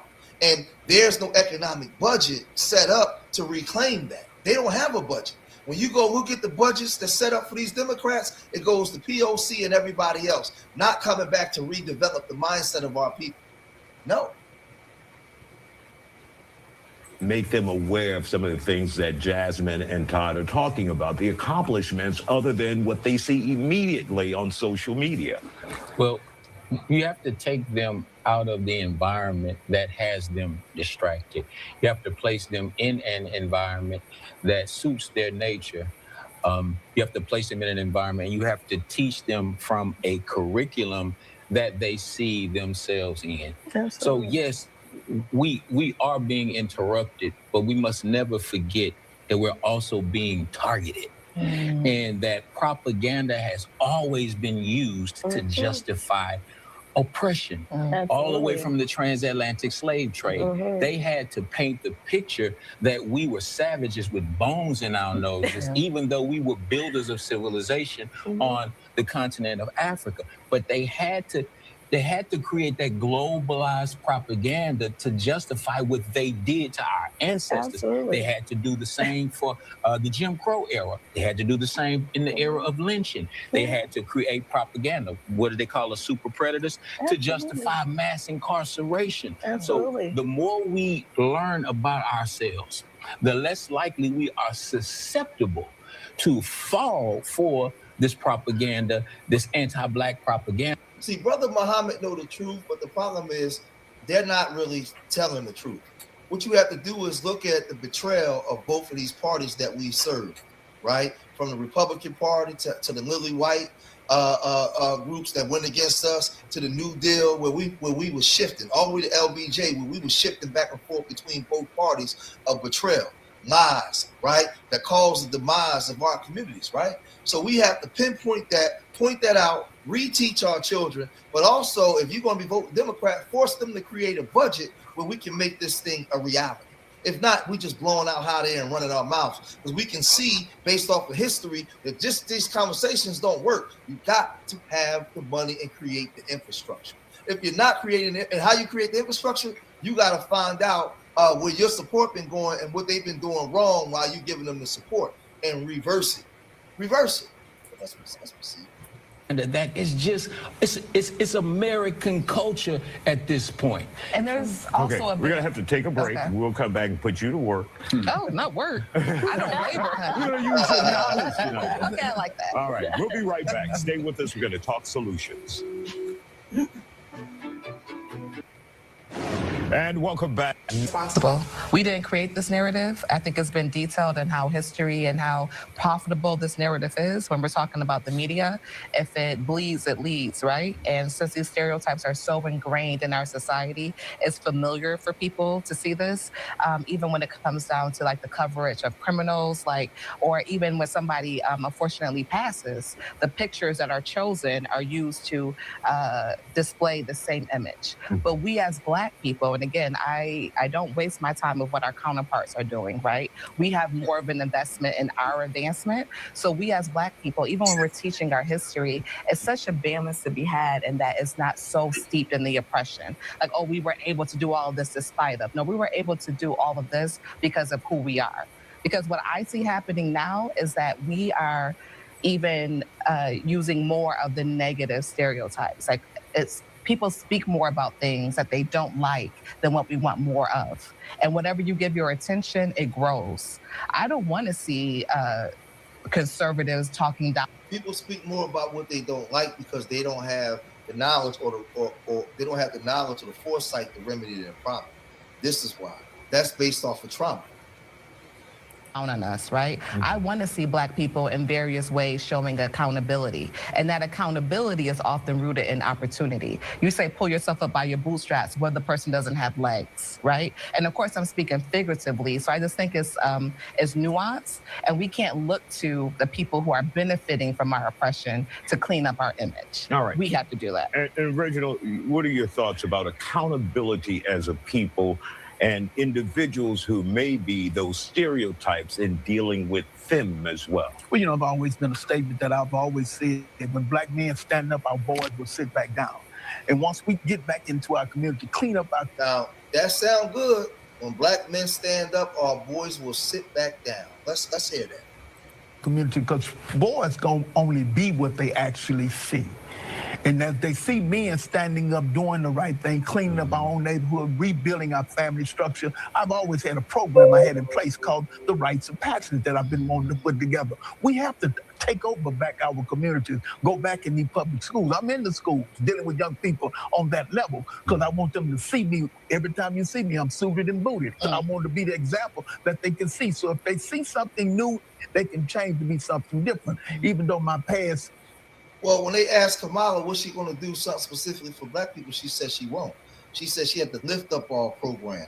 That doesn't benefit the Black community. Again, I'm going to ask again, what is the budget for this? So now we no longer doing things based off race. We're doing things based off of lineage because we know that we need reparations and we need to be prepared in order to achieve these goals. And is there a 5-year plan, a 10-year plan, a 20-year plan?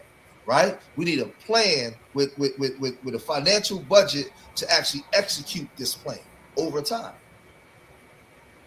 Tells that I can change, they can change. So we have to put programs in place to where we take over the community, rebuild, reestablish the families, go in these schools, take over these jails, and everybody that come out the jail have to come in front of a panel of people to teach them the way of life. We have to reteach these brothers once they get out these jails and these juvenile facilities. And even dealing with our boys, when we already know in our school systems, we know that the public school is not good for our children because they're getting into 12th grade, graduating with a 5th grade education.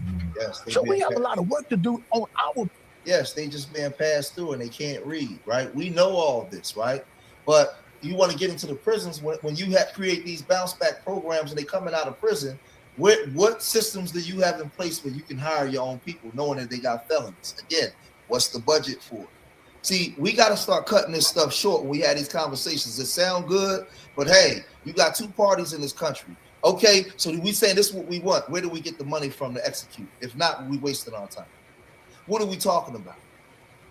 At this point, I'm tired of these conversations because it goes nowhere, right? We know we got a 15th degree black belt on knowing what we're supposed to do, right? But the actual execution of it over time is why the communities are staying in the position that they are, right? And a lot of it is from W supremacy, but a lot of it is because of us. It's because of us, gatekeepers whose job is to keep our communities the way it is, and a lot of people that's running their mouth without the knowledge to fix the problem. Or to clean up our community to make it a better place for our children once they step out the door to see good men standing up, being men. And Derek, one of the things you mentioned, and it almost sounds like Carter G. Woodson's book, Miseducation of the Negro. How do you reverse that? And do you solely see from the perspective of Reginald there where we also have a big responsibility in the community first, and then we work outwards. Yeah, absolutely. I always believe that you're most effective when you focus on what it is that you can control. You may not be able to control what goes on in the White House, but you can control what goes on in your house. What we have to do is we have to make sure we have a well-developed and well-established vision for our community as a whole, regardless of your religion, regardless of your ideology, regardless of our differences. Let us set that aside and let us create a vision for our community. Now, as it relates to these stereotypes, what we have to do is we have to start telling our own stories. We have to create our own narratives. And those narratives have to feed the vision that we have set forth for our community. So we gotta... We've been telling our own stories, but Tyler Perry and that other dude that's right here from my city, he made that movie. What's that? What's the Skittles, the boy from the Skittles crew, the black dude? When we make the stories, we make stories about the destruction of our people. We rarely promote positive stuff. Now you have some brothers that's coming out now making movies about positivity and changing the narrative of the way we subconsciously see ourselves. But the Tyler Perrys and that other dude, that other Skittles dude, that when he made that, he won all those awards for those black women where they was depicting black men hurting black women. Oh man, like this is when we get on the stage. Look at what we do. Look at what we do online. That's why I said we got to change our mindset. That allow differences internally. We have to come together and establish a black agenda that is by black people and for black people, and the stories that we tell, the narratives that we create has to lead us down the path of accomplishing what we've set forth in that agenda. And it's no conspiracy against you, Derek. There's another commercial break. Stereotypes. All my life I had to fight. And welcome back to The Factor Uncensored, and we are wrapping up with our guest. One of the things you said, Derek, really quick, is focusing on the black family, trying to get it together, dealing with your household. But many people take offense to that and feel like if we talk about that, that may be against them. But that's not against them. That's improving us. Yes. Well, self-improvement is the basis for community development. So everything starts with self. And again, we must start with that which we can control. We have to also accept reality.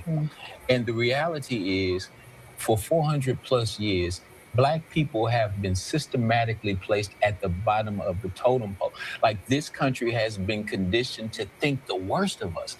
So if you live in a country where you've been targeted and everybody thinks the worst of you, you gotta double down on your own community self-esteem. So when I look at you, Isaiah, knowing that the rest of this country thinks the worst of you, I'm busy trying to find the best in you. And when I'm looking for the best in my brother or my sister, then I'm gonna get busy doing what I gotta do to bring the best out of you, even if you're not, behaving that way in the moment, because we cut up sometimes, brother. But we have to change the way that we see one another. And once we go down that road, I don't think we can be stopped. All right, Jasmine, we're gonna let you land it. I think it's extremely important that we get back to having, which I called a culture code. You know what I mean? This is what we do as a culture. This is not my culture, right? And I think everyone has their hands in the pot, and they're literally misguiding us on what path we should do and what we should do. And we should only teach our own. And we also need to dismantle those systems that they present to us. I do think we should have a black tax, which we tax ourselves to the betterment of our community, right? And that's something that needs to be structured, but we need to take care of our own people, and not waiting for anyone to give us anything, not waiting for the president or someone else to make a decision on how we should move.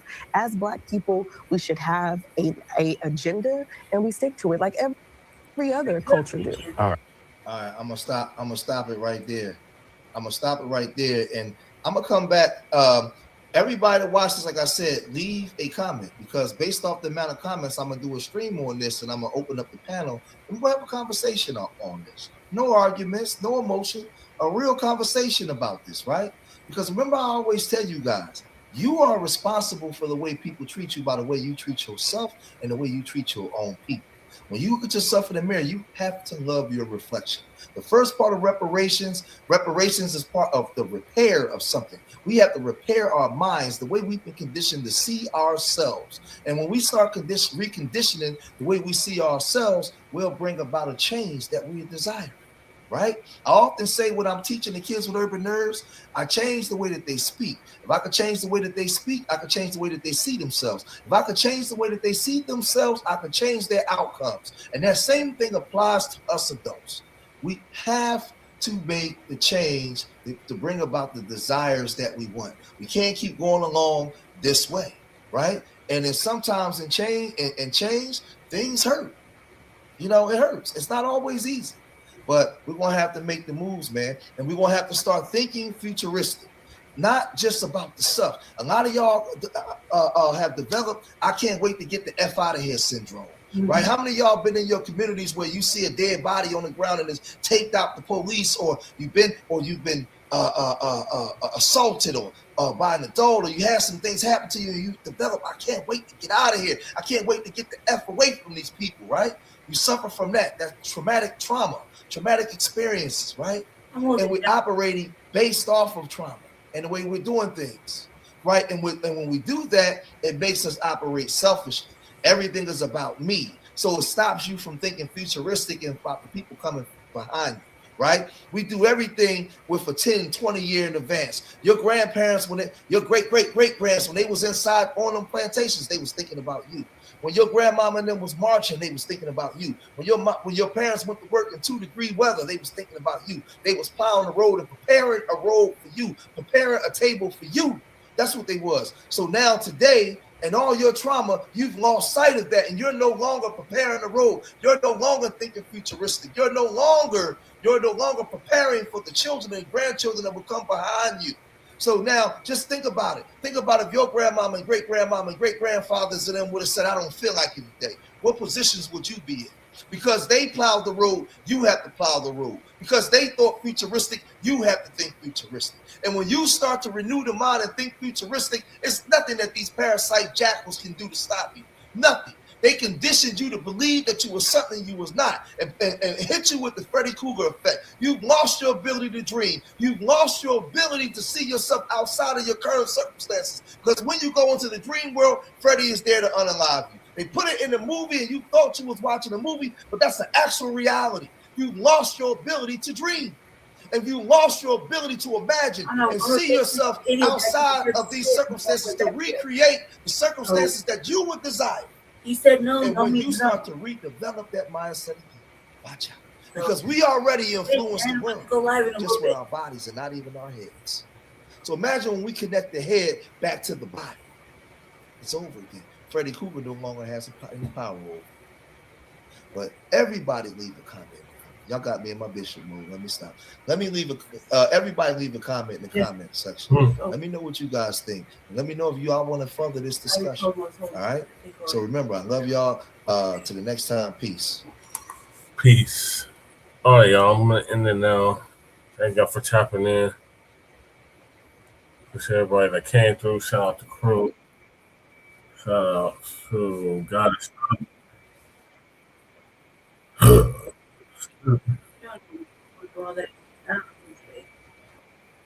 Anybody that's speaking and not speaking? Yeah, I'm gonna go live here tonight or this morning.